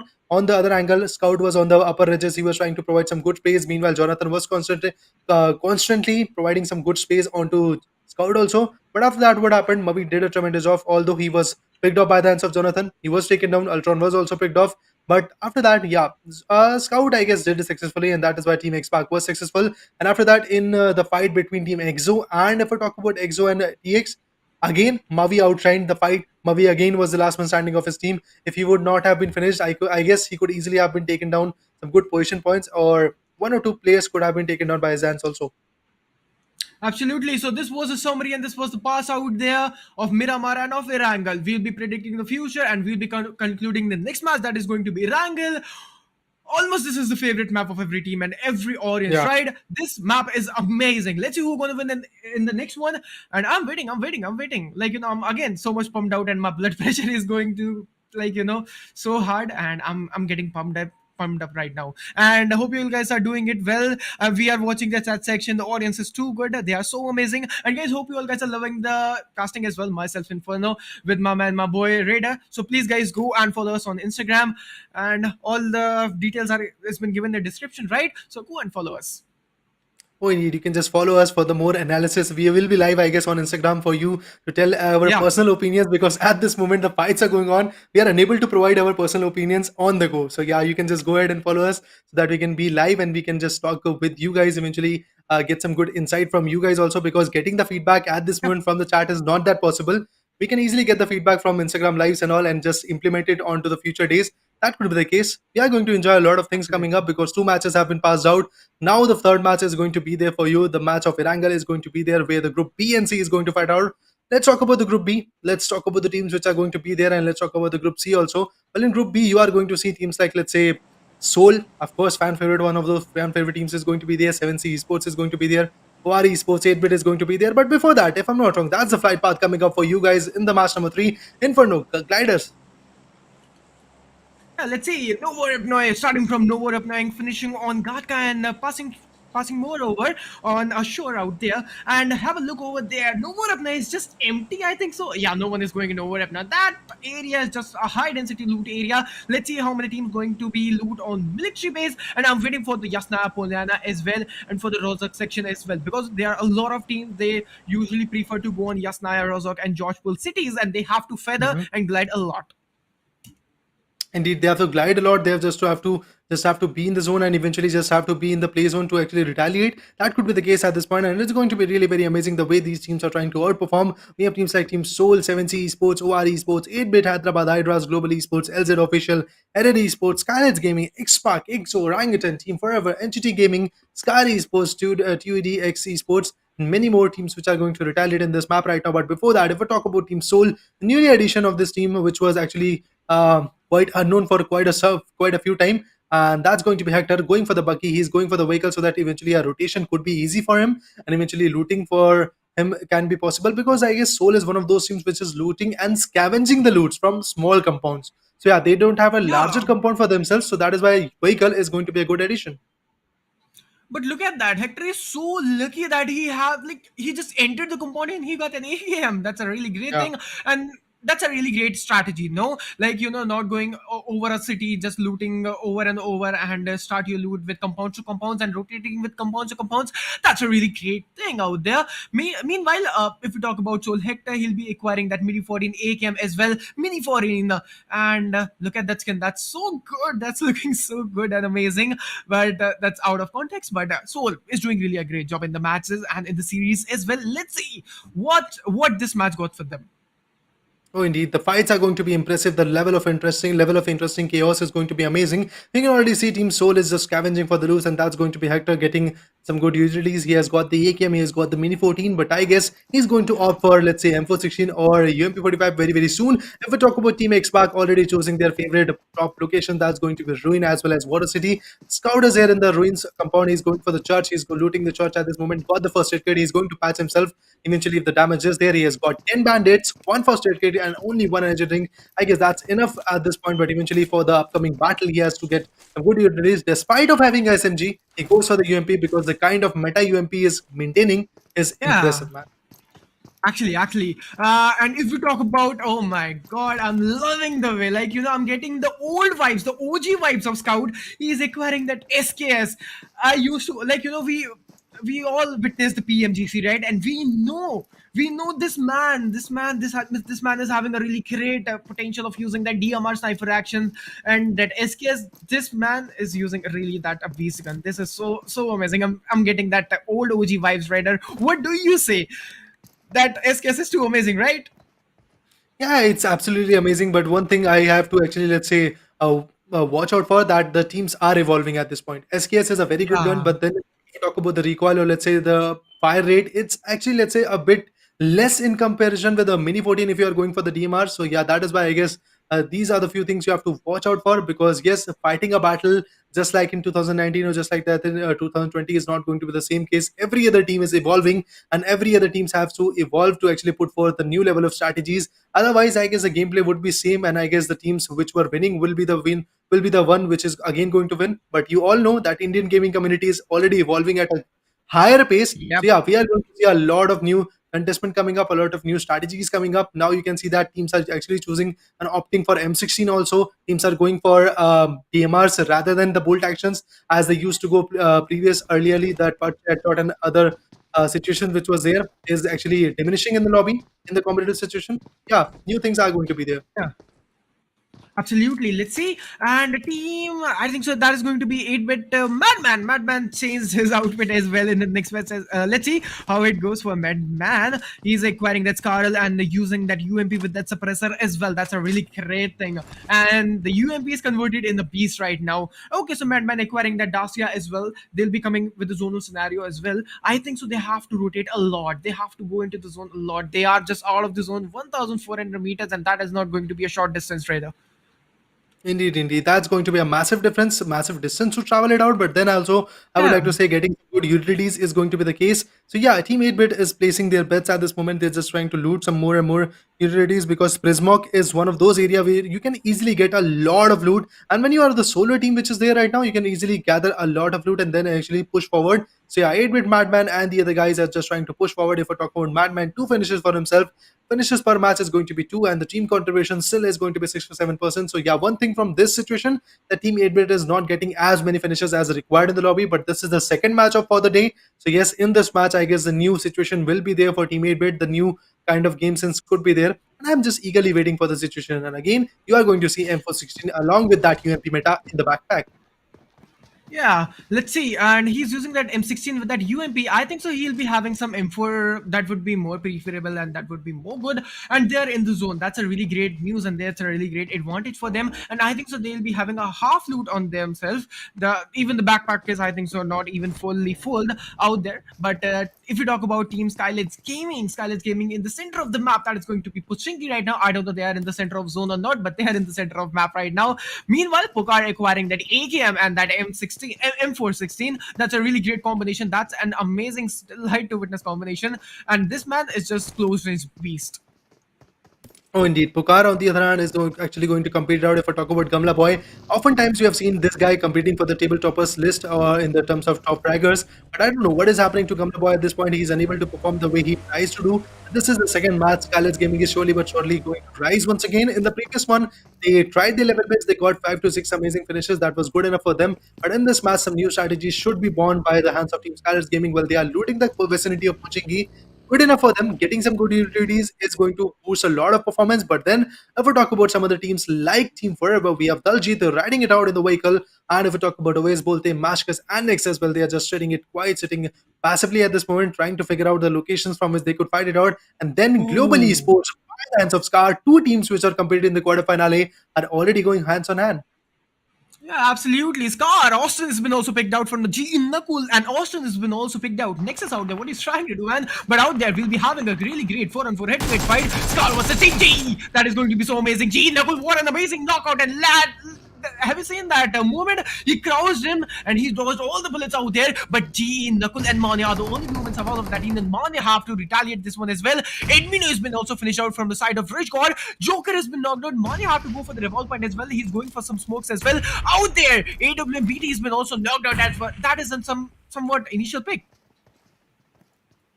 initial breaks are rising at this moment. Yes, Admino is a great loss for the team, but they have actually traded it out. They have got one amazing finisher into their perspective. That's good enough for them. If we're talking about Manya, he's going to be there trying to retaliate. Manya is going for the revival. Nakul is going on the back end. Oh, Rush God's nade could actually end the story. So nade was there, but then the connection was not being made. So yes, you can already say he is going to go down at this moment. Yeah, if we talk about Manya, another nade is going to be there right now. Nade is something they are just watching it out for. And if we talk about Scars, Rush God, he's going on the back end. Nakul is going to compete out. Nakul is going to decimate him out. And yes, oh, Rush God does a beautiful 1v1, but then also Rush God was picked off. Just like that, Team Global Esports, after losing Admino, is going to rise once again. Yasna is into their perspective. Yes, they have got 4 amazing finishes, but I guess loss of one good guy is not what they're looking for.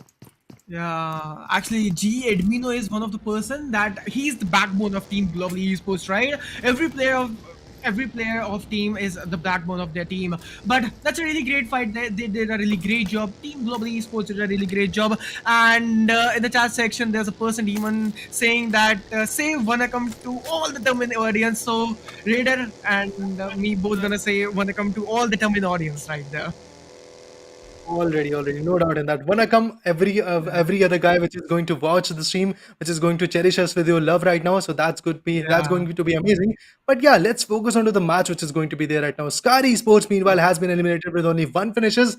Not a great start for Scary Sports. Yes, they have played 2 good matches into the lobby, but still unable to perform the way they were performing in the quarter finale. I guess semi-finale is seriously a place where you are going to get tested a lot. So yes, it is going to be amazing, but best of the best, the cream of this lobby is going to be in the finale. So let's see how these teams are going to compete with each other. At this moment, Scar Esports says goodbye to the lobby. Now we have Global Esports, another team at a loss of one good guy, but they have got 4 amazing finishes. So I would like to say yes, a trade of one player and 4 finishes is, let's say, a balancing one.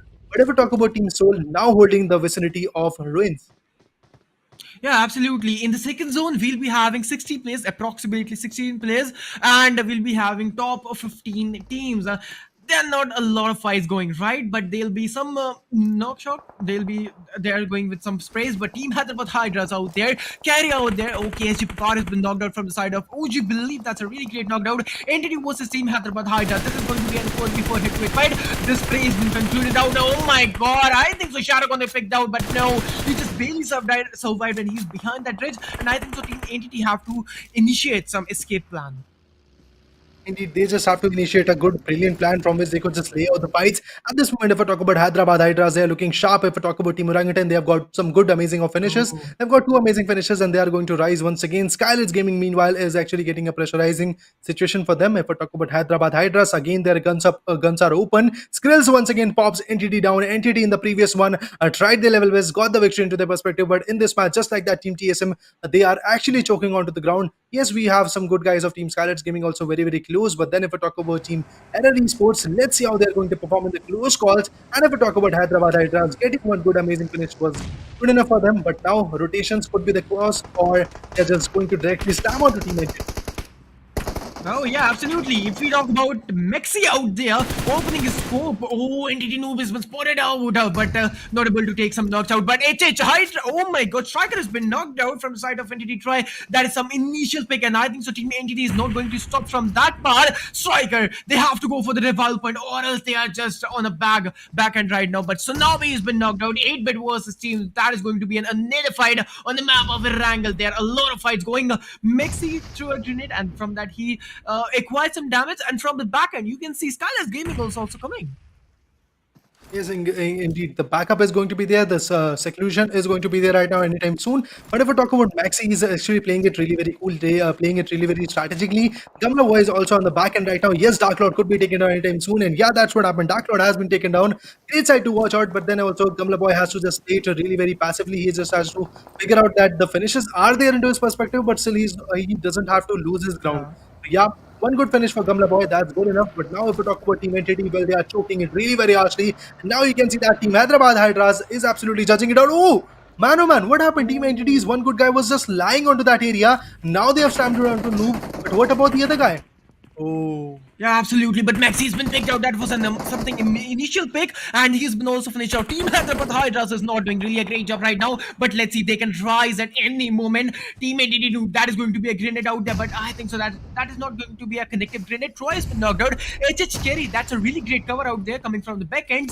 Skylar's Gaming Governor Boy, where he's going? I think so. He can do the third party, and you can see 4 teams out there. HHK has been knocked out. That is something initial pick out there. Skills and Striker are the only duo in survival out there from Team Hyderabad Hydras. Indeed.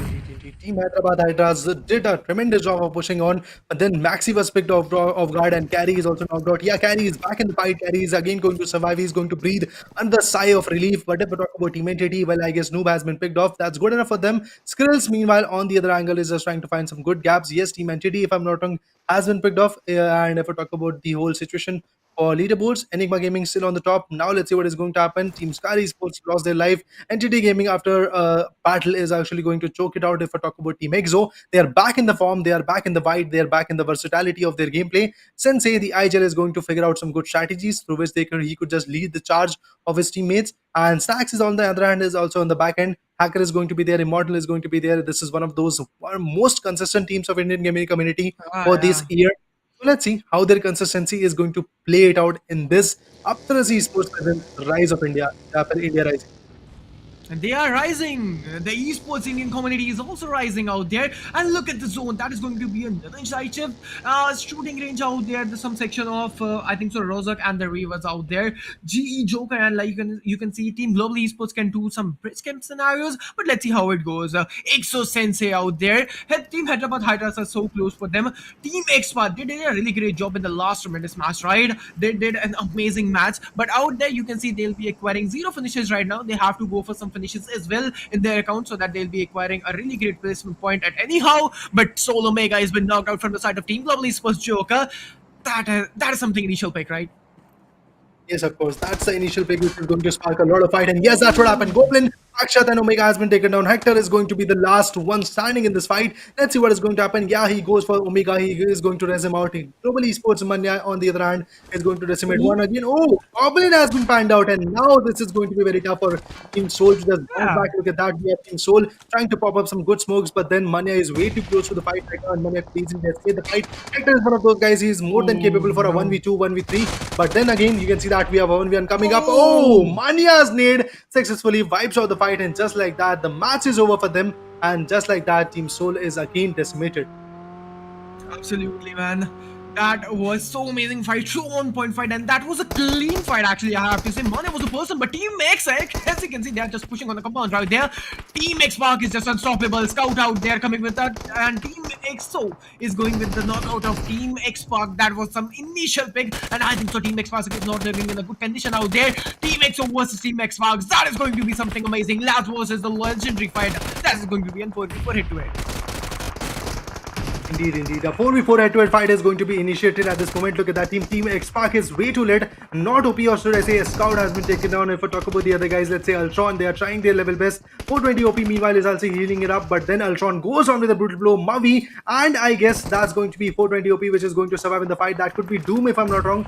And let's see. Oh, the nade was here, but again, the pressure was there. Team EXO is absolutely slaying it out. And yes, EXO does it successfully. In the last match, you saw Team EXO was actually, let's say, contested by the hands of Team GX, and Team GX was able to just say put down 1 or 2 good guys of Team EXO. But at this moment, Team EXO successfully wipes out Team X-Spark, and this is the kind of spark, this is the kind of rising and reinventing of the wheel which we are going to face in this kind of tournament. Absolutely. Team 7C Sarang out there acquiring 1 finishes. That's not a really great number out there. They have to go for the position points as well, and they have to go for the kill point as well. That's going to be the balance, right? You have to balance everything when you want to win. Out there, Team 7C is going for the rotations in, and I think so they are rotating a massive thing. They're going for a flank out there, but you can see Team 8-Bit is also coming on the hands of Team 7C. 7C Sarang, he's not looking good. He's been down. That is just so amazing. So on point pick. That is just amazing. Team 8-Bit acquiring a really great initial pick out, but 8-Bit Madman has been knocked out, and Tsunami is well finished off. Tsunami goes down. Now you are going to see Madman also getting crushed at this point. Juicy, meanwhile, is actually going to do something amazing in the lobby. And if I talk about Raid, he's also going to compete it out. But let's see what is going to happen. Juicy, meanwhile, is going to go along with the zone. Yes, of course, he's going to get contested. Some other team is going to figure it out that, yeah, there is a rotation possibly coming up. They could easily tag him out. On the other hand, Team Forever is absolutely crushing Team LZ Esports. Yasha has been taken down. Mashkas, on the other hand, with the Scarl, is beautifully tagging more and more teammates. But now you can see that Team 8-bit slowly but steadily is trying to figure out that how they have to be in the zone. On the other hand, we have Team Theory and Team Exo also trying to gatekeep the teams which are posing in the zone. Absolutely, teammate Produce is coming with the sprays, and I think so he'll be coming up with a knockout. That was an initial pick out, but Madman again, he is being a casualty, he's being a liability right now, and I think so he have to play some from the back first, right? They'll be going for the revolve point. Juicy and Raya, the only doom and survival of that team. Initial shutdown, that is going to be Madman, and Madman has been revived. They have to go for the zone. GE Manya has been knocked out from the side of OG. Believe that is something. Initial pick, and Manya has been finished out. Orangutan, they are doing wonders right now. OG Ash is coming with the knockout from down. Indeed. They are trying their level best. Error Esports, on the other hand, is getting sliced by the hands of Team Orangutan. That's going to be amazing. Juicy, on the other hand, is just trying to figure out. But one good nade could easily end the stories of Error Esports. But yeah, still they are surviving in the fight. That's going to be good enough. The area of shooting range is slowly but steadily getting strained. But now you can see that Team of 14 on the back end is also going to contest it out. Team Orangutan from the back side is trying to compete with Team Error Esports. But then Global Esports Nakul is actually getting contested from some other team. That could be Gamla Boy from Skylers Gaming. I would like to actually place a bet on this guy because he was surviving from, let's say, from the first two zones. He's just surviving in the zone, and that's beautiful the way he's surviving. That's beautiful the way his Igel Somraj is trying to predict the zones and eventually just keep him into the zone and keep him safe. Yeah. Absolutely. Team G. Okay, Global Esports acquiring 9 freaking finishes. That's a really great number, right? Team Exo Sensei out there. They are out of the zone. They are actually having a really great zone. My bad. They are acquiring the centralized zone accent. That was an amazing. Skills has been knocked out. Skills, they have to go for their revival point out there, but that is not going to be the easy task, I think. So he's in the open scenario, and I think so they are going for it. Team Exo out there. Oh my god, look at the sprays they are actually taking right now. Mekul has been knocked out. Aluboy has been also finished out. Team Exo. Okay, G Joker is so very close to Team Exo, and I think so they can go for the fight out. Look at Joker, how he's just camouflaging himself from Team Exo. Oh my god, that's amazing. Yeah, of course, he's just trying to play it really very safe at this moment. But yeah, of course, he's getting tagged out. I don't think it's going to be that possible for Joker to just survive from this fight because Team Exo, one hell of an aggressive team. They have got the 4-man power. Let's say 4 set of eyes are constantly seeking for the finishes they could get in the lobby. 11 amazing teams, 30 players are going to survive in the lobby. Yes, of course, every other team is just trying to go for the best of the best performance they could provide. But Team Exo is going to be the team which is holding the center point. And I guess that is why, Inferno, I would like to say this could be the center of attraction. And that is why this team could be taken down by some other team. Absolutely. Team EXO, they're in the central zone action, but we know that there'll be a clusterable moment. There'll be a lot of third parties on Team EXO coming out because that's an open area.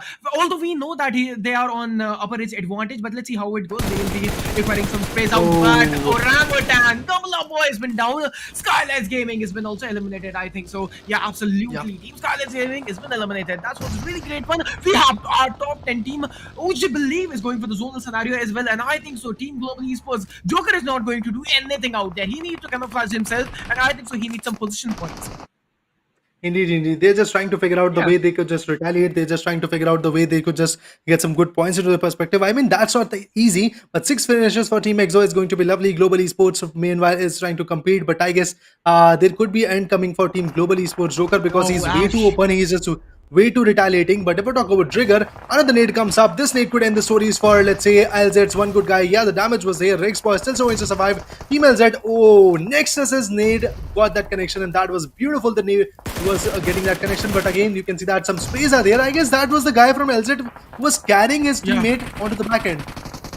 Yeah, actually, I don't know what he was trying to do, but OG Trigger out there, right there, you can see Team Lazon Esports is actually so much, in the chaotic scenarios out there. Nexus has been also out there. He is picking out Team Lazon Esports has been also eliminated. We'll be having our top 9 team 17s, and you can actually hear the sound. How many gunner and how many sprays are actually going out there. Max Cash out there, going to get the grenade. Let's see, this grenade could be a connected grenade or not. But Team Orangutan has been also eliminated. Team Hyderabad Hydra has been also down. Oh my god, there are a lot of fights going on the same point. Indeed. Immense number of fights are going to be there right now. You can already see Team Hyderabad Hydras are trying their level best to get some good close calls. but then eventually they are also getting contested by the hands of, let's say, Yup. Team EXO. Look at that, Sensei, the IGL is constantly trying to figure out, and the UMP45 meta is going to be working, but Oh, then he was retaliated with the hands of Skrills with a beautiful M249 shot coming up. Yes, Skrills is way too late. Skrills could go down anytime soon, but then also Sensei could be at loss at this moment. The IGL could have been picked off, but Immortal goes out with a beautiful nade. Striker for the win has been taken down. Skrills again getting contested by the Neen. Sensei, oh. meanwhile, has find the gap from which he could just sneak onto Immortal and get a revival. Look at the outermost exterior, edges of the zone. There are a lot of fights again going on. Look at next guys. Team Forever is actually unstoppable out there. Nexus and Mex guys, these are the duo and destructive out there. Skills has been also down. Next to Immortal. Team Metabot Hydras, I think so. They have been also down. No, there are actually 2 men survival out there. And let's see how they're gonna go for them as well. But Team EXO didn't feel the presence of Team Forever right now. And I think so they have to scout them real fast. I think so. Or else Team Forever is going to be the charm. They're gonna eliminate Team EXO really soon and real fast. Oh, indeed. EXO at this moment is becoming the center of attraction, which we were talking about. They're fighting a multiple-way battle. It's not a two-way, it's not a three-way. They are fighting a five-way battle at this point because Team EXO getting contested from Team OR Esports. 8-bit is on the verge of decimation. And if we talk about Team Forever, look at the nades they are just trying to prejudge so that eventually the damage will be there. But OR Jelly finally puts a full stop onto the decimation of Sensei. The IGL hasn't picked off. And if we talk about velocities, Atanki, which is actually playing for OR Esports at this moment, he's also trying to provide some good number of plays. Team TOD, I would like to say that this team is doing a tremendous job. Surviving in the, let's say, top 3 was very amazing, but let's see how they will be able to compete in the upfront battle. VLD out there, and I think so they are going for some pushing, but they are on the edge out there, right? Nexus and Team Forever are still surviving. They'll be acquiring 6 finishers out there. Nexus coming with some sprays. He dodged in, but they are pushing. Oh man, what he's trying to do? He just changed his seed, and he gonna heal himself first, or else he's going to smoke. That is going to be something confusing right now. But 8-bit Madman has been also picked out. 8-bit has been also eliminated. We have our top 4 teams out there. Let's see. That is going to be a grenade. Team Forever has been knocked out, and full finish of 1 second out there. Team OR Esports have a sudden chance to win this match. Let's see how it goes. VLD Atanki out there. He have to go for the zone. It's been a really great journey in the match for Team OR Esports, and I think so they can go for the chicken dinner as well. Team EXO, they are also doing a really great job. Oh man, Indeed. This match is converting into the firestorms. Oh, indeed. The firestorms are there right now. The chaos is going to be there right now. The carnage these teams are trying to put forth is going to be amazing. Look at that. Sensei on the back end is just trying to figure out from the upper ridge that even if a single pixel will be there visible for him, he will just go ham onto the space and then eventually pick him off. And if we talk about Team EXO, look at that. They are constantly figuring out that in the smokes where there are the players lying it out. But that's Atanki who figures out that there is a good player lying it out. Just like that, he was picked off. And if at this moment, Team OR Jelly has been contested by the hands of EXO Jelly, well, EXO Sensei to be exact. A lot of chaos, a lot of contestment, but look at that. Broken Trek got that finish. He stole that finish.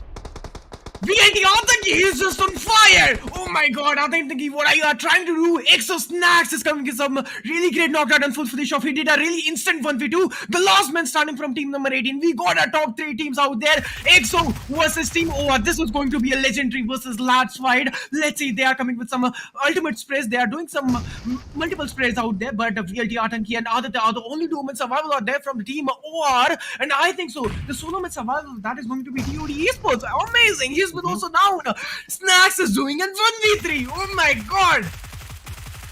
Indeed. Snax at this point has done a tremendous job, but now he has to face another battle. It's a 4v3 battle coming up. Actually, let's say 4v2 battle coming up at this point because Atanki and Aditya are the only ones standing. They have the gun into their perspective. They are the one they are trying to retaliate. Sensei, meanwhile, with the UMP45 meta, is just constantly trying to contribute with the fights. If we talk about Hiker, Snax and the other guys, look at that. N number of nades are going to be there, but I guess the nades placement are not that accurate, and that is why Team Velocity is still surviving in the fight. They are way too open-ended, and yes, Velocity as Atanki has been taken down. Team OR is on the verge of getting decimated, and yeah, that's what happened. Team EXO does it successfully, and EXO has got the winner chicken, and a most consistent team got the winner chicken into their perspective, and this is something worthy to watch out. EXO does it successfully, and they are brilliant at what they do. Let's go, guys. Can we have let's EXO in the chat? They did an amazing section. They did an amazing job out there, and they have the winner chicken dinner. They were the best in this in this match, and they have the chicken dinner. Snax, Immortal, Sensei, everyone out there. They were just so on point. The team played it really well. Oh wow, the performance. I'm let's say speechless at this point. The way Team EXO did it, the way Team EXO holded the grounds, the way Team EXO tried to retaliate, and that was really very lovely the way this team actually performed. I'm really astonished that Team EXO holded that compound and they were very successful in it, because teams like Team TUD, OR, teams like Team HH, or should I say Hyderabad Hydras, constantly were trying to pressurize them onto this perspective, and they were constantly trying their level best to get some good finishes. But still, the team which actually conquered every other fight, conquered every other third parties, fourth parties coming from their angle, conquered every other fight from the higher ridges to the lower ridges, raised some people from the smoke, was Team EXO. They did it tremendously, and in this Yep. match, I guess Snax and Sensei, two good players of their team, did Yeah. their job very, very, let's say, accurately. Snax got some good frags, got some good nades, and I guess Snax was the guy who was the final eliminator also, if I'm not wrong. But then if I talk Yeah. about Sensei, first of all, the IGLing, the zone prediction, the way he predicted the zone, the way he placed his player into the zone was very amazing. And after that, the kind of support Sensei gave to his teammates, absolutely amazing, man, oh man. And I guess despite of this, the team synergy, the contribution was absolutely amazing, and that is why I guess I would like to say EXO did it, man, oh man. Once again, they are back. Ah, what to say more? Let's EXO. That's all we can say actually. Team EXO did a really great job. And what happened to Snax? What happened to him? He just went on fires. He just went on tornadoes out there. He did an instant 1v3 out there. Then he just take the last blow. I think so. He finished the last man as well. So Snax, you were the man for Team EXO. That was an amazing fight, guys. We've witnessed amazingly. And guys, if you guys are loving the live stream, guys, we are so close for the 2.2k likes. So please, guys, make sure to hit that like and subscribe button. Myself, Inferno Spirit. If you guys are loving the casting as well, if you guys are loving the caster's effort, you guys can follow us as well. We'll be giving you the all the details and the social handle in the chat section as well. That's Raider on my right hand side. Follow him as well. This is an amazing person. This is an amazing personality, man. I mean, that's a great thing coming from your angle. But then eventually, if we talk about Team EXO, the series they have got, the finishes they have got, man, oh man, 17 finishes. Well, I guess, Inferno, you would like to agree that this is the highest any other team has got in the semifinale. But I guess this is just the start of semifinale. We are going to see the records being made and records being break. So yeah, it's going to be amazing. But Snax once again, who got the last amazing finish, I guess 7 amazing finishes for him. Sensei on the other end contributed 24% of the match, and meanwhile Panku also with a 24%, and Immortal with a 12%, two amazing finishes for him. Yes, every man did a great job in the lobby. Even if they have got not, even if they didn't, even if they were unable to get the finishes, they were able to provide some good kind of damage, provide some good kind of pressure for the enemies, and that is why I guess Team EXO successfully got the victory. 32 points in a single match. Massive jump, dude. Massive jump. Massive jump. Absolutely. You did a really great segment. That was an amazing jump out there. This is what actually Team EXO needs, right? This is what they need. And Snax, man, look at him. He's just an amazing beast. Let's go, boy. Amazingly, they did a really great job, and Snax went on fires out there. This was Team EXO for you guys in the third match. We'll be conducting fourth match as well. Let's see how it goes for the fourth match. And let's see who will be the winners out there. Indeed. Let's see how the leaderboard is going to change. We will see the match was standing, and after that, we are going to see the overall standing, in which we are going to see, let's say, some new faces coming up back and forth. But yeah, Team Enigma, I would like to say, yeah, they might be in the top three, or they just might be leading the charts at this point. But yeah, Team EXO, after this 32 points, massive jump, they are surely but shortly going to be in the top five stats. Of course, they did a tremendous job. Of course, they tried to perform. But one thing, one team I'm worried about, that's going to be Team SouL. They have played two matches. Despite of that, the number of finishes, the number of points they are going to get, it's not that worthy, I guess. Absolutely, bro. Absolutely. I'm concerned about Team SouL right now. Like they have to do something. They have to do something out of the box, right? They have to do like something out of earth. And let's see how it goes. But Team EXO, there. We go, guys. We'll be having the top standings out there of match number 3. We'll be acquiring 32 points. That's a really great number. OR Esports acquiring 15 points. The Team Forever acquiring 14 points. And DUAD Esports acquiring 13. Global Esports is also acquiring 13. Let's see. We'll be having a glance on the overall standings as well. Now I am so pumped up to see the overall standings. Dude, just look at the stats at this moment. Team EXO, 32 points. What about Team OR Esports? Just half, or let's say lesser than half, 15 points for them. Team EXO, 17 finishes. Team OR Esports, overall points, 15 finishes. Well, I'm not degrading any other teams. Every other team actually tried their level best. But yes, Team EXO did a tremendous job. That's what I'm focusing on at this point. And I'm just absolutely fan of this team. Absolutely fan of the guy known as Snax. The Yeah. imagining sense of Sensei is absolutely amazing. So that is why I'm just constantly Amazing. focusing onto this thing. Yeah, Team Forever also came back with a brutal blow. 14 points for them. TUD Esports, 2D Esports with 13 points. Global Esports 13 points as well. But yes, they are Global Esports were one of those teams which was on the aggressive end. Meanwhile, Team TOD Yeah. Esports was on the passive end. They played strategically. Meanwhile, avoiding the fights, they got the hashtag third position, and then eventually they got 10 points for the positions. That was good enough. But then if we talk about Orangutan, 9 points, 8-bit 7 points, Hyderabad Hydra 6 points for them, and Skylights Gaming 3 points, LZ Official 3 points, 7C Esports 2 points, Error Esports 1, NGT for 1, Scar 1, SouL 1, and the team which is going to lose out with 0 points is going to be Team X Spark. In the previous match, 9 finishes in this match, not even a single point. Absolutely. And guys, how we can forget, right? Or I also forget, you also forget. Sananana spray to hai ji. Yeah. Yeah, actually, Slash did a really great job. This was it, guys. This was the overall standings of match number 3. Team X Sparks on hashtag 16. They'll do it. They'll do it. They are the OGs, and I know they'll be doing it. They'll be doing it at anyhow. Let's see how it goes. And Team SouL as well. Okay, we'll be having the top fraggers of match number 3. Team from Team EXO presenting you snax out there acquiring Oh. 7 finishes. Knuckle, Punk, Sensei, Ash. We have 3 players of EXO.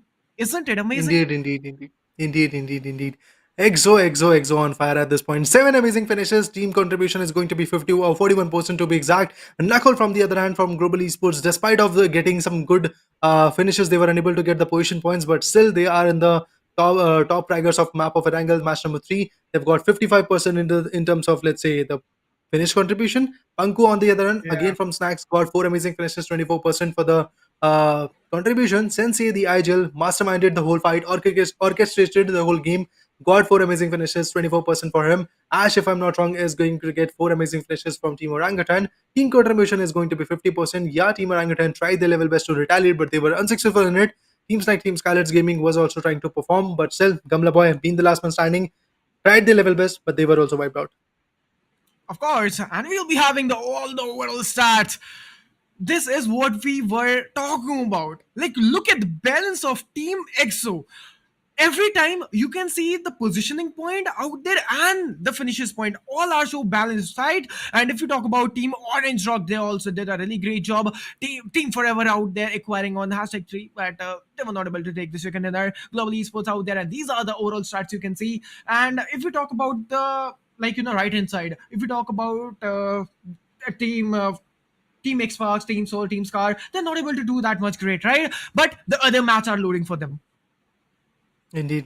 The other matches are going to be there right now. And as per the schedule, if I'm not wrong, you are going to see the match number 4, in which you are going to see Group A and B again fighting it out. The same teams which actually started the spark of the battle in the previous in the day. At this point, Group A and B will consist teams like GodL Esports, TSM Revenant, Enigma, Kemin Esports, Celsius Esports, Revenge Esports, and Relentless X Squad is going to be there. And if I talk about the Group B, Team SouL is again going to be there, if I'm not wrong. After that, 7C, OR Esports, 8-Bit, Hyderabad Hydras, Global Esports, LZ Officials, and other esports as well is going to fight it out. But let's see how the fights are going to pan out. At this moment, Yeah.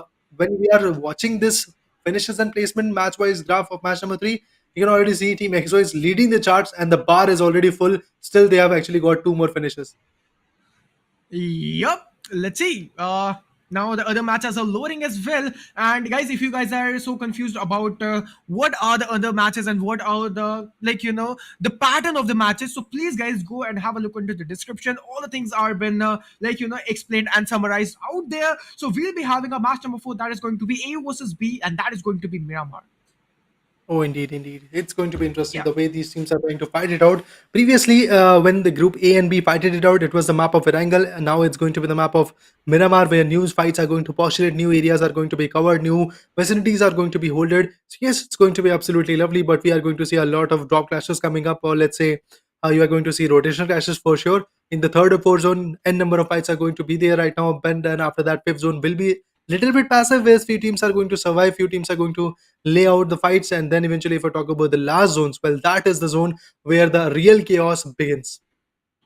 Yeah, absolutely. Let's see how the chaos will goes, and the day of chaos has been started, guys. We are so close. We acquired, I think so. We have done the 3 matches. Now it is going to be the last 3 matches. So please, guys, make sure to hit that like and subscribe. We are so close with the 3K. Let's do it, guys. That is going to be so easy for you all, guys. Just go and hit that like and subscribe and share more and more, because this is an amazing tournament. This is an amazing series. This is India series, and India is rising at everything. India is rising in esports as well, and there are a lot of initiative taken from the governments as well for esports as well. That's a really great thing, and we are actually so much happy to see Indian esports rising day by day, and we are actually doing a really great job. So if we Oh, talk about overall standings, and they go, oh, let's exo, man, exo is so close right now. Look at that, Raider. Just only one match, dude. just only one match can take you from there to there anywhere, guys. Let's see, like 40 points. They're so close right now. That just only 1 point lead they need.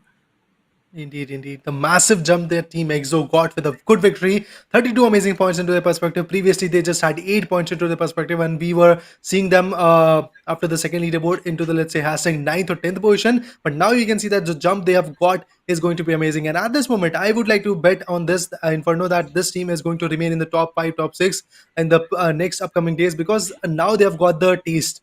Now the blood is there onto their mouth. Now they have got the taste of that blood, and now they are going to be a blood-thirsty hound, and they're just going to compete each and every other team. But if we talk about the second page, the second area where the teams are going to focus on is going to be Team Forever from Group C, getting only 17 points into the perspective after 2 matches. I guess every teams have played two matches as per the schedule. So yeah, Global Esports Yeah. 17 points. Despite of the aggression, they are unable to rise. But again, I guess Inferno one good match again, Exo's place could be let's say snatched from their hand, and Global Esports could rise. Yeah, let's see. Let's see. Global Esports can do it. They are an aggressive team. All they need is 1 second in there, right? You always say the like what's that line? I'm actually forgetting it, but no problem. But Global Esports can do that one. They are so Mhm. close. They need only just 1 second in there, and they'll be coming on the tabletop. Or else you can say first page. They can cover it up. Last on Esports. If we talk about team Last on Esports, they need an almighty and amazing, like at anyhow they have to do comeback. Team Skyless Yeah. Gaming out there, Team X Park out there. They are the overall standings, and Team X Park is screwed up right now. They are on hashtag 14. Mhm. They also need a second in there, or else almighty, a comeback. Oh, indeed, indeed. They need a comeback at this point, because, of course, if the comeback is not there, the pressure will build once again, and this pressure can Yeah. actually put you down. So that is why the teams have to raise some seriousness and eventually rack up some good points. Orangutan, teams like GodL Esports, Celsius Esports, Error Esports, teams like Team SouL. Look at that. Three big names are still in the lobby. I'm not talking about the teams which are going to be qualified from the quarter finale. I'm talking about the big dogs which are in the stats of hashtag 17 to hashtag 24. That's going to be Team SouL, GodL, and Orangutan. They have got the experience, but still they are lurking in the shadows at this point. Of course, I guess these Yeah. gods, these massive giants of the Indian gaming community will bounce back once again. But when, that is the time of question, that is the type of question which we want to get an answer for, because if they're going to get it delayed, I guess the pressure will actually rise, because teams like Team EXO, Entity, teams like Team TSM are not here to just let go the points. They are also chasing the points. You are also chasing the points. The best of the best will actually lift the trophy. Absolutely. Let's see how it goes for the teams as well. And Team Soul Celsius Error Esports, they have to go for the comeback, right? Godlike, as you can see, they are on the third page. They are so very far away. And here we go. We have the top fraggers out there, and uh, Italy out there. You can see the third match. That was so amazing, right? Mhm. He tried his level best, but then also even is still going to remain onto the table toppers lift of top fragger. That's good enough. If we talk about Avi, still actually going to be there with his brother in the second runner position. If we talk about the second runner position, that's going to be Delta from Gaming Esports. Nakul, meanwhile, is a new face in this page. And other than that, we also have Snax coming from Team Exo, sneaking it for the overall top fragger. But one fragger I'm eagerly waiting for, or actually, let's say two fragger I'm eagerly waiting for, is going to be SouL's Akshat and GodL's Jonathan, because these are the two giants which could easily, let's say, turn the tables. Absolutely, absolutely. And now we are waiting for the fourth match, right? And let's see, that is going to be Miramar, and that is going to be something amazing we're gonna witness. Delta, Avi, Italy, Knuckle, Snax. You guys are just beast unleashed in that battleground. You guys were the most amazing and tremendous players, and all of them are having 7 finishes. So you can see the Mhm. level of competition they are actually giving to each other. Contribution. Look at the contribution of Delta. Oh my God, 70% of contribution. That is just so amazing. Indeed, indeed. The Yeah, level of enthusiasm by the ends of Gaming Esports was very, very amazing. But I guess with that, we have Necros queuing in for you guys, and eventually I'll take a break for one match, and then I'll be back once again. Necros, welcome, man. well, thank you for the introduction, Raider, and thanks, Inferno, for joining me again in this fourth match. Before that, we talk about the overall fraggers. We've already discussed about this one. All the top fraggers in the top fragger list right now in the overall, they have secured 7 finishes solo. But talking about the leads, which I actually saw in the past some minutes ago, that Enigma is leading in the overall top, like overall standings, and I believe that Yeah. positioning will eventually help them to boost up, because this is only the first day of the semifinals, and there are a lot of days, a total of 6 days. I believe the competition, the semifinals might just go and turn up, and in the meanwhile, we are really hoping that everything goes well and fine. But at the same time, we will be looking whether Team Godlike, Team SouL, Revenge Esports, every esports can bounce back in the top 16 or not. It has to be something that we will definitely look into that matter. But the table toppers, like how Team Entity, EXO, and the simultaneous teams are playing, they're quite amazing, and I hope they actually continue this form in a really fast basis. Absolutely. Let's see how it goes. And that is going to be a part of this all. And if we talk about the third match, that is going to be Miramar. Let's see what's going to happen and who all going to win the match. And I'm waiting for that.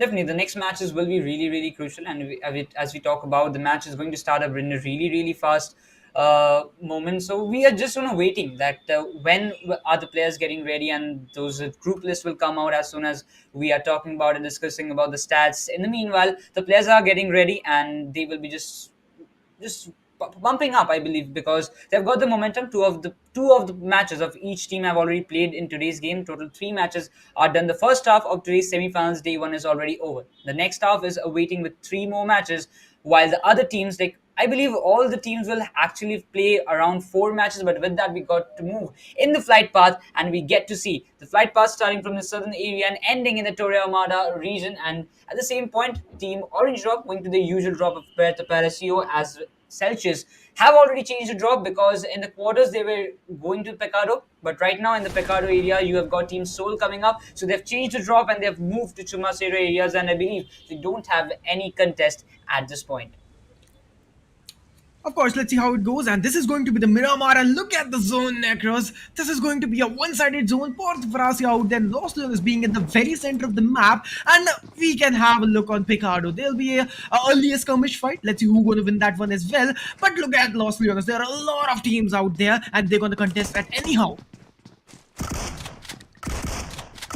Well, the circle is already there in the southern part in the same mile, but okay, so the first fight comes up in the Pecado area, and already the clusters are already forming. In the central part, we just talked about Revenge Esports is there. You get to see Air Esports, but in the meanwhile, SouL Golden gets taken down. Omega has already been eliminated. Team SouL are not looking at the great stats right now. A large zone officials might just be that one to eliminate Team SouL, but no, it's not. Akshat is still breathing. He will try his level best. He gets one down. He might just get another one, but it's not. Last player, Hector, is the last hope, but no, he's not having enough gun. He's just got a shotgun. Is it possible for him to just go with that? I don't think so. That's going to be easy. He needs a gun. He needs a gun at a very instant point. He's got an M16. He needs to switch it up. He got the footstep. I believe he got the footstep. But right now, Half Knight, I don't believe he can get that revival very easily. But okay, Hector is down there, but he gets one player picked off. But initially, Team SouL gets eliminated, and the down phase of Team SouL continues in the map of Miramar. The first team, it might be the first team to get eliminated in this match right now. Team Godlike looking really in a good position. The circle is not that far away from them. They just need to carry out 60 meters of distance, and they can be in the circle in any moment. But meanwhile, the first team, Team SouL, I believe Inferno, they haven't got a great start, and in the overall standings, they're also Yeah. not in the top 16 criteria. Absolutely. If you talk about GodL out there, they'll be going on the luxurious compound of Miramar, acquiring that luxurious vehicle called Golden Mirado. Team Godlike are having a sudden move. Like, they need a sudden chance. They need a sudden buff in this match, or else they are screwed up. They are on the third page of the point table. That is not going to be really easy. They need a really great second in that. They have to do something out there. GodL started rotating into the zone. They are out of the zone. They are 250 meters out of the zone. Team 7Cs, they are doing a really great job, and the level of presentation of their game is really amazing. They're showcasing some of those amazing strategies. Team 7Cs is doing really amazing job, but Team SouL, they're coming with some fights. They need some fights right now. Team 7Cs are looking like in a great position right now. They've got a power grid area, the usual drop. They can have those clusters loots easily done by themselves. They don't need to panic. They don't need to go for any kind of clashes. The main thing, the main motto of this semifinals is that you have to come up in the top 16 by hook or by crook, because if you're not in the top 16 Inferno, you're not going to qualify for the grand finals of Yeah. this India Rising Series 2022, and you cannot be taking part in the massive contest of this 15 lakh INR prize pool tournament. So the main phase is actually the grand finals. In the other phases, if you just talk about the quarterfinals, if you talk about the semi-finals, those are the stages where you have to just qualify and you have to reach the grand finals at any cost. Many teams have actually registered. Total 4,000 teams have registered in this tournament.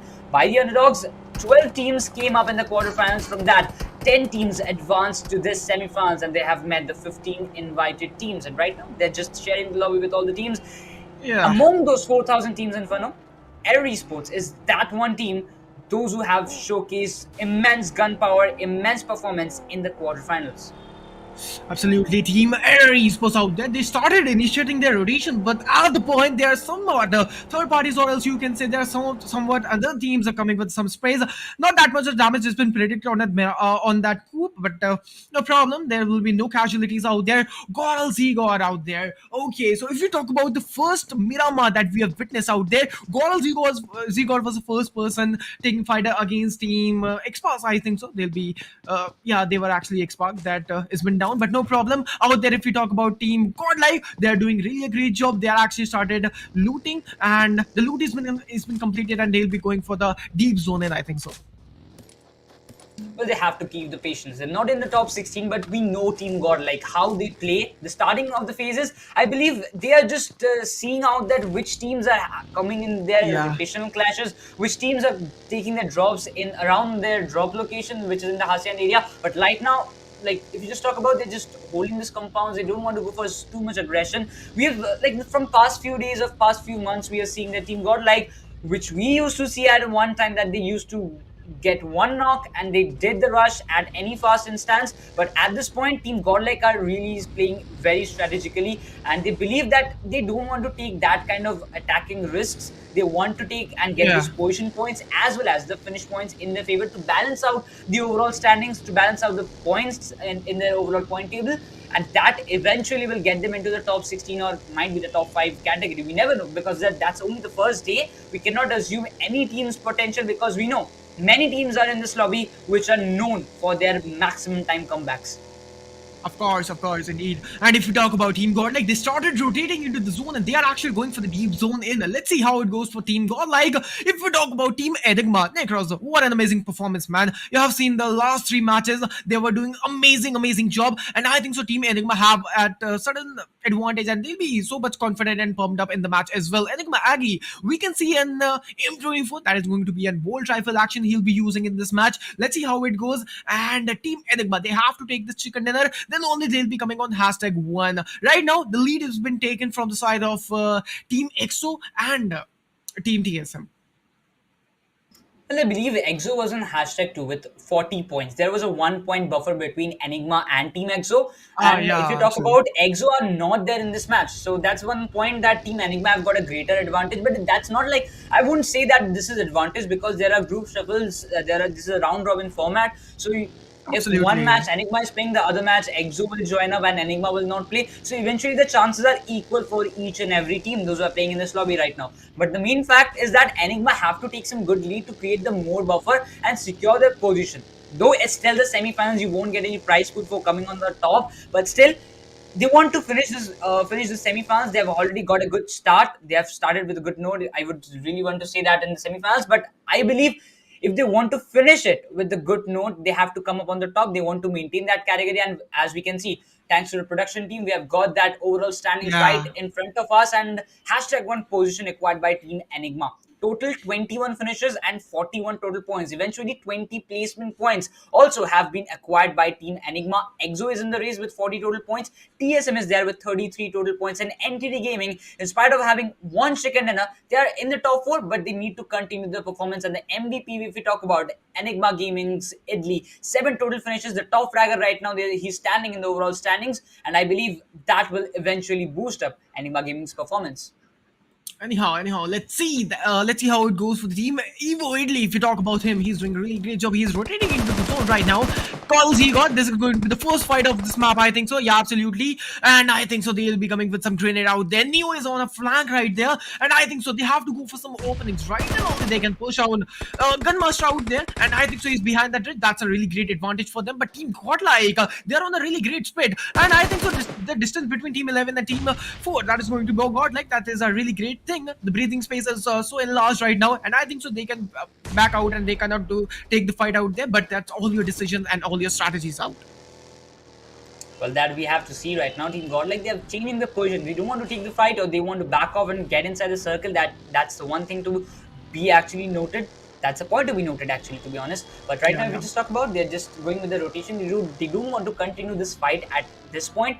I believe they have got some more strategies coming up and wobbling up in their mind. They don't want to take any kind of risk. They want to go and secure a good compound because they are quite aware the circle will have a great shift, and eventually, if they are in the circle, they will get those finishes because we all know Team Godlike have got that immense gunpowder in their squad. They have got 4 great players, and if they get a little bit of chances on getting those finishes, those are coming out of the circle, they will eventually capitalize that and will get those points in their favor. But in the meanwhile, Team 7 sees we get in an open areas. Though they have some clusters, they are still almost down the ridge. They might just get spotted. The vehicles needs to be safeguarded very precisely. Otherwise, the teams from a longer distance might just damage it and will create an hindrance for Team 7C's. Meanwhile, I believe they have spotted some of the players of Team Celsius or might be Team Esports. Absolutely. Let's see. And look at the zone across right there. And there will be a lot of teams outermost exterior compounds of Los Leones. There'll be a lot of fight, I think so. And Team GodL can contest a fight against them. Let's see how it goes. But Team 7Cs also started rotating into the zone G. Team Global Esports is out of the zone. Hyderabad Hydras are also coming into the zonal scenario. They're the OGs of Varangal, right? And there are a lot of teams. There are actually 3 teams that are out of the zone, coming with the zonal scenarios as well. If we talk about Team 7Cs, what an amazing, tremendous performance in each and every match. They all played a really great one. Team 7Cs, they can take this chicken dinner. They have that much of confidence in this match. Well, TSM also holding 3rd position in the overall standings with a total of 33 points right now. They have got a good placement right now. If you just talk about one player is in such a position, Inferno. If you're a normal team, or if you're rushing in this compound, you will never predict that one of the players can actually hide in this kind of position. And if you talk about Shadow, this one, Shadow OG, total 6 finishes he have registered in 3 finishes per match rate and 35% of finish contribution he's actually getting for himself. Total 6 finishes have been registered by Team TSM. Right now they're spotting those vehicles, they're spotting players, those are rotating around those corners, but still they're just keeping that trigger control, that keeping that trigger discipline to themselves. They don't want to take any kind of extra risks. Team 7C's play god, I believe he have got some pretty shots from a longer distance. If I'm not wrong, it might be Team Celsius taking some long range fights, but right now they will be having those healings done. And in the backyards, it's none other than Global Esports hopping around the corner. 7Cs might just not be in a good position if this scenario continues for them. 7C Zalu boy out there and the Team Global Esports out there coming with some shots from the church of Chumasera, but they'll be not acquiring any kind of knock. But look at the zone shift, Necros. What do you want to say about that? That's a really great hard shift. Well, to be honest, I did not expect this kind of hard shift. I was thinking actually about the southern side of the Lost Peonies, but it just went around from the opposite direction, and the main team which will be focusing and will be having a great advantage during this zone, I believe, in for is none other than Global Esports. They have got a good height, they've got good placement, they've got a good split. The main thing they have to acquire at this point is only just to get those finishes done and on a proper time, on a proper basis, because if they get those things delayed, it will be a hindrance for them to actually acquire and retain their positions. Like if you just talk about that in that height advantage, but Revenge Esports fan boss eventually gets godlike's Neo down there, Lily Reinhardt gets taken down, Celsius Dreams getting taken about LZX Rex Boy, and LZ versus godlike versus Team Revenge Esports. So triple fights are actually happening. In the meanwhile, Neo and Reinhardt gets taken down. Z-God and Bubbly will be the 2 players surviving. Absolutely, GodL, bubbly out there, and Neo has been down. That was a really great initial pick from there, and they are on the casual point right now, and they are on an early setback out there. Team TSM, footstep has been down. That's a really great knockdown, and I think so. They are on an early setback out there, pushing in, and I think so. TSM plays that is not going to be so much easy for him. Ninja Jordan, Shadow OG are the only two members of that team. They'll be acquiring the finishes and convert it into the finishes. Nice. Well, beautifully converting the finishes. That's a way of Team TSM, but Blaze and Snowfoot have already got eliminated. So the complete responsibility of TSM's points are now depending upon Ninja and Shadow. These two players have to carry out all the operations around this match corners, because if they gets taken down, like if any one of them get taken down by any instant or during the rotation, it will be a hindrance for the other ones to survive. Revenge Esports, in the meanwhile, they have got some pretty knockouts against Team Godlike, but right now they have to face Team RLN, who are exactly above them. Akshay is not in a great position, but if you talk about Sonic Fox, that position can be really vulnerable. But Air Sports Psycho Gamer gets RLX Frost down there. And if you just talk about the live standings, Godlike is surviving with 2 players, TSM with 2 players, 8-bit with 3, Celsius with 3, and other teams are actually surviving with all 4 stack players. But Air Sports gets that slamming against Team RLN, and it might be a great opportunity for Revenge Esports to get the rush done and get those third-party finishes easily in their pocket. Right now, Todd Locker is going for the revolve point. That's a really great advantage, right? But I think so. They are not going to stop. Error Esports, they are coming with a close-in encounter, and they have to go with that. Dream OP coming with a really great knockdown, and Todd Frost has been picked out. That is something initial play they need. And Error Esports, they're doing a really great job. And actually, Frost has been finished out. Oh my god, that's a really great setback for them. And I think so. RL and Todd ki team, RN have to go and back out from this fight. They are not in the advantage right now. Well, if you talk about one player have been taken down, but the other one is still standing exactly in the top of the building. He might be just getting spotted up by the other players, but Criminal gets that jump done. He's barely breathing in a very, very low HP. If he gets spotted down, it will be all over for Criminal. But anyhow, he has to survive. Hulk is exactly waiting for that position. If Hulk gets one, like, to be honest, Hulk's position is really, really vital. He can get those picks easily done because they've got the height advantage. And in the meanwhile, Hulk's need just comes up and gets Criminal down there, and he gets those finish point easily done. Psycho Gamer will be getting those finishes easily, but in the meanwhile, Todd Gunmaster, that I guess it was a bait indeed, but Gunmaster have to secure he have to stay in a great position. Otherwise, Team RLN Inferno, they're completely actually sandwiched at this point. Revenge Esports from the back, Air Esports from the front, but the circle stays with Revenge Esports. Global Esports Mania gets spotted down, and 7Cs will definitely try to capitalize that finish in their favor. 7C Sevatar is going for that grenade, and I think Somani gonna get picked down from the grenade. No, the distance was short out there. They're going for some grenade and Molotov as well. They'll be using some utility usage out there, and I think those 7Cs can go into open for Mania pick out. But they're not going for that one thing again. Vixie picked out Jelly. That was something initial pick from the side of Team CES out there. Locker has been down. There's some multiple fights going out there. Team Global Esports Mania has been stuck in the open scenario behind that red. Jelly has been down. 7Cs are trying to take some multiple fights as well. Okay, Mani has been also picked out, and Mali has been also finished out. Team Global Esports right now, they are on the southern backward.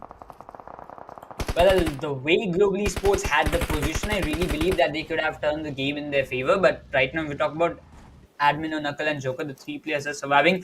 I would say that Manya should have waited at that corner. I know it's really difficult to say because in that situation they are playing, we are not. But still, I would have suggested if you just have taken the cover from that dip areas and you could have survived for a little bit time. Joker could have given you some bit more covers. You could have got some smokes down. Then you can have easily entered the compound without any kind of shots getting actually knocked, without being actually knocked out right now. So Global Esports have already dealt a little bit of casualty at the very first instance, but still 13 teams are remaining, 45 players are alive. Joker getting one nade, it might bring some opening and it might not, but still the hopes are high and it is actually dealing a good amount of damage indeed. Absolutely. Enigma, we out there. Eggy's been knocked out. He was the sniper of the team. G Knuckle has been knocked out. Team Global Esports is doing really bad in this one. They are coming in the sudden setback there in the disadvantage. Knuckle has been full finished off from the side of Apollo. That was a really great initial pick out from the team. Celsius, that is something amazing out there. Avi going for some random fires, but the connection is not that much to get some knocked out done. But Enigma, they have to go for the zonal scenario as well. They are out of the zone. They have to go, and I think so. The zone is so close to them, so they'll be having the zones really fast. But Avi has been knocked out. That is something amazing knockout. RNT out there. This team is also down again. Are the only 2 minutes of that team. Italy has been also finished out. Necros, Team Enigma is on a sudden disadvantage right now. Well, Enigma just falling apart. One by one, players are getting taken on. Mians has also got knocked out right now.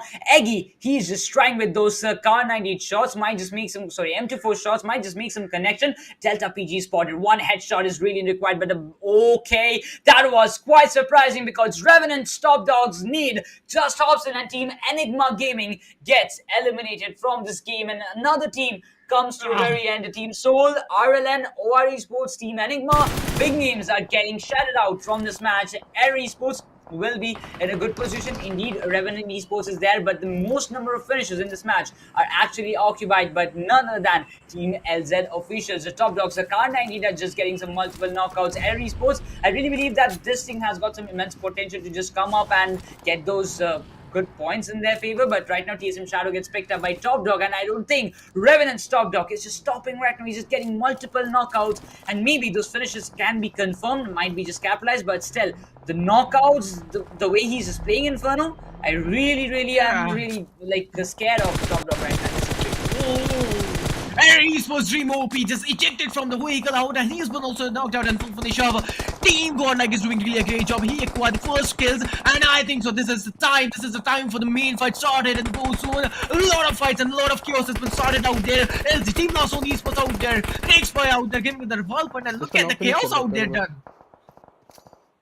At the same point, if you talk about Hyderabad Hydras, just cooking up some needs, Matty has been taken down, but at the same point, if you talk about Team Godlike, 7 Seas, Celsius, 8-Bit, these 2 to 3 teams are actually in a really good position. Team Godlike, as I was mentioning earlier, Inferno, that Godlike, I believe they're willing to take some positions out there, and they actually did that. Yeah. They may have lost 2 players, but still they have a good compound. They're in the circle, and that's actually helping them out eventually. They have to get those ammunitions done. They have to keep themselves up, because this is a very crucial and a vital spot for each and every team. All the other teams will try to acquire that compound, and for that, Team Godlike have to be really ready, because Revenant's team are also in the corner. Hyderabad Hydras might face some difficulties from Revenant as well. Team Hyderabad Hydras, all the fam, wanna come all how you guys are doing. And I know, guys, there are a lot of fan base of Hyderabad Hydras in the chat section, guys. Can we have HHOP in the chat section? But never mind. Let's have a look on Team Hyderabad Hydras. But RNT, they are out of the zone. Encore is out of the zone. There will be only Solomon out of Team RNT. I think so, Negros, that is going to be so much hard for Team RNT to get into the zone as well, because the damage per second of the 5th zone is getting increased second by second. Well, the position in which Revenant was playing, I was expecting they could have caught up in a really good position after this match, but it did not turn out that well. Still, Encore is doing some heal battle just to get some position points for his team, but I don't think it will be enough. And the meanwhile, Spray God comes up and gets Encore out of this game, and 7 Seas wipes out Team Revenant Esports out of this game. And meanwhile, Team Kevin Esports have got a very close visualization with Team Godlike, and at the same moment, Hyderabad Hydra's position have been actually compromised. Skrills has already got hit up by the Molotov. Riot's nade might just bring an end to Revenge Esports, but player 1 deals a good amount of damage, gets spotted down. We'll be getting some good shots, and indeed, Team 8-Bit wipes out Team Revenge Esports. A brilliant 1v2 coming up from 8-Bit Riot as well, but total 4 finishes have been secured by Team 8-Bit. New player has already got eliminated. Hyderabad Hydra's 2 to 3 players are surviving, while we get to see some nades. Utilities are being used against them. And the same point, Z-God will be healing himself up. 2 of the players are remaining. Kevin Esports have already entered the circular area, and the circle is in the favor of these 2 teams. Z goes out there. He have to take that 1v1 out there from against Destro. And now, oh my god, look at the grenade from the side of the PG. That was something initial pick. But he's only survival of that team. Team Godlike is right now on a sudden setback. And now I think so. Now Ashes cannot turn into the Phoenix right now. GodL Bubble is the is the only solo match survival of that team. Seven Seas, if we talk about Seven Seas, they are into the zone and they're being in the very center of the map. That is something great for Team Seven Seas. Let's see, this advantage can turn to them the winners and into the champions as well. Let's see who knows actually. Team Seven Seas Sarang, if you talk about him, he's just piece of leash in that battleground out there. Spotted some players. CES is not doing really great. Comeback has been down. Just as in solo out there, Team Seven Seas started pushing on them. Well, that's not a great sign for Kemi Esports, but Delta PG comes out in a really good manner, but Sarang gets taken down. Well, Aladdin, Spray God, the two of the players are surviving, and you get to see Spray God is just going with the front line assaulting side. Spray God is barely breathing in the very low HP, gets back-to-back retaliation, and right now, Aladdin being that last solo survivor, he's in way too back right now. The circle won't give him that chance, and Celsius Apollo will be confirming out Seven Seas out of this game, and with that, we might just get to say godlike Seven Seas. Two big names are out of this game in this contest: GodL Esports, Kevin Esports, Celsius, and might be some other teams that are actually striving just to get those winning. Total of 3 teams are remaining at this point. Team godlike has also got eliminated. So these points are not just working out properly. Celsius, Kevin Esports, 8-bit, the 3 of the teams are remaining. 3 teams, 9 players, and if I'm not wrong, might be it is possible that 4 versus 2 versus 3. It is the situation right now, Inferno. Absolutely, 3 players, 9 teams, and 1 winner. Let's see who's gonna win this one as well. CS just out there, he's just getting ready himself, and I think so. Yeah, comeback has been down. Team CES is in a sudden comeback. Like, they need a comeback right now, actually. CES is not doing really a great job, but they have that zonal advantage. That's a really great thing. Let's see how it goes for them as well. 8-bit is out of the zone, and I think so. 8-bit can do some sudden disadvantage for Team CES as well, and they're doing really a brilliant job. Well, at the same point, the matches are just getting more and more intense. It's just the day one, guys. This is just the day one of the India Rising semifinals. But in the meanwhile, Comeback gets a comeback finish point and gets Wixie out of this game. Dreams and Wixie, 2 of the players are out of this game for Team Celsius. 2 of the remaining players are there. Rad gets spotted down, might be just getting taken down. But in the meanwhile, Delta PG gets in retaliation and gets Apollo down at the same point. Total 14 finishes have been acquired by Team Kevin Esports. This is not going but juicy. Gets Delta PG down out there. Comeback is in a really low HP. Destro might be just giving that revival to Delta at a quite a good time. Total 14 finishes. 4 of the players are surviving. Inferno. This is not a joke. 50% of winning prediction we are getting for Team Kevin Esports right now. And if this actually happens and continues, they've got the circle, they've got the man advantage, and they've got the finishes they require to be on the top. Absolutely, and I think so they are an advantage right there, Necros, and they can do this. Team 8-bit still out there, applying some pressure out there. Celsius Apollo has been down. MJ is the only sole survivor of their team. Look at the reflexes out there. Juicy's been down from the side of Destro. Destro is just on fire. He's going upward, and here we go. And what we do from the side of Destro, that's what we call the only solo man survival. That is going to be MJ, and I think so MJ, that is going to be so hard for him. And I think so MJ is out of the zone. And Team Kevin Esports, you are the champions of the 4th match. That is going to be Miramar. Well, what a game for Kevin Esports. Total of 16 finishes for this team. This could have turned to 17, but indeed, this beautiful trophy, Inferno, this beautiful trophy. The teams are fighting for this trophy and that massive amount of 8 lakh INR for the winning team, of course, with that. But at the same point, Kevin Esports expected a great game. Indeed, it arrived, as we get to say.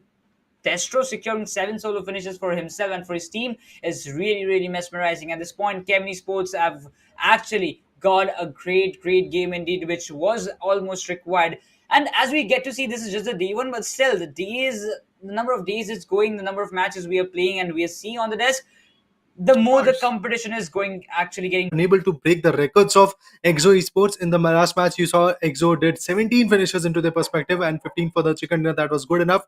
In this match, Kevin Esports was coming really, very close. Destro, you can see that he's competing with Snax at this point, and Delta competing with, let's say, Sensei or Funku as compared to the previous one I'm talking about. But yeah, it was really very interesting. 31 points in a single match. That's not a bad thing to watch out. And eventually 31 points will actually land them. Maybe they are going to be possibly into the top 3.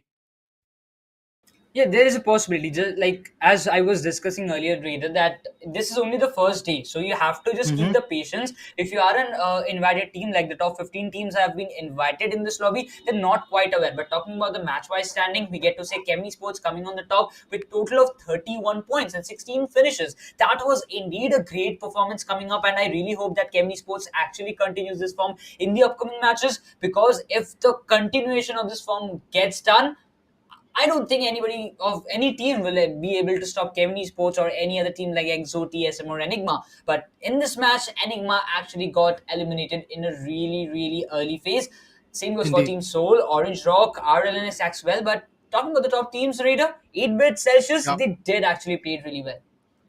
Oh, indeed, they are just maintaining the consistency. Well, these are the few teams I would like to call them as sneaky climbers. Well, they don't put their best, or should I say, get the winner chicken in the initial 2 days, initial 3 days, but then also they are in the top five just because they are getting average points, let's say 17, 18, 19 points per match, close to 15 points per match was the strategy of Team 8-bit in previous tournaments also. But if we talk about Kimin Esports 31 points and Enigma going out with 0 points, it's going to create a huge buffer, and I'm really very keen to watch the overall standing, because I think now at this point that Cayman Esports is already on the top of the list.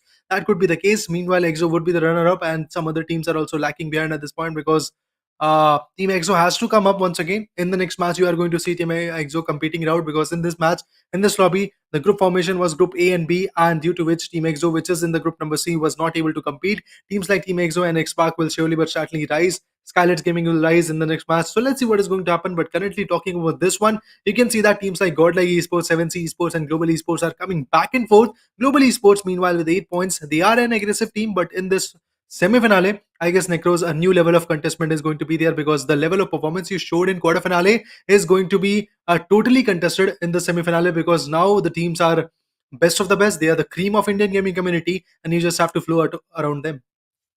Yes, definitely. That you have to just flow around them, and for that you have to make some more strategical plannings before coming into the Yeah. match. Well, I really want to say this is just the first day. As I was telling in each and every match, this is just the first day. This is the Mhm. day you analyze. This is the day you read the other teams. I'm especially talking about the underdogs. You have to just read the top teams like Team God, like Celsius. Like I won't tell about Celsius because they have faced them in the quarterfinals. But talking about the other teams like Yeah. 8-Bet, Temni Sports, Enigma, SouL, Orange Rock, you have to read these kind of teams. Otherwise, it Indeed. will be a really, really hindrance for you to climb up the ladder. Because at the end of this day, at the end of the semifinals, you have to come up in the top 16. In the meanwhile, we get to see the Miramar top fraggers, in which there is no doubt that Destro, with total 7 finishes, will be in the #1 position. But in the second position, this is going to be top dog. And by the position, like how Revenant were playing Raider, I really Mhm. actually expected that Team Revenant could have come up in the top 3 or top 2 category. Only that could have been the case at this point, but this is the history. You can already see Destro made a history of with 7 amazing finishes, with a total finish contribution going to be 44% for his team. Top Dog, meanwhile, on the other hand, 6 finishes, and look at the finish contribution, 86%. Man, oh man, it's like he's a one-man army for Team Revenant at this point, and he does the job really very beautifully. I just hope his other teammates, like let's say Paradox and Core, and the other guy could have supported him the way Team Cayman Esports Destro got the support. And look at that, Cayman Esports beautifully leading the charts at this moment with 54 amazing points. Despite playing 3 matches, Team Enigma got first initial, let's say, initial 2 matches into their perspective. They were unable to get the victory, but still, the kind of, let's say, consistency these guys put forth was amazing. But now you can already see they have not got the third match into their hand. They were wiped out really very early. Now, Team EXO has got a great chance to actually wipe out them and, let's say, grabs the position. But then Team EXO will be contested with the leaderboard table topper. That's going to be Cayman Esports. As you all know, it's going to be Group A and C fighting it out for the glory. Well, Cayman Esports from Group A is absolutely going to be alive, and the EXO is also going to put forth their damage. Well, teams like 8-Bit is going to be out, and Team TSM is again going to back and forth win the battle. I guess Necros, the first match, Team TSM was able to put a great mark in the lobby, 28 points for them. But then after that, consistency is something, Necros, these teams are lacking. Well, the consistency have to come up. In the meanwhile, if we talk about the second chart, 7C Esports, we get to say 23 points. Revenant, 22 total points. If this match would have turned in a different way, I might have seen that top 8, Revenant would have been in a top 8 category. Godlike have made a comeback in the hashtag 14 from the third chart. Team Forever, you can get them in the top 16 eventually. Hyderabad Hydras, LZ officials, a brilliant comeback. I would definitely say, because before this match, they were in the third list, but actually this point Raider, we cannot actually say that these teams are in top 16, that means they are safe, because this is the first day. Anything can happen. The bottom teams will get a comeback, the top teams Oh, might just indeed. face some downfall, and everything will shatter around in this entire total semifinals league day. Because if I'm not wrong, my debate is possible that each and every team will play 24 matches, and if it Yeah. is, then I believe after 24 matches, the results, the point table will be completely in a different phase. Oh, indeed, we can at this moment not predict anything. Yes, we can speculate some of the things that which team is going to rise and all and all. But yeah, we are going to speculate that the few teams which are lacking behind, teams like Xpark or any other team at the bottom of the list, can easily bounce back, because look at that, the number of points Xpark or LR Esports has got is 11. And the leaderboard stable topper, if I'm not wrong, has got 54 points. So two good maps and two bad maps for Kemin Esports could easily land Team Xpark or LR Esports onto their place. But then eventually the pressure which is there now after the four matches onto teams like Error Esports, Xpark, and meanwhile Scar Esports to be exact, which has got only 1 point into their perspective, is going to be immense at this moment. So yeah, these pressures have to be dealt, and I guess that's what we and me and Inferno was talking about. That if you're going to choke onto the first few matches, the pressure will be there, and that is why I guess the performance gets suffered a lot. But then 15 to 16 hours of a gap will be there after day number 1 to day number 2. So yes, in that gap, these teams can actually build some new strategies, maybe learn something new, or learn their mistakes which could be there, covered up in the next days, coming next upcoming days. And that is why I guess these teams can bounce back. So yeah, there is a lot of variables going to play a role, a lot of speculation is going to be there right now. But Necros, what do you think, from hashtag 17 to 24, which team is more viable to get that winner chicken in the next match? Well, if you just talk about Orangutan, Skylights, these are the some big dogs names we are not used to seeing in the third chart. And they're just Yeah, two matches. This is the third match they're going to come up at this point right now. The next match, which will it be? But the overall standings, you can see a variable changes. Team like from Team Kemini Sports, Delta PG Hobson in the hashtag one spot, securing total of 11 finishes. In the meanwhile, Destro also comes up in the hashtag two spot with total 10 finishes. And these lads are actually fighting for that 1 lakh prize pool for the MVP, which will be given in the grand finals, not the semi-finals. Of yeah, course, it's not, but still, a overall top fragger, you are in the semi-finals. That will eventually give you some bit of achievement in the unofficial tournament. indeed. But still, you actually feel great, right? Raider, if you're a top fragger of the semi-finals of this grand tournament, it actually feels really like good. And I believe before the grand finals get started, you will have a moral boost within Indeed, yourself. indeed. He is just literally at this moment setting a benchmark for himself. Eventually, performing in this semi-finale round, performing this kind of performance where team like Kimin Esports, along with the, let's say, teams like Enigma is performing really very good. Yeah, Enigma in the last few matches are unable to perform, but previously you can see that good guys from Enigma are still in the overall top fraggers list. But then, if we talk about Kimin Esports, Delta and Destro, the deadly duo are still leading the charts in terms of overall top fragger, and they are not only looking for the most finishes, they are also looking for the teams with most finishes, which is going to get them 50,000 in the finale. So yeah, that is why these teams are trying to compete. They are setting a benchmark, because best of the best teams are going to get qualified, and I guess Destro and Delta, along with his teammate, are making sure that Kevin Esports will be the one of those teams which is going to qualify for the finale. Well, of course. And in the meanwhile, if you talk about Knuckle, this one I have seen plenty of times in plenty of tournaments. Knuckle is the one. Knuckle and Joker. These two lads are the common two faces in the top fraggers list from Global Esports. And I really want to see. Global Esports is also one of the teams, Reader, we have seen in the past few times that they have got an immense potential. This team have won many tournaments, and as well they are very Mhm. performing as well. So globally sports, as someone who actually goes and improvises them in this strategical form, and at the same point, if we just talk about the more strategical they play, they have got a good mentors. Of course, we also know about that. That is the like Mayavi is already there as a coach and analyst. So along that corner team, globally sports are definitely willing to come back and get a great strong comeback indeed in the semifinals. They're still not in the top 8, might be, or maybe they're in the top 8. I really haven't recollected that, but still, If they're in the top 8, I will really want to see Team Global Esports and Enigma. That fierce competition between these two teams are in the recent times are actually on a great at Yeah. peak, and I really want to see this two teams again competing each other for getting that #1 spot in the semifinals as well as in the grand finals as well. I mean, it will be very interesting the way these teams are trying to fight out, the way these teams are trying to get some good points into the perspective. But before that, let's talk about the phantom of the match of match number 4, the map of Miramar. It's going to be Cayman Esports Distro with 92 rating. And if I talk about the number of finishes he got in the match was 7, and the match contribution was 44.10%, and total number of finishes was 10. My MVP rank 1 is actually going to be into his perspective. So yeah, that is the kind of phantom which you are going to get into the map of Miramar. But yes, 4 matches have been passed off, and not a single match was there where my eyes were blinking, or let's say I was getting passive for the fights, because every other fight which is there in the lobby is building a new kind of suspense. If I talk about match number 1, how Team TSM got that victory, it was very amazing.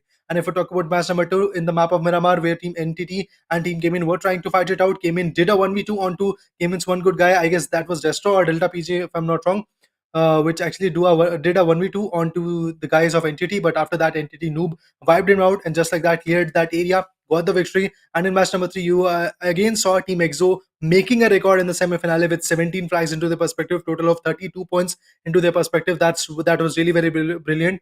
And in this match, you can already say a team which was in the bottom, let's say, which was in the backyard areas, is in the tabletopper slips, is lifting the trophy at this point in the match 4.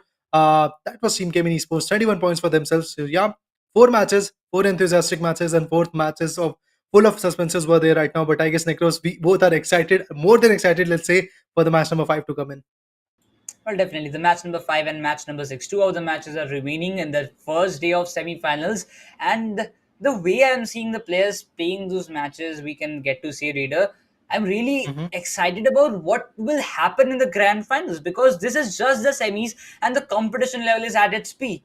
And Yeah. when we come down to grand finals, I believe the competition is just going to be like hell or like a volcanic eruption. So we have to just move in. But before that, we will be moving on to the match number 5's direct flight path. And let's see, like, our pilot, who will be our pilot, and which team will be taking off for the first fight, which team will be getting eliminated, and which team will be taking that Oh. winner chicken dinner. Well, there we go. We have got the flight path that is starting from northeastern corner, ending in the southwestern corner. It's going to be really very amazing. Well, starting from the Stalber compounds, ending in the Prismok area, along with Veripier and Query, which is going to be there. And you can already see Team Skylights Gaming is going to scout for good loots and eventually get some good casualties into their perspective. If I talk about teams like Team TUD, well, they are going for the safer drop. Team Revenant, meanwhile, is going for the Kameshki drop, if I'm not wrong. And yeah, Entity will go for the 70. Yes, every other team is trying to favor and trying to get their preferred drop location so that eventually the loot is there for themselves. And when they are putting the battle into their perspective, they will be able to retaliate. They will be able to get some good points. And that is going to be really very amazing. You can see that military base is actually very, very open-ended. Yeah, teams can easily go. But I guess, Necros, one thing which is going to play a major role is going to be the first play zone. Well, according to the first play zone and the second play zone, I really want to see the teams will be taking the like the places in the central part. But what we get to at the same time, if we just talk about Team X Park, this is one of the teams those are not in the top 16 yet. Right now, they are now and actually at this position they're now facing TSM against them. So this contest will actually differ a lot. If TSM gets wiped out, this will be a great opportunity for Team X Park to climb up the ladder. But if anyhow Team X Park gets eliminated, at this point, it will create more and more pressure for Team X Park to climb up. But Jonathan is completely trapped right now. 3 of the players are exactly in front of him. He needs a plenty amount of covers, but can he just make it to that far? Because on the other hand, if you just talk about 420 OB gets 1 player down, Oh. TSM are now down to 2 man because Blaze and No Foot, again, these 2 players surviving Ninja and Shadow have been picked up and confirmed by Team X Park. X Park has got a good start in it, but Jonathan gets Oh. 1 down. Oh my god, this man is just not stopping. You is in the belly breathing in a very low HP, but he manages to get another Ah. one. There you go, Jonathan. Can you make it to the 1v3? He gets it. He Oh. gets that one. And Jonathan, not a 1v4, man, 1v3, 1v4. but a 1v4 comes up for godlike Jonathan. And with that, Team Godlike wipes out Scar Esports. And that's the reason I would love to say, Raider, that not many teams actually take out the guts to contest Team Godlike in their home drop, because in the initial phases you don't have a proper loot, or you might just not Mhm. know the conditions in which Team Godlike are actually and how the positioning they are taking, because that's their Yeah. home drop and they know it really perfectly. Oh, indeed, they have played n number of tournaments onto that drop location. They have actually done a lot of damage onto that location, and eventually teams like SouL Esports, which is at the bottom of the list, getting only 1 points into a perspective. You try to compete with a team which is actually more than capable to just destroy you. Look at that, a single player of that team destroyed you. I guess that was a really very, let's say, small and big decision by the team known as SouL Esports. And now in the next upcoming matches, next upcoming days, they have to just learn this kind of feedback, and they just have to actually pacify themselves and not compete with these kinds of teams. And the initial battles, when you get the good utilities, of course you just have to go on the upper hand, you just have to fight it out when the battle is there for you. But choosing a battle with these kind of teams can actually let you down, and that should happen to team known as SouL Esports. And after that, Locker jumping it out, going in the battle, and once again came in Esports. Delta PG finds him out, spots him out, and puts him down. Well, I really want to suggest something for the underdogs. You might just see this stream, this clip, or you might not, but I really want to say that if you are taking the drop clash with any of the top teams, you have to be very, very quite sure, because it's a 50-50 chances as this point. This 50-50 chances might just turn up in your favor, and it might just not turn up in your favor. You will have to deal some carry just to secure some great points. And like the way team Ireland are right now trapped by Kemny Sports, I really want to see that it is possible that Kemny Sports might just wipe out team Ireland out of this game, and this might be the second team to get eliminated from this fifth match.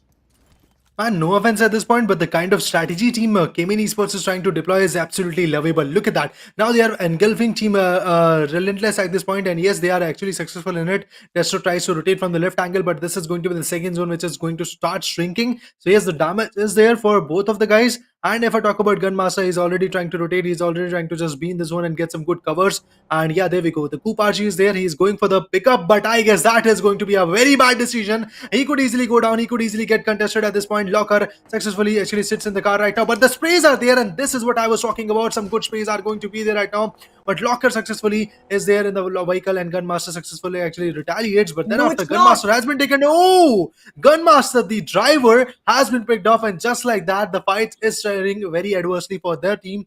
But now, Team Entity versus TOD is another battle we have to watch out for. The underdogs are not playing completely through their presence of mind. The way they have played in the quarterfinals, it was a different underdog team which I have seen, Raider. And right now, the way they are playing, it's completely different.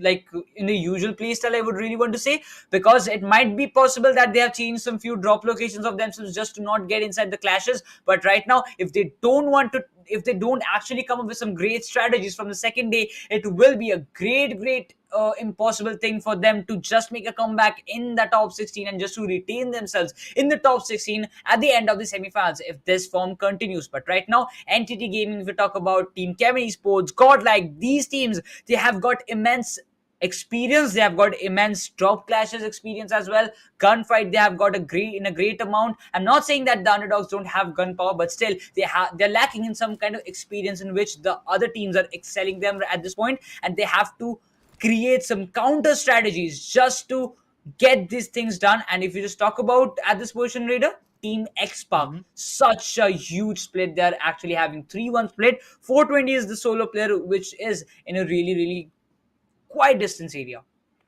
And I guess that's a tough spot to watch out for, because now the second zone is going to shrink in, and the third zone brings a great level of hardship. And after that, you are going to see a lot of contestment in terms of rotation clashes. So I guess that would be the moment when 420 OP could be caught off guard. But at this moment, you can see that new player 7 and this, and I guess that's Mavi, 420, and Ultron, which is still in the vicinity. And I guess new player decides to just hold on to this compound. He's going to refuel, and that's a great strategy. Look at that. These experienced teams knows how to do the stuff at this point. Even though he was refueling the vehicle, he was in the cover right now, because you can't trust any other location. You can't trust any other open locations where you can just lie low and eventually refuel yourself, let's say, or should I say, patch yourself. So yeah, these are the few things you have to work on. But then the third zone is going to take a northeastern shift to be exact, northwestern shift to be exact. And yeah, teams like, let's say, Revenant are slowly but passively being in the zone. That's a beautiful spot to hold on across. And eventually Team Orangutan is also holding a great spot, but the teams coming from the eastern angle are going to get a lot of contestment. Look at that. Team Entity already pushing onto that angle. Team TOD is already there. Team Forever is also going to be there right now. And on top of that, you are also going to see Team Enigma trying to just push into the zone. Well, I'm not sure about that, but Raider, are you seeing Team Godlike on this out in this corner?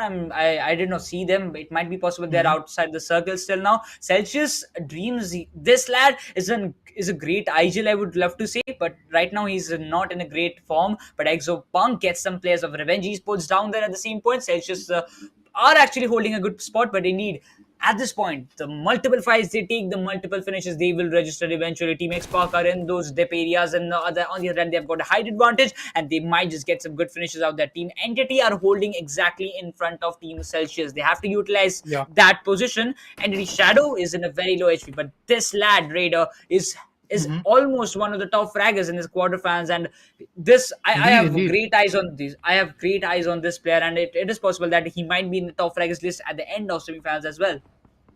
I mean, even though if he might not be in the tabletop assist, but he's doing a tremendous job for his team right now. In the match number two, I was like talking about this guy. He popped off two or three members of, let's say, the team which was leading the chart. I guess that was Team Enigma Gaming. He popped off two or three guys of their team with a single lead. So the kind of intensity, the kind of strategy which this guy has developed is really very amazing. Now Noob is just constantly trying to decipher the strategy. He could easily go for a spray, but then also his position could be revealed out. And Oh, look at that. Exo Sensei puts Wixie down right now, and with this, I guess Noob was trying to steal the finishes. He was unable to do that, but then eventually, if I talk about Team Forever, after losing Nexus, Daljit is also on the verge of actually getting lost in the lobby. Mashkas and Ovesh Bolte are going to be here right now, but their rotations, or should I say, their clashes, is going to be increasing anytime soon because now they are left with a lesser number of manpower, but they are going to hold a center location of this whole island-like area.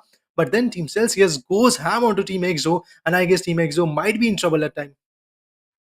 well, Team Exo, as you get to Oh, see that they are not in a great position. They have to revive Punk as well. Immortal is giving that revival. They have got Team Celsius coming in the right hand side, though they have got the height advantage. But if you talk about Sensei, he's in the backyards. He's just looking at the backstab. But TSM Blaze gets godlike. Z got down there. And if I'm not wrong, Neo and Jonathan might be the two players surviving. It is possible, but we have to see the finish feed, the kill positions we have to see, and the life count, which will determine which team is already out of this game and which players are alive for each team. Team Exo, total 3 finishes have been registered. Team Entity will be just holding, but the circle. Oh my god, Raider, if you just talk about the circle, mhm. Exo have got the height advantage. Exo Again, have Blizz. got the edge of the circle, and the other teams like this Entity, like Celsius, you have to come inside the circle, and for that you need to face Team Exo out that corner. Indeed, indeed. Exo was holding a great chunk of the zone, but now they are just deciphering a new location where the zone possibly goes. And Sensei, I guess, is the right man to do the hygienic for Team Exo at this point because this man masterminded the Blast previous fight in which they got 32 amazing finishes. And I'm looking, sorry, actually 32 amazing points to their perspective to be exact, and 17 finishes into their perspective. So I'm looking forward to see what is going to happen. Another great IGL of this lobby is going to be Mavi, and he's also on the back end right now. So let's see how the fight is going to pan out. Hacker once again pops one down, and I guess that's going to be Team Celsius once again on the verge of decimation. And I guess that is going to be Ted, which is actually going to be close right now. NGX, one good player, is going to be there, but he's also getting contested. He's trying to flee from the situation. He successfully does it for a longer period, and I guess he might just survive at this point. But then Team Relentless is also going to be very, very close. Ted on Ooh. the verge of getting decimation, but look at that. Team Revenges, Sonic Fox just finally puts one down from Team Exo also. Well, Snax was the one who just survived anyhow at that point. Total 4 finishes have been registered, but Orangutan have lost Trigger in the early phase. And right now, Mhm. if we talk about Westgod, Ash, and Believe, the 3 of the players are surviving, but Believe has also been taken down. He have to get the revival. Yeah. Westgod at this point is just going out and scouting the positions for his team just to get a good hold of that position and can enter the circle very peacefully. But in the back end, team Revenant are also rotating from the left hand side, which is not a great sign for Westgod because he's just a solo player, and at this point I don't think Wizgod have got any kind of choices. He's just going with some jiggles out there, but I don't think that this will be sufficient as the complete squad of Revenant were chasing him down and got that finish point in their favor. Orangutan loses Wizgod now. They're down to 2 man without having a single finish. And then on the other hand, TSM, no foot. Maybe last play for TSM as well. And after that, if I talk about the kind of vehicle they are choosing for the rotation, it's going to be the buggy. The pillion guy which was sitting on the pillion seat is going to be very vulnerable for the shots. Is going to be very vulnerable because every other team enemies, or let's say every other guy in the lobby, is more than capable to just trace him out and put him down. But before that, we have Team Entity onto the crosshair. Dark Lord is getting a lot of damage at this point, but still he survives in the bite. Still his thriving in the fight, that's going to be interesting. But in front of him, it's going to be Team Enigma. Enigma versus Entity. Again, you are going to see the history being repeated. Let's see what is going to happen, because Shadow is actually a bit far away, let's say a bit scattered at this point. Team Revenant puts OG Believe down, and I guess Entity Shadow puts one down from Team Enigma, but there is a retaliation fire coming up. Exo Sensei puts one down from Team Entity also. So yes, a lot of chaos is going to rise right now from multiple angles. You are going to see a multiple shots coming up, and that is why teams like Team Entity has to just cover up and just has to get some good points.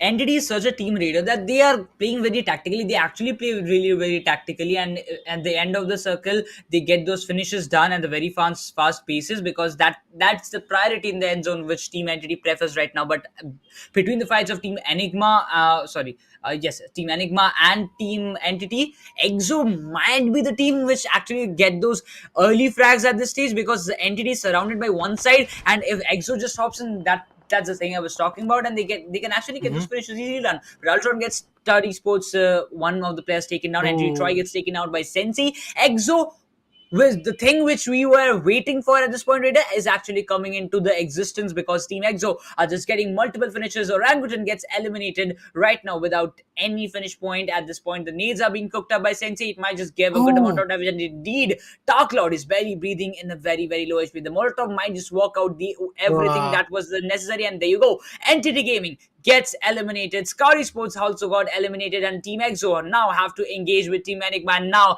at this point, if they anyhow manages to take down Team Enigma with one spray, two of the players gets taken down. Exo Sensei, this man is just not stopping. The way he's executing this fight is immense, remarkable, but the needs are also coming in this direction. Mins gets taken down by Moby. Team X-Spark are right now doing the third party, and Team Enigma just falling apart one by one. One single match went bad, another single match just getting away, like the Miramar which was happened earlier. Enigma V, the last player surviving from Team Enigma Gaming. I mean, hats off to the carnage of Team Exo at this point, but yes, now Exo has to just be in the zone. If they decide to fight it out, I guess Team X-Pac could be a great damaging situation. Team X-Pac could create a great damaging situation for them. And if you look at that, that's Avi, if I'm not wrong, from Team Enigma, still trying to loot it up, still trying to actually get some good utilities into his perspective. But then if I talk about Oasis Bolte, he's going for the rotation. He has been stopped by the IGL. Look at that. The decimation is going to be there. Hacker from the back end just provides a spray. 9 and 10 finishes for the team right now. That is beautiful. The level of decimation Team Exo is trying to provide is absolutely amazing. They could easily break their own record if they manage to just survive in the lobby. You can see that Exo Snax once again puts one down from Team Relentless. One hell of a carnage coming up, and I guess Mashkas could easily be contested. And yes, that's what happened. Mashkas goes down, and with this, Team TX's new player has got 3 amazing frags. But with this, he also revealed his position, and yeah, there we go. The revelation is actually going to be really very lovely. You can see that Exo Hacker once again comes with a brutal blow. On the back end, you are going to see Skylights Gaming trying to rise up once again. There is a possible situation for Team TX to give a revival, but let's see how the fights are going to pan out, because Team TX is a bit far away from the zone. They have to travel close to 60 meters, and Exo Hacker finally puts Ultron down, and the other guy, new player, is also going to go down. Team Exo, man, oh man, just sealing the finishes, just getting more and more finishes. That's Panko, if I'm not wrong, from Team Exo, getting n number of finishes into his perspective. The level of enthusiasm this guy has is absolutely lovable. But then also, TX's 420 OP with a beautiful UMP 45 puts him down, and now the sleeping pod has been created for Hacker. Well, Team Exo, I don't want to tell this, Raider, but it was my prediction in the back of the mind when you were talking that Exo might be one of the teams that might just get the chicken dinner in this match again. Back-to-back 2 chicken dinners in 2 Wrangles. It is possible by Team Exo, because if there is Sensei, this is possible. But 420 OP was the last player, and Skylar's Gaming new player will be confirming out Team X-Park with total of 6 finishes, and now Team X-Park is out of this game. What a brilliant match it turned out to be for Team X-Park. It could have turned a little bit more better if they did not face any kind of casualties, like back-to-back in a line of chain. But right now, Revenant are looking really strong. Kemini Sports, Justin, the last player surviving, but Revenant, 3 of the players are just waiting, and it might be not a great situation, but right now, he just comes down, and he comes down, but I really believe Justin could have stayed in that car and got the smokes down. It could have been some great decision, but he decided to come out, get those finishes. It was a bad decision, but indeed, Revenant will cherish those finish points. On the other hand, Team Skylights Gaming is alive, Revenant is alive, top 5 teams are in the lobby, Revenge Esports is also there, Exo is there in a long distance, and the fight continues in which Revenant is in the central part of the circle.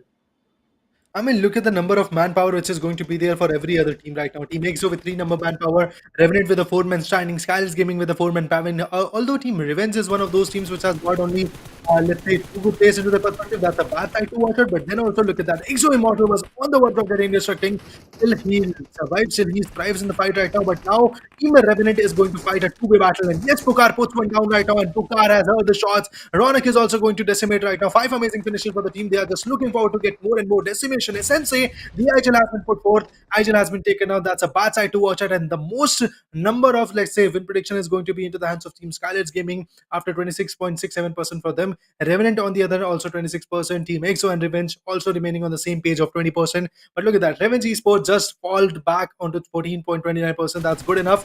And if we talk about, another thing, Revenant is absolutely on fire right now. In the last match, you saw Top Dog actually became the MVP in the top trigger. Yeah, in this match also you can see that Top Dog is also trying to contest, but they have got 8 amazing finishes, out of which Top Dog is unable to get even one. Well, it might be the difference with each and every match, but I really want to see. But Revenge Esports, Sonic Fox gets Ronak and Pukar, 2 of the players down in a single spray, and that's really, really fabulous. In which the position in which Revenge Esports were struggling out, from that position they came out, and Skylar's Gaming are in a really back foot because 3 of their players have been taken down. Sonic Fox will be confirming Pukar out there, will be confirming Gamla Boy, Ronak, simultaneously a new player will be the last player surviving from Team Skylar's Gaming as of this position at this point. Revenge Esports with 2 of the players RLN. Well, it might be some other teams like Team EXO are surviving with 3 total players in this lobby. Skylar's Gaming are down to 1 player right now. Revenge Esports Sonic Fox gets spotted down by Top Dog, and it might be possible, Raider, that this match is going to turn up in the favor of Revenant Esports. Yeah, indeed. Revenant Esports holding a great massive chunk of the zone, and eventually the manpower is also favoring them. That could be the case at this point. So let's see how the fights are going to pan out. Team EXO could easily turn the tables because this is one of those teams which is more than keen to do it. Look at that. We have a rotation coming up. Sensei puts one down. Revenge's Sonic Fox and the final boss has been taken down. That's good enough. Sensei is doing a tremendous job in the lobby, and I guess Team EXO is absolutely devastating the lobby. The number of finishes they have got is going to be very, very amazing. But let's see how the fights are going to posture it, because Top Dog is also trying to provide some smokes and eventually cut a rotation so that he gets a cover. But then Sensei, look at that sense of the zone, sense of the positioning is going to be amazing. But Top Dog at 10 HP at this point is still remaining in the fight, and easily, I guess, Immortal could put him down. Immortal could easily knock him out, and yeah, that's what happens. You can see that the sprays are there right now, but still Top Dog is trying to play it really very safe. He's way too late. The Molly goes in, and yes, the Molotov makes its connection, and just like that, Top Dog is going to go down. He could just easily go finish off, and yeah, that could be the case. Snax is just trying to provide some good damages, but Snax focuses onto the fire for the next guy. That could be Paradox, who is going to go down anytime soon. Well, EXO are really looking forward to get another winner chicken dinner, but Revenant are just not falling back, and neither Skylar's Gaming. New player securing 2 solo finishes for himself can be the game changer, but one bad decision will eventually turn everything down for other players. But no, it's not. Austin Bordix gets them spotted down, and in the meanwhile, Skylar's Gaming gets eliminated. The top 2 teams are remaining. EXO versus Team Revenant. EXO knows that no other players are remaining in the left-hand side. Snax might just get spotted. Some pre-fires are coming from Austin Bordix. 5 solo finishes have been registered. Snax is really in a close distance. Encore just there in the close range, and might just gets down. And yes, it is. Encore gets picked up. He gets Paradox as well. EXO, Snax, total 15 minutes. But what a game it turned out to be for Team EXO. None other than taking back-to-back winner chicken dinners.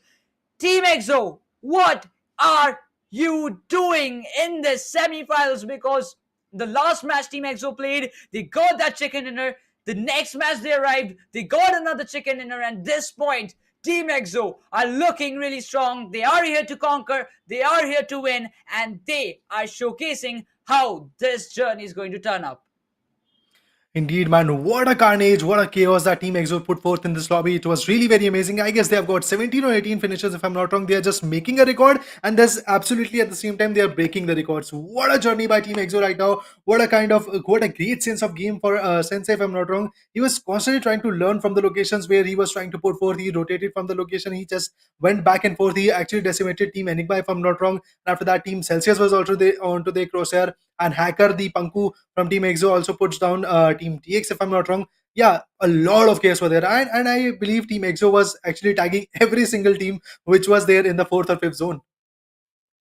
Well, at some point, we just thought that Exo were not going for the aggressive approach, but at the same point, when they have completed the loot in the Milta area, Milta city loot was Yeah. done. They started their rotation, and the circle was completely in the western side. And the way at the start we thought, Raider, that this game would have turned out in a different manner for Team Orangutan, Revenge Esports, as well as we got for TSM. These two to three teams have had actually got that advantage position for themselves because the circle was there in the favor of their side.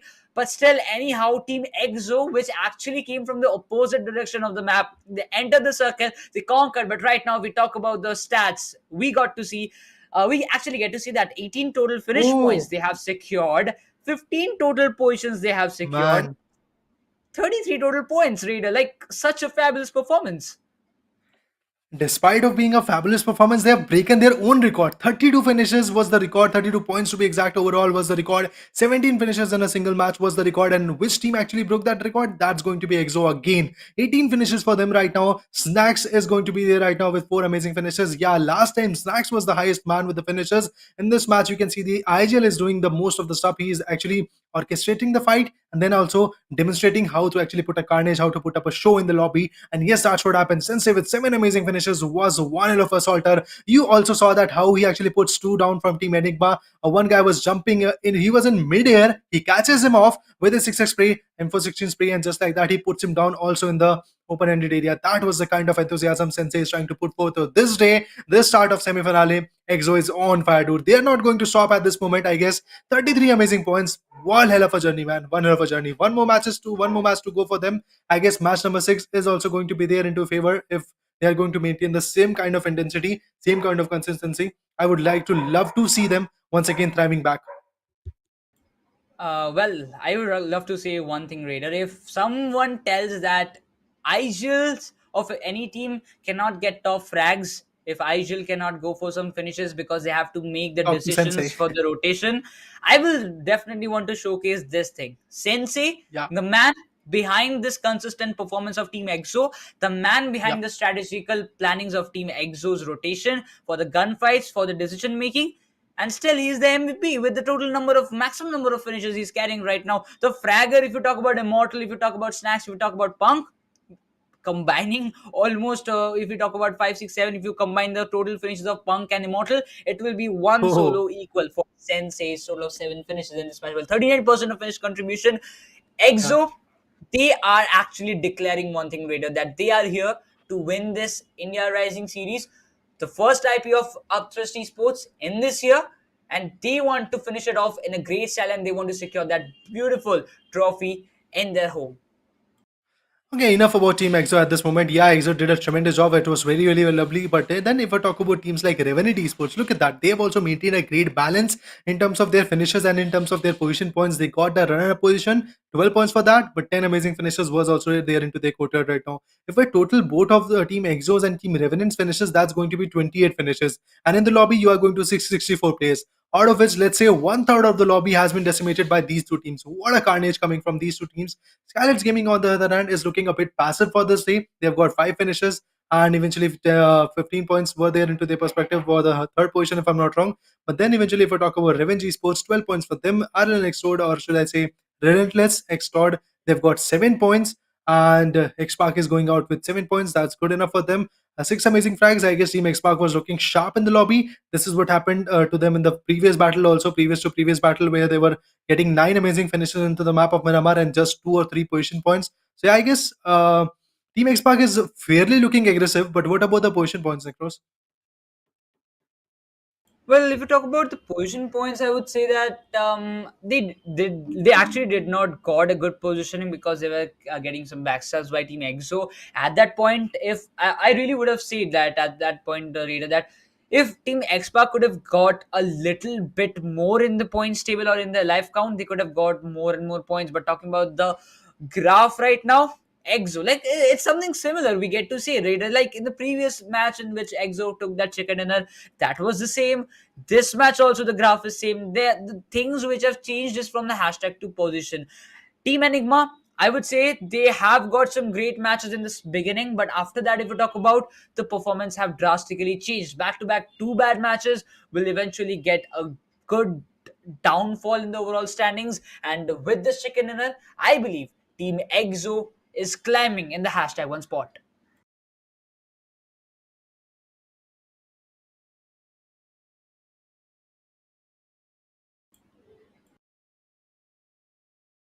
Well, I really want to see this kind of positions because the graph is already fine out there. And at the same point, if Yeah. we talk about the top fraggers, we get to see later that Sensei, none other than Sensei, will be with 7 total finishes, and Austin with 5 finishes we Yeah. get to see in the #2 position.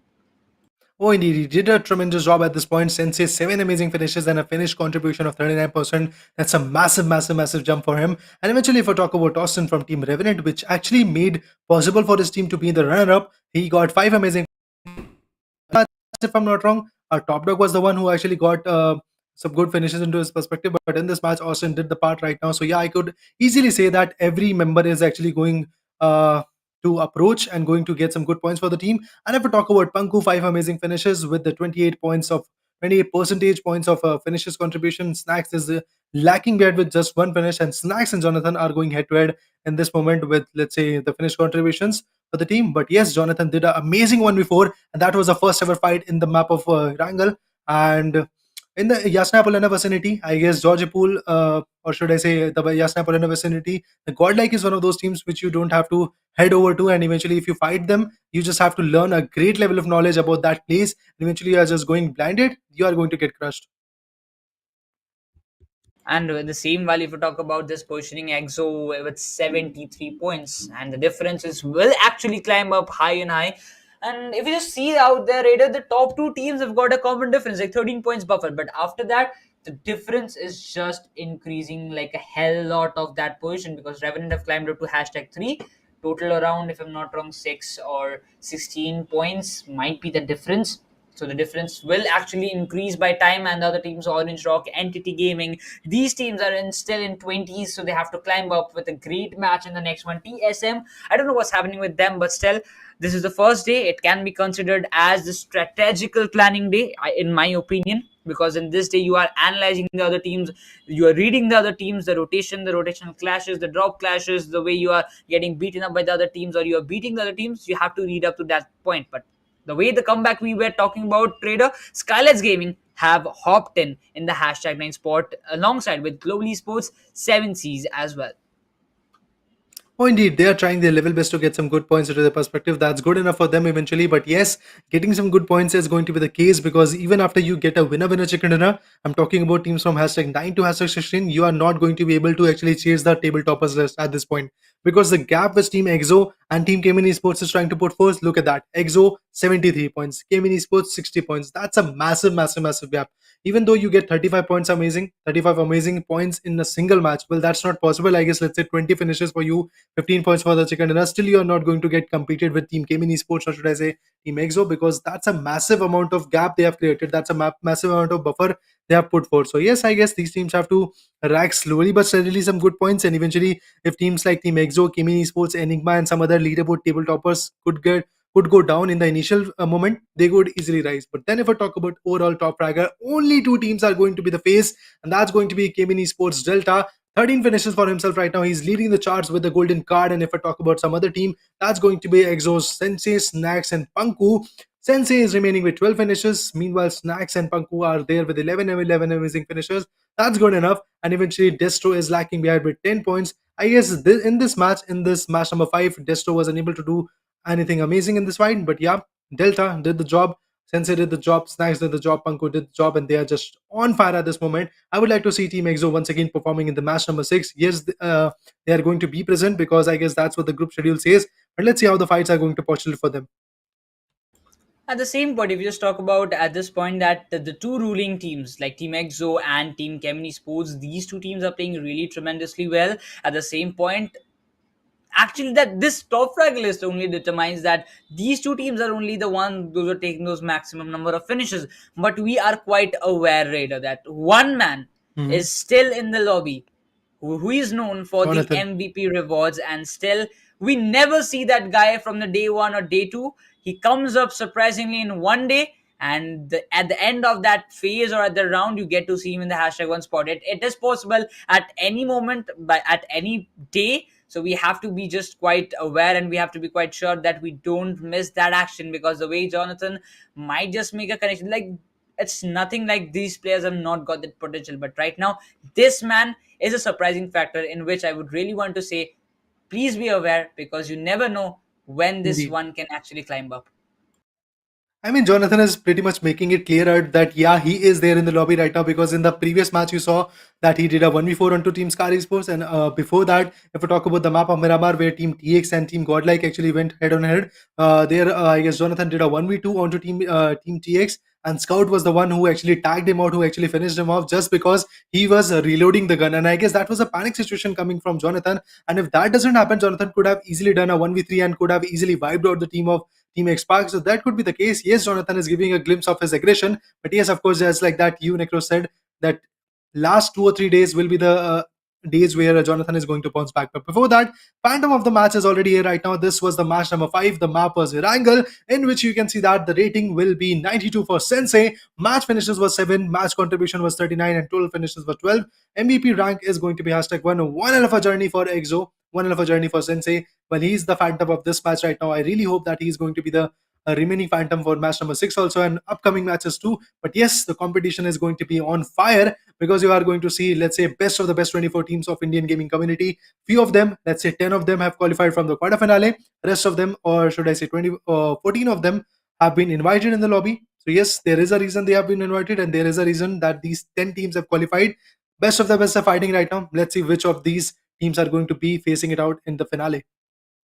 But I really want to see one thing, that which underdog teams will actually qualify for the grand finals. If you just talk about some big teams, I would want to suggest that they Mhm. are in the points table. They might be not in the top 16, or they may be in the top 16, but I really want to see these teams playing the grand finals. One is going to be Error Esports, because the way they have played in the quarters was immense. LZ officials will be there as well. On the other hand, if you talk about, because they have also got a great potential of getting those finishes, getting those points for themselves at the same point. But what about the other teams, those who have qualified? Entity Gaming is there, those who have already qualified. Celsius is there, they're already in the top 16 chart, and I really want, like, they have got that potential, uh, I would say experience, and at the same point, like using those experience, they can actually stay in the top 16 without any kind of problems. Yes, of course. Experience is something these teams are actually leveraging out, the teams which have been invited, because the kind of experience they have. Let's say, let's talk about Godlike versus Scar Esports to be exact. In the last match, you saw that how they were fighting it out. Team Scar Esports in the initial battle, they were actually on the verge of getting decimation. They were actually on the verge of eliminating Team Godlike. They actually put down Lily Reinhardt, if I'm not wrong. But after that, what happened? Team Scar Esports was literally confided by the hands of Jonathan, and just like that, the fight was there into the hands of Jonathan, and that is the kind of thing, that is the kind of experience which these guys are lacking. The rising stars of the lobby are lacking at this point, and I really hope that in this tournament we are going to see some new faces, just like Negros said, some new faces, some new rising stars should be there, at least qualifying for the finale. Yes, like the way you have playing, like from the 4,000, from the qualifiers round 1 to the round 3, then the quarterfinals, then the semifinals, you are coming down. I really don't think any of the teams will really like that. After this entire journey, they're not being able to climb up to the grand finals, because all the teams who are playing in the semifinals are here to win it, are here to get into the grand finals. And at least if you come in top 6 in the grand finals, you're going to get a little bit of amount of prize pool as well, because the prize pool distribution is around like 8 lakhs, 3 lakhs, 1.5 lakhs, and then some divisions are there respectively at that point. But the teams with most number of finishes in the grand finals will also get 50,000 as a reward. The MVP of the grand finals will be getting a 1 lakh prize pool for themselves. At the same time, if you have not yet liked the stream, guys, make sure to like it. If you have not subscribed, make sure to subscribe the channel as well, because our goals are already set by each and every event. This event, we have also got some subscribers goals as well. If you can help us and support us to reach this milestone, we will be highly obliged as well. And you can also support the casters, me, myself, Necros, and alongside me there is Raider, and on the backyard we have got Inferno as well. You can also support us. But right now we have got the final match of the day hopping up, and the map of Miramar continues. Raider. Well, the map where the golden sand envelops all the fights which is going to be there right now, well, it is going to start from the southern corner, the flight path which is to be exact starting from the southern corner. Dunking into the northern corner, you are going to see areas like Los Egos where the teams are going to jump in, and I guess Sky Esports finally decides to play it really very safe for the initial two zones. And after that, you are going to see zones like, to be exact, areas like Los Unes, Picardo, Power Grid, Montenuovo is going to be there. San Martin, Hasa del Petron could be there. Water Treatment, Cruz del Valle, Torre Muda is also going to be there. I guess, Nikros, this is a fairly central flight path coming up, but now the play zone will decide a lot of things.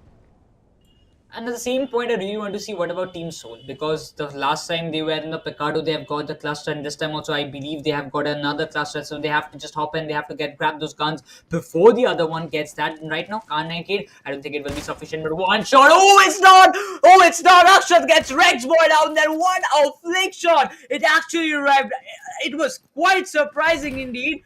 But I actually did not expect that this would have made some connection. But one flick shot actually got that one player down. And if you talk about how Flight gets taken down, Team SouL are taking the revenge like of that first match. And need some M16 shots will be hopping down. Hector has got eliminated from this match. LZ are every time coming up and creating mess for Team SouL, but this time the last player surviving will be getting spotted down with Goblin. He's barely breathing in the very low HP. Mox is the last player surviving. Will Team SouL arise, because Hector's loss might be a very difficult situation for him, but Omega gets spotted down. He has to take some covers right now. The revivals have to be done for Akshat, and Omega should be the man to give the cover for the revival. Indeed, indeed. He's trying his level best to actually give the cover at this point. In the the cover is successful. Goblin is back on the feet. Akshat is also back on the feet right now. But Hector, he goes out right now at this point. Eventually, if we talk about Omega handing the sickle into his hand right now, he's just constantly scavenging for the finish at this moment. So let's see what is going to happen. Omega finally puts two down from Team LZ. But what is going to happen? The last man standing is still surviving the fight right now. So let's see what that last man is going to do right now, and how damage will actually poses a great threat for Team SouL. Yes, SouL is looking actually little bit strong, but if we talk about Team LZ's guy, he's also looking a bit strong at this moment because he was able to defend himself. He was able to survive in this fight right now, but now the zone is fairly going to contest a lot of things, because let's say close to 7 or 8 teams are in the zone. The rest of the remaining teams are way out of the zone, so they have to compete in the zone. You can already see some teams are choosing the vehicles to just be in the zone. But before that, Team SouL, holding the area of Picardo, has got 3 amazing finishes, out of which Goblin is empty-handed, and I guess Akshat has got 1. Omega, meanwhile, has got 2, but now they are scavenging for the last one. At the same, but if we just talk about like this last player will be the most difficult one to find out, and we have seen numerous amount of times that one single player can turn and destroy many other teams. But Mox's position is completely compromised. This might be the moment. Oh no, Mox is just changing up the position. Goblin is the one. He has to aggress, but the position have been already taken. Mox is not there. He's just taking the TPP. Goblin is really playing a very smart move, but Omega hops in the right moment. But no, it's not. Mox Nate gets Goblin down there, and Team SouL are still strangling right there at the corner, but Omega gets spotted down, and at that moment we get to say Mox, the solo player of Team LZ, is creating hindrance, but another nade will create everything down. Mox is creating and cooking another nade, and one more nade can finish off 2 of the players, and another nade just arrives at that point. Might be a bit of knock, but no, it's not. Some jumping shots are being taken by Akshat. He have to be the one who have to take the mid, but no, it's not. Akshat barely breathing in the very low HP. He has to come up and cook the nade, but the nade, I don't think, will make some connections. But Team SouL have to come up on the top. Man, oh man, single man standing of his team right now. Look at that. Goblin, with a small mistake, is actually creating a lot of trouble for his teammates also right now, because Goblin has been taken down by the fall damage. Now you can see that Omega goes for the revival. One good jump shot can easily end the stories for Team SouL right now. And yes, Mox does it. Mox decides to go for it. Mox has actually saying, oh, Mox was trying to actually put him down, but then after that, Akshat tried to provide a good cover, and that is how Akshat is actually going to defend his teammates. And yes, that's what happened. Omega, meanwhile, is going to survive, but yes, if we talk about Goblin, he is going to go down, and with a small mistake, Goblin lost his life. Well, at the same point, Team SouL indeed got the 4 finishes. They have got a good start, but well, I cannot expect this kind of thing like 2 of the casualties. But LZ are just not changing the drop. They want to take the drop clash. They want to create hindrance for Team SouL, but LZ officials becomes the first team to get eliminated in this match right now. The Miramar revenge, the Miramar contest of Picardo continues in the semifinals, but I really want to see at which extent these 2 teams will have to go, because as far as I know, Omega Raider, I don't think this man is going to change the drop, and neither LZ are looking to change the drop at this point. Team EXO, on the other hand, climbing up the ladder. in the hashtag one spot, having 73 total points. They are really looking very strong. They're really looking very determined. And Sensei becomes the most MVP, 12 total finishes, second in the Yeah. chart. And I believe that's enough for EXO to give a moral boost at this stage.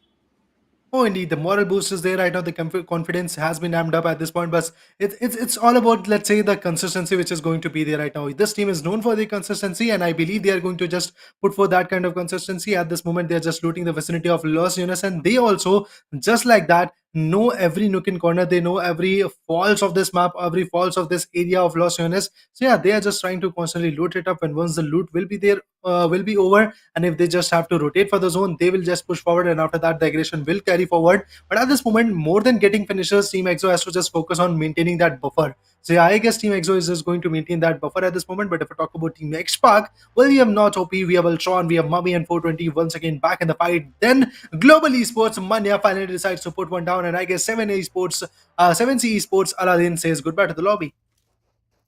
Well, that will be the first casualty deal by 7C's semifinals, BX versus C, day one, match number 6. Team X Spark still seeking for a great comeback in the overall points table, and I actually believe not OP, which is our scout, Movi, 420, and Ultron. The 4 players are still there. Team SouL till now, 2 players surviving. Akshat needs those healings right there. Akshat, Omega, we have seen this deadly duo for a very long time. They have got that potential to carry out the entire match on their shoulder. But the main thing is what we are seeking is that can they do it in this today's lobby? Because the underdog teams and the other teams are looking really, really confident. Plus, they have got Team EXO and Kevin in, maybe not Kevin, but Team EXO in the lobby as well. Oh, indeed, there could be a great loss of damage at this moment, but eventually, if I talk about Team OR, well, they are constantly trying to find out some good locations from which they could just loot it up, from which they could just get some good utilities, and eventually the rotation will be possible. I guess they are very close to Vala del Mar, and they are just trying to cut their rotations. Getting a higher ridge, I guess Necros is going to be the better thing for the teams right now. But of course, guys, get your wings now because there is a giveaway going on onto the channel, onto the Upthrust Esports Instagram handle, and you just have to follow it up. You just have to actually go with the flow and just get the giveaway into your perspective. So I hope you guys know about the rules, and eventually we actually deciphered about it. But before that, let's talk about Team Entity. They are also on to the verge of a rotation coming up. But I guess Necros, Miramar is one of those maps in which initial few zones are pretty passive, and then third, fourth, fifth zone are pretty much aggressive, where the rotational clashes are there. And if I talk about the sixth and seventh zone, well, there are quite a few teams left in the lobby, but still every other team which is left in the lobby in 6, 7, 7 zones, they play it really very passively, and strategies are put forth as compared to the map of an angle. And yeah, that's actually a true fact if you talk about at this point. But I do believe that if any match you're just seeking for some great finishes, you have to play up on your best level. As for Team Entity Gaming, they have got one chicken dinner in today's day. TSM also have got one chicken dinner, but that is not sufficient. That actually determines by each and every match. The main thing is that if you even don't take a chicken dinner raider, I guess that's fine. Like, if you don't have to take chicken dinner in 1 or 2 matches, you just have to keep yourself in the top 5, in the top 8, or in the top 3 consistently, so that you can have a greater climb as compared to the chicken dinner taking teams. The main example, I believe it's going to be none other than Revenant. They haven't taken a single chicken dinner yet, but they're still in the top 3. While if you just talk about Team TSM and Revenant Esports, they have taken the chicken dinners, but they are not in the top 3 chart. On the other hand, Global Esports securing 2 early finish points. They have got a great start indeed. They are entering the circle by circular rotations around the circle corners, the edges, and I really want to see Global Esports making a good game at this point, because they are the one team who have the second highest finishes till now in this match, because the first highest finishes have been taken by Team SouL. Oh, indeed. That could be the case at this point. So let's see how the gun game is going to be there for Team Entity, because they're just constantly scavenging for the position and constantly scavenging and learning the whole rotations coming up. And if I talk about Team Scar, last match was not there into a courtyard. They got only 1 finishes, and I guess they are just remaining on the bottom of the list. But now you can already see the sprays are there right now. They are constantly trying to tag more and more people, constantly trying to tag more and more teams. And to do so, you can already see they're just trying to compete. Nexus puts one down right now. Look at that kind of drop shot, but then Nexus actually gets concentrated right now, and Nexus is not going to survive, that's for sure. And yes, just like that, the snow crate is going to be there by the hands of OR Aditya. That's good enough for him. Daljit, meanwhile, on the other hand, has also been picked off. Now Mashkas and Oways both are going to be the only hope for this team. So let's see what is going to happen to them.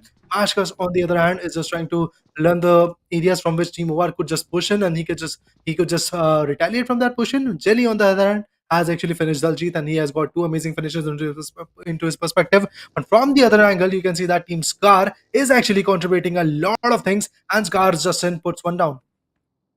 At the same point, Team Forever have lost two players. Aditya is knocked out. Team Scar, as you mentioned, they are also in this area and they want to take part in this fights. They want to take those third-party finish points because the previous match did not went at all in their favor. But right now, they will definitely try to make this one happen in their favor and they want to get some points as well. But now the players of Team Orange Rock will definitely try to get some really good knockouts at that position. Now Aru will be in the backyards. Atanki will be also getting that revival. The knockouts which were done by Daljit and Nexus will actually go to the vein because they are getting those revival. Max Kush and Obese, these two players will be surviving at this point in the circle. But at the same point, if you just talk about at this one, it might be possible that Team Forever might be just taken down at any moment if Team Orange Rock tries to get a rush in this compound. I mean, overcommitting at this point could be the case where Team OR could just easily lose the fight. So that is why they're just maintaining their difference. They're maintaining their distance and eventually trying to fight it out from that angle. OR Esports with two amazing finishes is still chilling it out. And if we talk about teams like Team SouL, they have got four amazing finishes. That's good enough for them. But then after that, they have lost two good guys of their team. And that's a sad sight to watch. Eventually, Goblin and Hector has been picked up from their team. If I talk about Team Forever, two good guys have been finished off. And I guess that was Mashkas and Oves Bolte, which are remaining in the lobby. And rest of the two guys have been picked off. If I talk about, let's say, 7C Esports, I guess Aladdin was picked off. If I talk about Skylights Gaming, I don't know which guy was picked up, but yeah, they are facing a loss of one manpower. And Esports also goes for the same right now, but rest of the teams, all the remaining teams are still surviving in the lobby, still actually having the manpower. One good team has been taken down, and I guess that is the team which actually tried to put up a competition with Team SouL. Yeah, it might just happen. But Team SouL, and if you talk about Omega, they have got a beautiful placement in the Zoo Circle. Team Entity are in the centralized area. You can also get Team X Park around this corner, if I'm not wrong. They're also in a great compounding areas. Team EXO will be having the southern part in which Team Orange Rock and Team Forever were holding. And if I'm not wrong, Team EXO will definitely try to get those finish points. But Error Esports, the players they were holding, the shots have been registered. Team EXO are really willing to take up this fight because Hulk is in a very fast, close range area and Snax gets taken down. Hulk with that drop shot gets that height advantage and gets Exo Snax knocked and confirmed. And this will be the first casualty dealt by Team Exo in this match. The first one player loss which they have caused. It will definitely more or less affect them, but at the same point, Team Exo Indeed. they're still there, and I really believe that it could have turned out to be one hat trick chicken dinners. It might Yeah, turn up still right now. We never know right at this position. indeed. Yeah, let's not lose the hope at this point because Sensei is still remaining there in the fight right now. Yes, Snax, a very vital player of the team right now, which actually provided a great MVP starts in the first chicken era that they got in day number one. Yeah, that loss is actually massive, but then also three man power is also going to be remaining at this point. And I guess Team EXO, if they try to actually overcome it, they might just go down. But I guess Sensei is one of those IGL which actually plays it very passively when he knows that how to actually deflect the angle. But there is a 3v3 fight coming up, and if they decide to just push in, there is a possibility that they will get the upper hand. And if we talk about Team OR right now, look at that. Aru and Jelly are constantly trying to rotate. But don't you think Buggy is one of those vehicles which is actually very vulnerable of getting people down and somebody can be picked off? But at the same time, we just talk about Hulk has been spotted. The finishes, the space will definitely go and will be confirmed. And Orange Rock gets that finish point in their favor. 7Cs are also in the upper edge areas, Aru and Jelly. Meanwhile, will be giving their rotation. We want to get inside the circle and have a great spot. 7Cs are just holding. And I don't think that Spray God is quite aware because I guess Aru have already spotted Spray God in that hilly areas by the glitch or maybe by any spotting level. But still now we have got to see some more compounds because the zone might just shift towards Los Leones areas because this airdrop, as we can get to see, is getting into that areas. And right now Maxi, who was riding on a vehicle, was Oh, actually targeted by Orangutan. Believe he was waiting for this right moment and gets pick, and this will actually create some more hindrance against Team Hyderabad Hydra. Skrills comes as a savior, but I don't think this will be sufficient because Orangutan looks really confident at this stage. Oh, indeed. Team Orangutan is actually trying to oppress a more and more at this point. But then also Team Hyderabad Hydras is looking peaceful. Look at that. They are just trying to avoid the needs. They're just trying to get the revival. Maxi gets that revival. That's beautiful enough. He's going to heal himself and restore himself in the fight right now. That would be the case. And eventually, if we talk about Team Orangutan, well, they're just trying to look and learn the positioning. But then kill feed is also going on fire at this moment. Global Esports is fighting it out. Global Esports is just trying to tag more and more. Play zone actually puts Edmino down from the lobby. That's going to be a sad sight to watch because in about 30 seconds, the next zone is going to compromise and the next zone is going to rise once again. Meanwhile, once again, look at the hygienic sense of Sensei at this point. He has got the zone. He has holded a major chunk right now, but I guess Team Noir is just constantly going to push in. And yes, now the retaliation will be there on that angle also. But before that, Team Orangutan is also trying to take a fight. Meanwhile, Team Scar is actually going from the back end and trying to just pressurize Team number 7, and that could be the end of Team Hyderabad Hydras because now they are fighting a multiple with that. On the other hand, if you just talk about Team Forever, also got eliminated. The circle has already taken a good shift, and the carry has been spotted. He's just lying in the open area. Some tap shots will be required by Believe, and that connection was made. But Team Xbox Murphy gets the Skylights Gaming so much down at that point. Ultron is there. Skylights Gaming versus Team Xbox. It might be a crucial fight indeed. Ultron is cooking some nades. Might be Pokaris in a very close instance. The UMP gets and does the work in a really great basis. Ultron is on a very low HP, but still the work has been done. Skylights Gaming is actually in a really back foot. Gamla Boy becomes the last player surviving from Skylights Gaming side. Hyderabad Hydras carry has been taken down, and with that, the three of the players are surviving. Maxi, Skrells, Striker. The three players will be there and securing the position. Orangutan and not closing up to this compound because they're quite aware there is another team. Those who are seeking the corner, those who are seeking for the third party, and they will not help out in that position. But Team Scar, they need to get eliminated. But in the meanwhile, another nade comes up from Austin and gets Skrells down. Hyderabad Hydras might be on a verge of getting eliminated because in this position, I don't see that Hyderabad Hydras can actually make a great comeback because in the circle, there is Orangutan. In the backyards, you've got Scar Esports.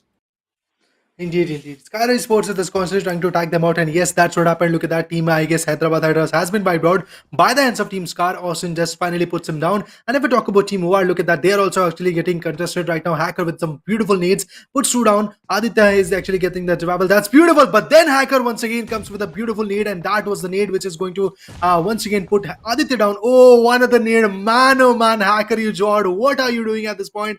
Hacker with some beautiful nades is constantly trying to tag more and more teams. And yes, that's what happened. Look at that. Immortals Molly puts down. And just like that, another nade is also going to be there by the hands of Spray God, with which he actually puts Energize puts down. I guess Necros, more than the guns, the grenade are actually talking about the fights. Well, this Miramar, I would really want to say and rename this as the grenade map because particularly this match as the match of grenades because the finishes we are seeing for the last some minutes are only the frags. The knockouts, the finishes are all coming as frags as at this point. And at this moment, we get to see Orangutan having the part of this, like having the control of the southern part of the circle. Exo is in the centralized position. You also get to see Team 8-bit holding the clusters. Turd Esports are having the eastern part of the circle. Team SouL, the two players remaining, but they are surrounded by Entity Gaming. We get to see Akshat from a bit. They're having a good distance, but Error Esports, it's not my fault. It's Global Esports who's are taking the space and gets Entity Noob down. But Omega capitalizes this finish point. He was eagerly waiting. He was patiently waiting, but Entity, one by one, are getting spotted down and are getting devastated by one of the players. But SouL Akshat becomes the last player to survive, and Entity Gaming are also down to 2-man. Entity. Well, a lot of trouble is there for the team right now because the loss of Troy and Noob is going to affect them a lot right now. You can already see Team Global Esports is also on the back end right now. Other than that, we have Team number 4. That's going to be Team 7C also trying to retaliate. Team Xpac on the other hand is also trying to fight it out. Team SouL on the other hand, Akshat is going to be the only hope for the team. Let's see what Akshat does right now. He has popped up some good smokes. He's going for the, let's say, vehicle, but I don't think he might be able to just occupy that vehicle. He might just get contested, and that is what is going to happen. Yeah, on the other hand, SouL Akshat is trying to retaliate. If I talk about 7C, Spray God, he's also trying to go for a fight. Some nades are there. Omega, meanwhile, has been finished off by the hands of Team Entity Shadow. That's good enough for them. Eventually, Team SouL has to just be in the zone, but they are unable to just because Team Entity is gatekeeping them, and a lot of utilities are going to burn up at this point. the utilities will be very crucial at this point. Team Entity Gaming, two of the players remaining, Akshat, have to play the safer game. They have to play the mind games. Shadow is not peaking at this point. Akshat is quite not aware of whether Shadow have already taken abroad, but he's getting those sounds of the vehicles. The main thing is that Dark Lord is in the circle. Shadow is waiting. The 1v1 have to be done. Okay, so Akshat gets that initial damage down. The cover fires might just come from Dark Lord, but right now he gets one down. He might be just finishing off, and yes, it is. SouL might just get another finish one, but Akshat gets that one and gets Entity Gaming to one man right now. Team SouL surviving a single point. The Spray God might just get that one, but no, it's not. Oh. Orangutan wipes out Team 7 Seas with a total of 3 finish points. Team SouL, having 6 solo finishes, manages to come in the top 9 teams. Akshat now have got a decent loot. He have got enough utilities. He have got a vehicle like a buggy.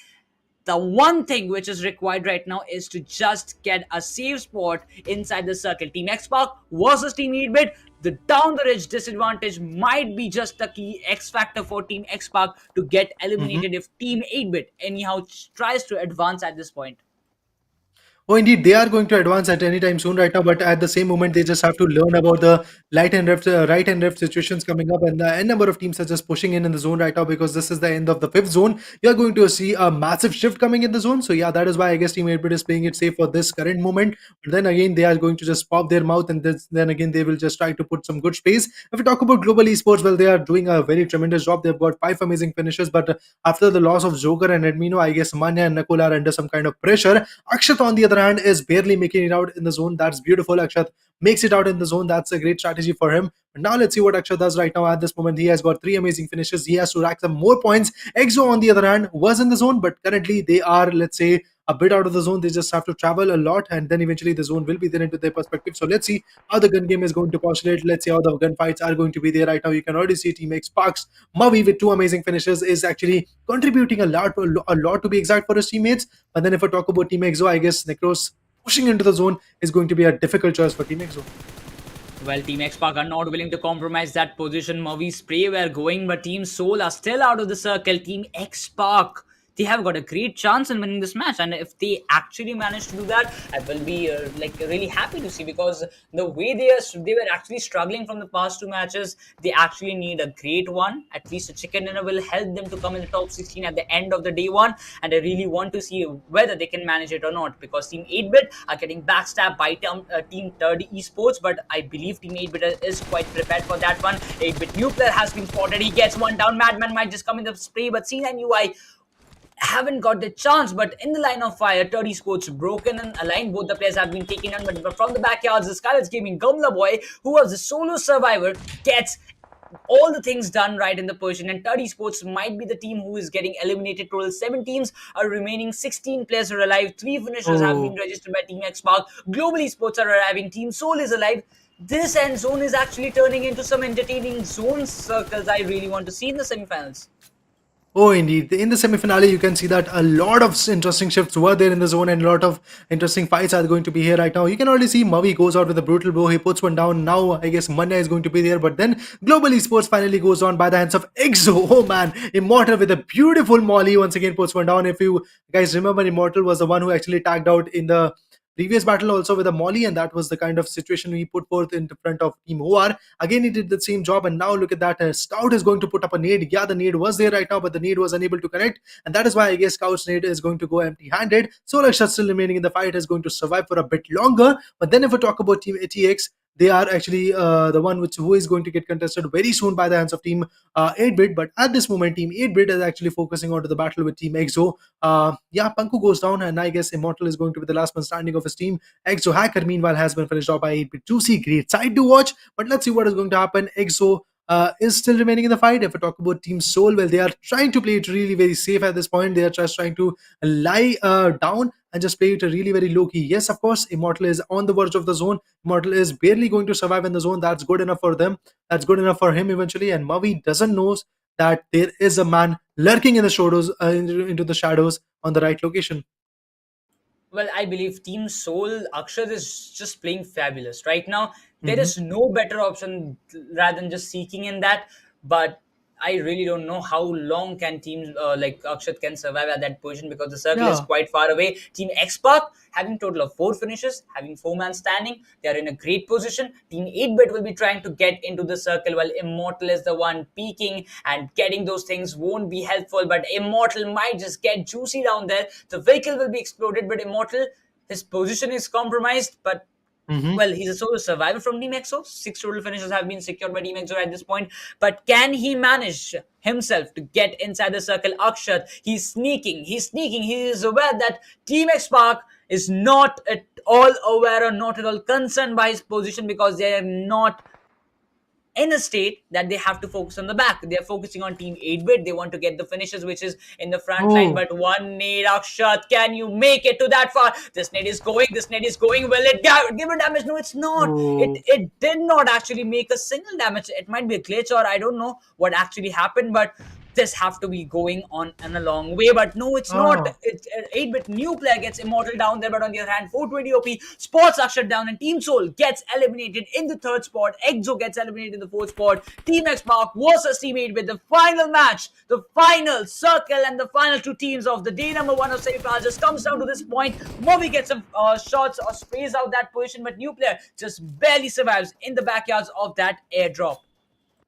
Indeed, indeed. New player is surviving at this point. That's good enough for him. Eventually, if I talk about Mavi, he spots that pixel. He was trying to actually put him down. He actually tried to put 1 or 2 pixels of the damage at this point. But then eventually, if I talk about Team 8-bit, well, they are maintaining a great consistency in terms of the hiding spots. And if I talk about Mavi, well, he is on the verge of getting decimated at this point. Look at the number of mollies Team 8-bit is just trying to put for. This nade could actually end the stories for Team 8-bit's Madman. But then also, I guess the nade was a bit undercooked. And that is why I guess the pop-up was not there. And that is why there was a gap. But then Mavi once again with a beautiful nade. Mavi learning from the mistakes finally puts one down right now, and this is going to be the start of the ending. And this is it right now. Ultron goes on, but then Ultron was taken on, and after that you can see that Juicy is going to be the last man standing. He comes up for a battle, but then Mavi was the one who actually tagged him out, and just like that, Team X-Spark with some brutal blows. And after that, I guess 8 amazing finishes are there into their perspective, and this is the rise of X-Spark once again, finally getting the winner chicken dinner. Yes, this was the last match for semi-finale day number 1, but still X-Spark does it successfully. X-Spark has done the job. They have got the victory into their perspective. Hats off to it, no doubt in that. Well, a great match indeed comes to an end. Team X Park actually was in need of this kind of matches, and at this point, if you just talk about Team X Park really excelled, and this will eventually give them a great boost in the top 16 at the end of day 1 of semifinals. But yes, of course, Team X Park, a splendid performance of this Miramar. 8-bit will be a bit disappointed, because it was their game. It could have turned because they have got the man advantage, but it was a proper 4v4 fight in which Team X Park excelled, and I believe be focusing on more and more situations like this in the upcoming days to maintain the top 16 stats and qualify to the grand finals of India Rising Series 2022.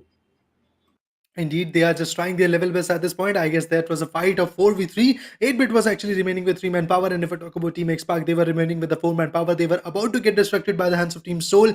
Akshat from the back end tried to provide 2 good nades, but then also his nade was unable to get a contact between Mavi and the other guy, which was actually scouting behind Mavi. Yeah, that's why I guess Team SouL was actually very, very open-ended, and the way he was trying to throw some nades, he was exposing his location, and I guess 420 OP just scouted that. Just like that, he's finished him off, and with that, the battle was over. But then if I talk about Team EXO Immortal, he was the last man standing of Team EXO, which was trying to survive, which was trying to thrive in the battle. But one good nade by the hands of Team 8-bit ended his story also, and with that, Team EXO was wiped out. But I guess Team EXO is doing a very great job. No doubt in that. They have got 6 amazing finishes, 8 points for the position if I'm not wrong. So that's a massive jump for them. Again, 14 points in a single match is going to be the case, and they are getting close to the first ever team to cross the 100 points margin. Well, of course, with that, we will definitely like to see the overall standings as well as the stats, which will be coming shortly by the production team. And before moving on to any other matches, there is a bit of time. I would really want to say the underdog teams, the teams, those who haven't performed in today's total 4 matches which they have played. You have got a good amount of time, but looking to the stats of Team X Park, having total 15 position points and 8 total finish points, total 23 points they have collected from this match. It will more or less give a good boost. 420 with total of 3 finishes, Mavi with total of 4 finishes. We get to say Ultron, he did contribute in the damaging sectors. He did contribute in those cover fires, but he could not manage to get any finish point for himself. Scout gets one, but after that, Team X Park, we are really, really looking forward to get some more and more finishes and great performances from their side, because we know this team holds a great potential within themselves. Oh, indeed, the potential is there. Every other team which is in the lobby right now. Let's talk about the remaining 23 teams which are unable to get any victory in this match, or let's say previous matches also. Yeah, they have the potential. That is why I guess they are in the semi-finale of Upthrust Esports Presents India Rising Series 2022, co-powered by WINGSLIFESTYLE India. So yeah, they have the potential, but the win team which is actually making on-the-fly decisions are actually winning at this point. And no doubt, I would like to say the most consistent team of today is going to be Team EXO. What about you, Necros? What are your views on Team EXO at this point? Well, Team EXO are just going on a great form. One or two matches can be difficult. That's not Yeah. a fact that you can actually get every match chicken dinner. But back to back Mhm. two chicken dinners in two consecutive matches and getting another one in #4, I believe the EXO supremacy, the synonyms of consistency, Team EXO. This form is continuing, and I believe it will continue till the last of the semifinals. It's just the beginning. It's just the day one. 6 matches of the semifinals are done for the day. 4 matches each team have already played in this day, and the remaining matches will continue throughout the span of the days, and after that, the grand finals will await. Which top 16 teams will place themselves in the grand finals slot list? That's the question arriving. If I'm quite sure about that, Raider, that after the Mhm. 20 matches, 24 matches, Mhm. the points table might just reach the mark of 200 to 300 points. Oh, easily, man, oh man, it's going to cross, let's say, 250 and 300 at this moment. I guess the kind of consistency which these teams are trying to provide is going to be amazing. And if teams like Team EXO, Kemin Esports, and let's say Team 8-Bit and the other teams like Skylights, okay, not Skylights Gaming, I would like to talk about, let's say, 7C Esports and NTT, which are leading the charts. If they actually remain on the table toppers list and they are remaining to actually perform the way they are performing at this moment, they could easily cross 300 points at this moment. Any of these teams can cross, and if some other team lurking in the shadows like Team SouL or GodL Esports, Team XPark once again tries to rises up and turns the table toppers leaderboard. So I guess then we are going to see, let's say, 250 or 200 points being crossed at the last of the match, at the last of the leaderboard. But before that, finishes and placement point, match-wise graph. Match number 6 is going to be here right now, where Team XPark got 15 points for the winner chicken dinner, only 8 points for the finishers. That's good enough. I guess 23 points in a single match is going to uplift their kind of positioning a lot, and I guess they might be in the first page of the leaderboard very very soon. And I guess that this performance will actually land them in the first page. But other than that, if I talk about 8-Bit, they have got 12 points for the position, 5 for the frags. And if I talk about Team SouL, a balance is there, sort of, let's say 10 points for the position and 6 points for the aggression. And if I talk about Team EXO, 6 points for the finishers and 8 points for the position. Well, of course, with that, at the same point, if we talk about the graph, is already showing how the performance was there in this match. But talking about the top fraggers of this match, we get to say Punk having 4 finishes, Murray having 4 finishes, Juicy with their 4 finishes. We get to say 420 is also there in the line with 3 finishes, and WizGod with 3 finishes respectively. We get to say the contribution of all the players was immense, and the 80% finish contribution was there for this from the side of Juicy for Team 8-Bit, 50% contribution for Mavi for Team XPark, and 67% contribution for Team EXO was for Team Punk's from Punk's side. And if you just talk about the match number 6, the top fraggers, the 5 top fraggers are on board right now at this stage. And as we can get to see, the top fraggers list will definitely change by matches, by time, by days. But the end of the day, the end of this tournament will determine who will take the 1 lakh rupees prize pool with him to his own. I mean, yes, of course. In the semi-finale, you are going to get the MVP into your perspective. Then also, you are not going to get that MVP prize pool. But after that, you are going to set a benchmark for yourself and eventually get a great boost of motivation. But before that, let's talk about the overall standing. Team EXO still remaining on the tabletop with 87 points for themselves at this point. And I guess, Negros, you were saying that Team Kemin Esports is pretty close to actually covering that distance. But now, what do you have to say about it? 87 points for Team EXO and 27 points. Massive jump is there right now, as a massive buffer is there. But despite of Kemin Esports, let's talk about teams like 8-Bit Esports, which have to actually get more and more points to eventually cross Team EXO at this point. Eventually, if day number 2 and day number 3 are going to be in favor of Team EXO, I guess a lot of contestment will be over for them, and they would easily be in the top 5, top 6, even though they will choke for 2 or 3 matches. That could be the case. But after that, if we talk about 8-bit, not even a single chicken dinner for them. Still in the top three. This is the consistency we were talking about. Yes, definitely. As we are talking about that, it doesn't matter you take one chicken dinner, if it doesn't matter if you take two chicken dinners, but what matters is you have to keep up yourself in the top 5 and top 8 chart at the end of each and every match you play. And right now, if you talk about the top 16, God, like, just downfalls in the hashtag 16 spot, while Team SouL manages to come back in the hashtag 15. Celsius will be in a stagnant position with Tari Sports and 7 season entity in the hashtag 11 to hashtag 14 sector. Skylights Gaming and hashtag 9 retaining themselves. Orange Rock, I believe they have faced a little drop, might be. Well, Orange Rock in the hashtag 10, we get to see a total of 30 points. And the line of margin to be in the top 16 is right now is 21 points, or 20 to 21 points. You have to be in 20s to get in the 16, but from tomorrow this margin will definitely increase. Team Forever, Team Revenge Esports, Orangutan, LZ Officials, Hyderabad Hydra, Zara Esports, Ireland, and Scar Esports. I really believe that you will get some good studies. I'm not talking about Team Forever Raider, because I have seen plenty of times that in the starting days Team Forever is not even near to top 16 place, but at the end they are in the top 16. Oh, indeed. They will actually do a kind of tremendous job at this point, but eventually I'm actually feared about teams like, let's say, SZ Official and Hyderabad Hydra, Error Esports, Relentless, or Scar Esports, because their performance is something I'm actually watching for, but they are unable to do that. Another big dog in this hashtag 17 to hashtag 24 is going to be Team Orangutan. Well, I guess Team Orangutan is uh, one of those teams which is more than capable to, let's say, lead the leaderboard table toppers list at this point, but they're unable to. But now, overall top fragger list is here right now, where Panku is going to lead the charts with 15 amazing finishes, getting the silver, getting the golden plaque into his perspective. That's going to be amazing. Finish contribution for the team is going to be 33%, and if we talk about the Delta from Gaming Esports, he's going to get 13 finishes, and the team contribution is going to be 46. If we talk about Sensei, 12 finishes for him. Snax, again 11 finishes for him. Destro with 10 finishes right now. Yes, it is actually, let's say, pretty similar to the previous one. Previous overall top fragger list, it is pretty much similar. But yeah, one thing which has actually changed is going to be the hashtag 1 and hashtag 2 position, where you can see that Delta is actually on the hashtag 2, and the guy which was at hashtag 2, Sensei, is at hashtag 3, and then Panku climbed from hashtag 3 to hashtag 1. And I just hope that this kind of stats is going to remain for Panku, because he's one of those hardworking guys in the Indian gaming community, which is trying to provide more and more finishes, trying to provide more and more carnage in the lobby. And if you remember, Necros, this was the guy whose nades actually took out majority of the team members of Team OR. Definitely, this one has to come up. Then the overall top fragger we are getting, like Punk is already leading.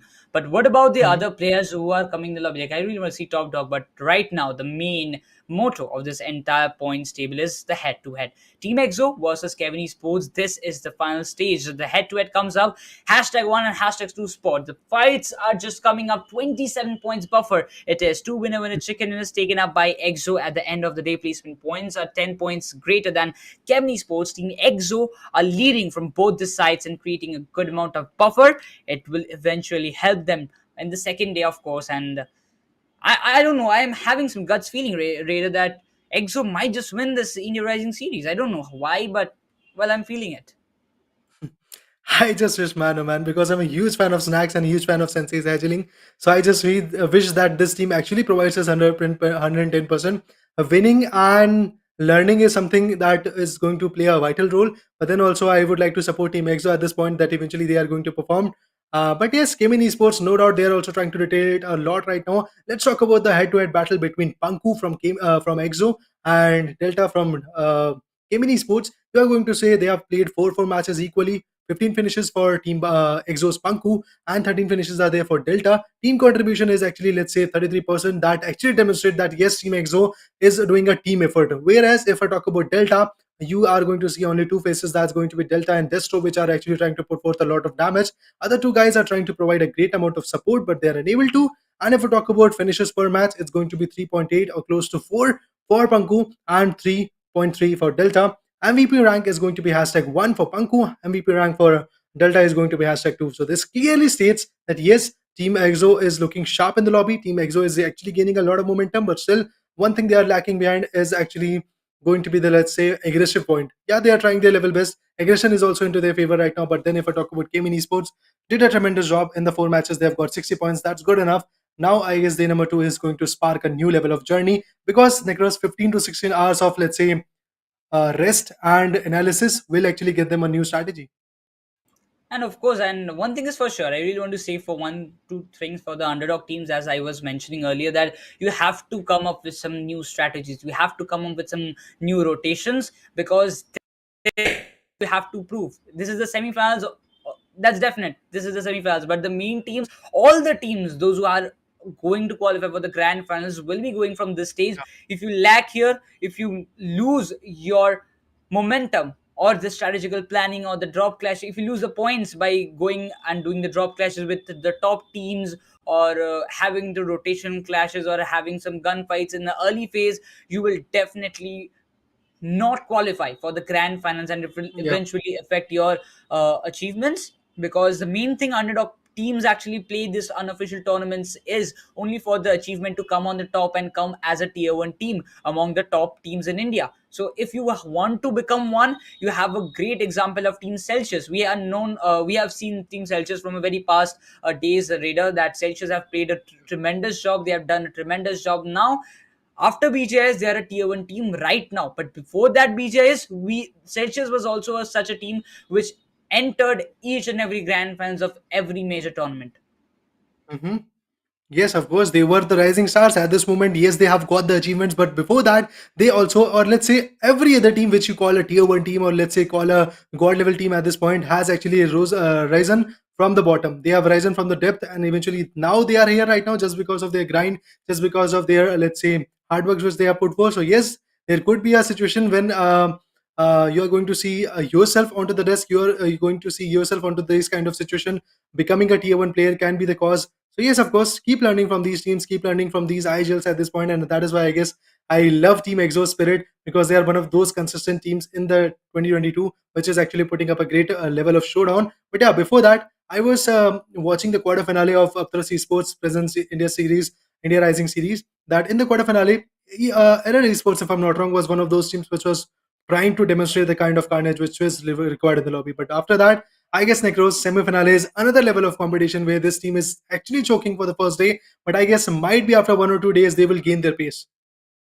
And with that, a great note, the semifinals day 1 comes to a very end. The overall standings and all the details have been already showed. And for more details, you can follow Upthrust on Instagram. You can follow us, the casters, on our Instagram handles. You will get everything in the description, of course. You can also support us if you like our casting. And the post-match analysis will be done again tomorrow morning. Again, V3, Inferno, Raider, and me, of course, will be joining you again on the day 2. But till then, we will be signing off. Thank you for joining. Thank you for giving all your love and support, and we hope you will continue this from the upcoming events as well. But that's all for today. We will be taking your leave. Stay safe, stay home, and peace out.